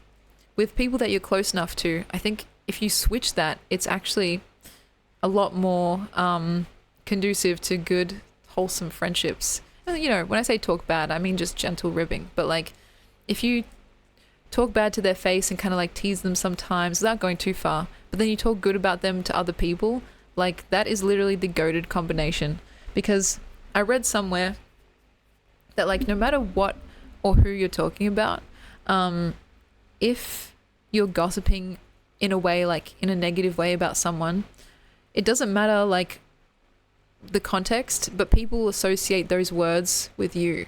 So like if you say, oh, did you hear about Emmy? She's actually so conceited. She's so up herself and like she's so strange and like weird. Like what's up with her? It doesn't even matter if the person you're talking to agrees with you. It's like this kind of hidden bias in our brains where like they will take those words that you've just said and associate it with you because they've just come out of your mouth. So it's like, okay, strange, weird, conceited. Now I'm going to associate that with you from now on. And it's like, the opposite is also true, right? It's like, have you heard about Emmy? She's actually kind of interesting. She has some funny things to say sometimes, and I really love her creativity.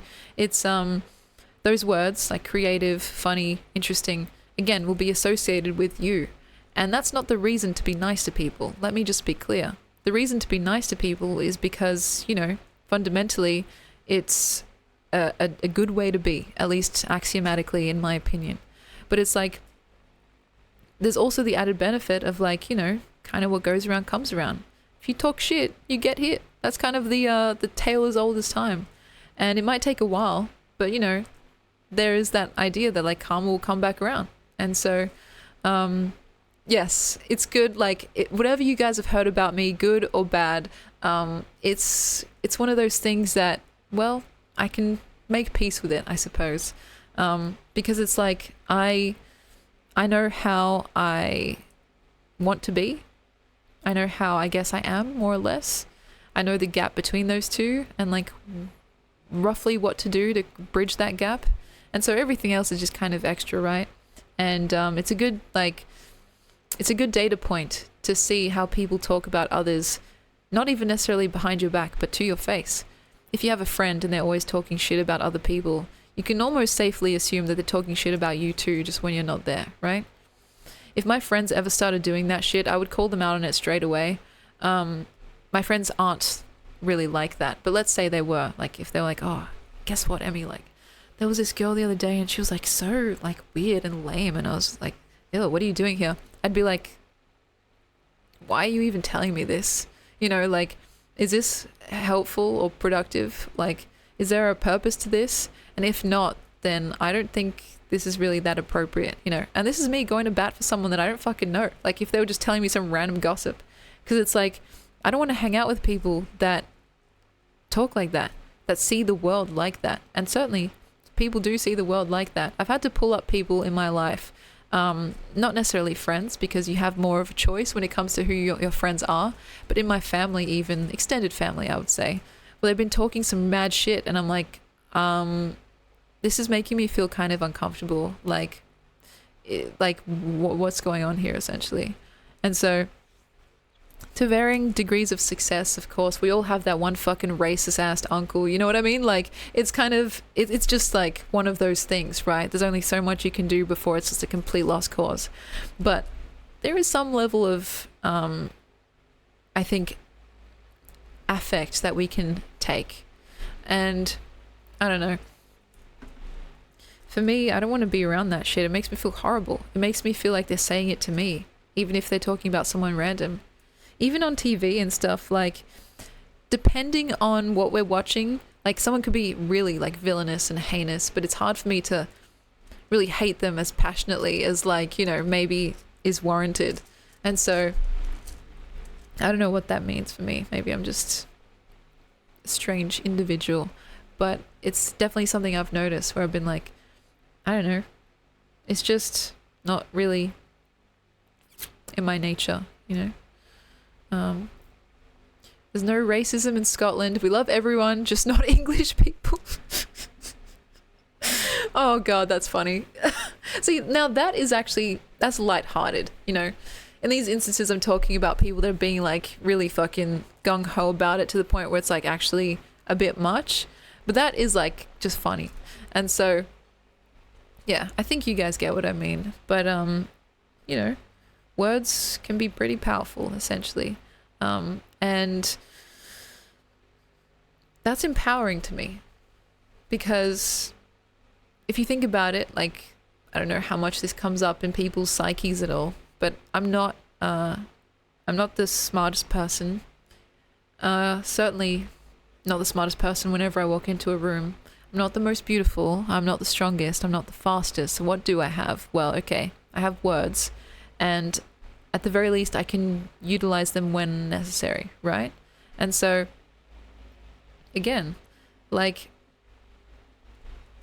that's just another kind of tool in one's arsenal to use when necessary. Thoughts on ego, good or bad? I'm very tempted to say or. My answer to that is a quote from Oscar Wilde: everything in moderation, including moderation.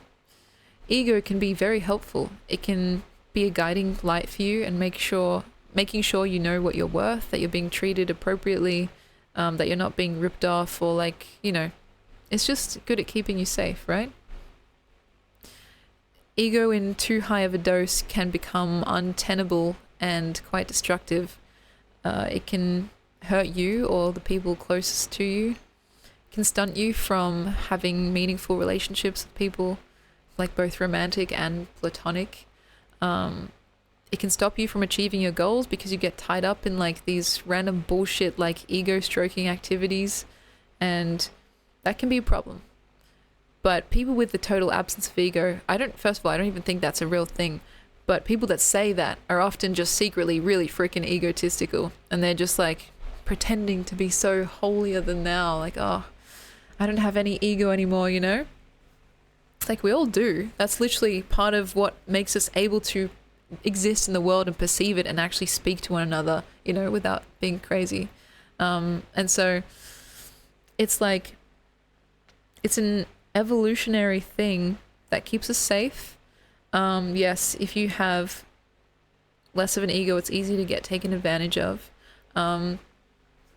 And oh yeah, I totally agree. Most of our public facing actions are a form of ego stroking. You know, again, I've said this before, like even the most basic things like, oh, well, why is my hair down instead of being tied up?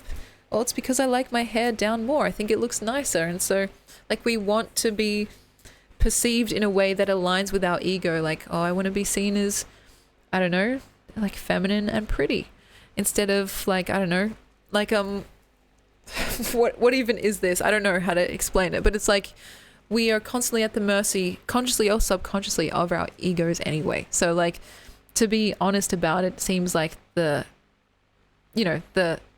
easiest choice without driving yourself crazy. But then you can direct your ego in certain ways to make sure that, you know, there's a balance of completely self-servicing behaviors and maybe a little bit of like community servicing behaviors too. And so, yeah, I don't think it's necessarily a bad thing to have an ego. And yeah, it's very easy to get taken advantage of if people can sense that maybe your like sense of self is a bit shaky. And so, yeah, I don't know. And I appreciate the kind words. I don't mind having my hair up. I was actually considering having it up today, but I just prefer it down, you know? I think it's another one of those little ego quirks where it's like, well, I like what it means to have like long, hopefully relatively healthy hair. I like how it looks. I want to be seen a certain way, and it aligns with just keeping my head down. And so even if that's not the process that I'm thinking when I do it, it's still kind of like in the background, just churning away, like, you know, informing these little from the really little to the really big decisions that we make in our daily lives. So live life by a coin flip every day, and psychology can't be used on you. That's so funny. It's true. But yeah, that is a very chaotic way to live, you know, on the alignment chart. What is that? Chaotic good? Chaotic neutral? Is that a thing? But yeah, I don't know. It's weird. Chaotic. I like that for sure. But yeah, I always flip a coin before crossing a busy street. I'm not going to let oncoming traffic play mind games with me yet. Exactly. You know, it's just like, take control of your life, guys. That's essentially what I'm trying to say here. And so, you know, I also, you know, as we like kind of close out this stream as well, I should say, please take what I say with a massive grain of salt. Like a grain of salt the size of Texas, because I am not a professional anything. I'm barely a licensed sex poet, okay?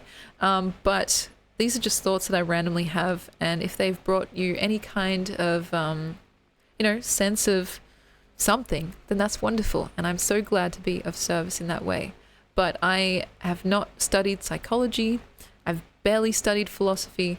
This is just like the ramblings of a madman, I tell you. So make sure that whatever you glean from these discussions, that you know, do your due diligence whenever you need to, and that this is only just one tiny piece of like the big quilted knowledge base that you can kind of like draw from. And so yeah. I'm curious what kind of institutions issue licenses to sex poets. Honestly, you do not want to know. But it's true. At this point, I am a licensed... Well, I should say that with caution. I have been published for a poem that I wrote that was very sexy. So put it all together, and that's kind of what you get, right?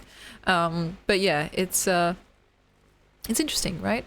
And at the very least, a fun thought experiment. So I'm very glad that, you know, even people with different kind of views can find something of value, because a lot of the time the internet especially can be very polarizing. People with differing opinions tend to be pitted against each other, and kind of, you know, there's a lot of strife that's been kicked up from that, especially if you go more down the political way, which we're not going to do. Yes, definitely cutthroat, I agree. But it's sometimes nice to just like ponder. I do a lot of pondering, you know, like those ancient Greek philosophers, just sitting around thinking, like, you know, understanding, or at least trying to understand why I do certain things, why I like certain things, why I am certain ways.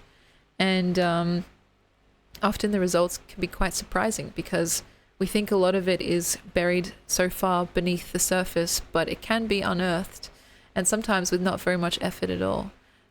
And so, yeah. Pinky, you pondering what I'm pondering? You know what, B1?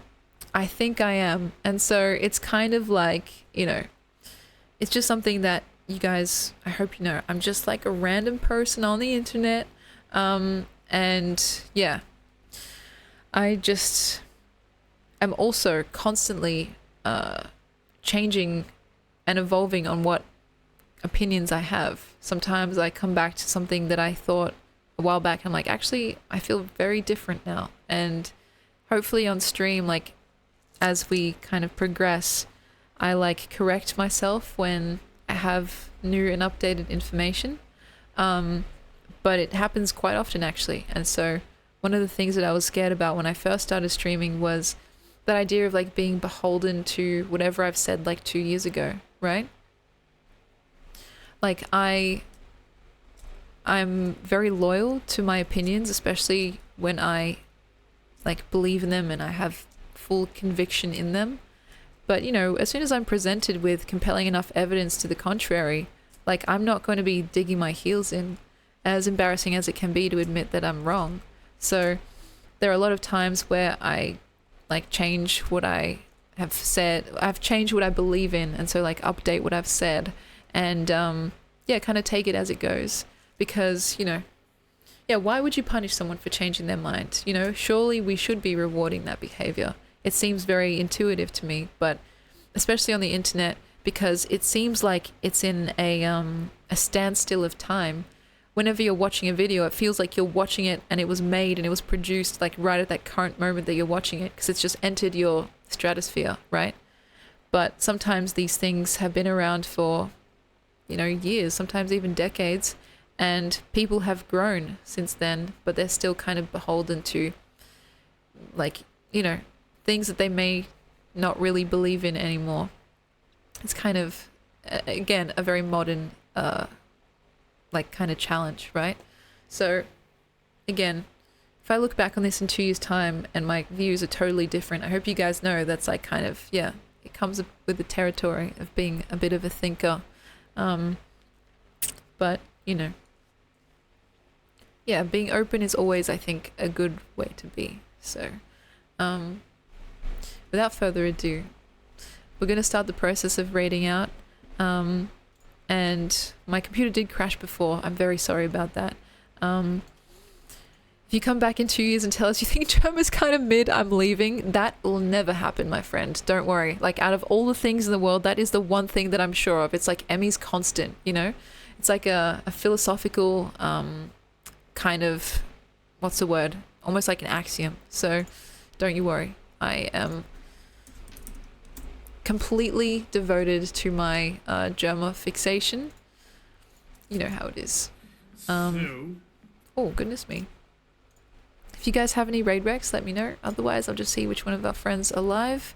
Yeah, we did get an extra 50 minutes from the crash, you know. I felt like I was in my flow state, and then I just got interrupted with the blue screen of death. Let's see here.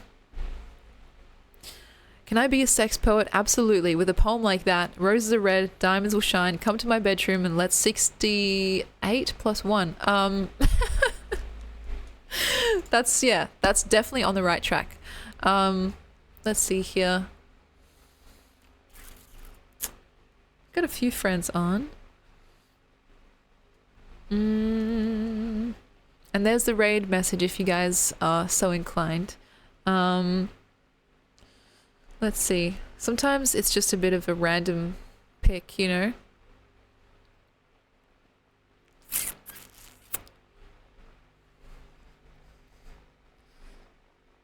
Let's see Ariella again.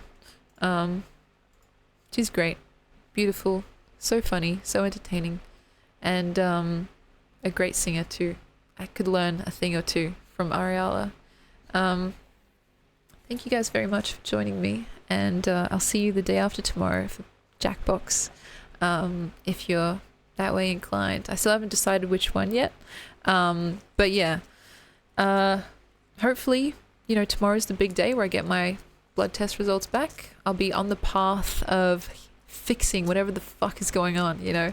Why am I so freaking tired all the time? But yeah, you know, it's a process, so I'm going to chuck up the stream ending slide now. Thank you guys so much. I appreciate it. I'm sorry that we were a bit more low-key today, but I think these sessions can be quite fun as well. So I also hope they have something useful to say. Be well. Hugs and kisses, cugs and hisses, behave, or at the very least don't get caught. I'll see you very, very soon. Mwah.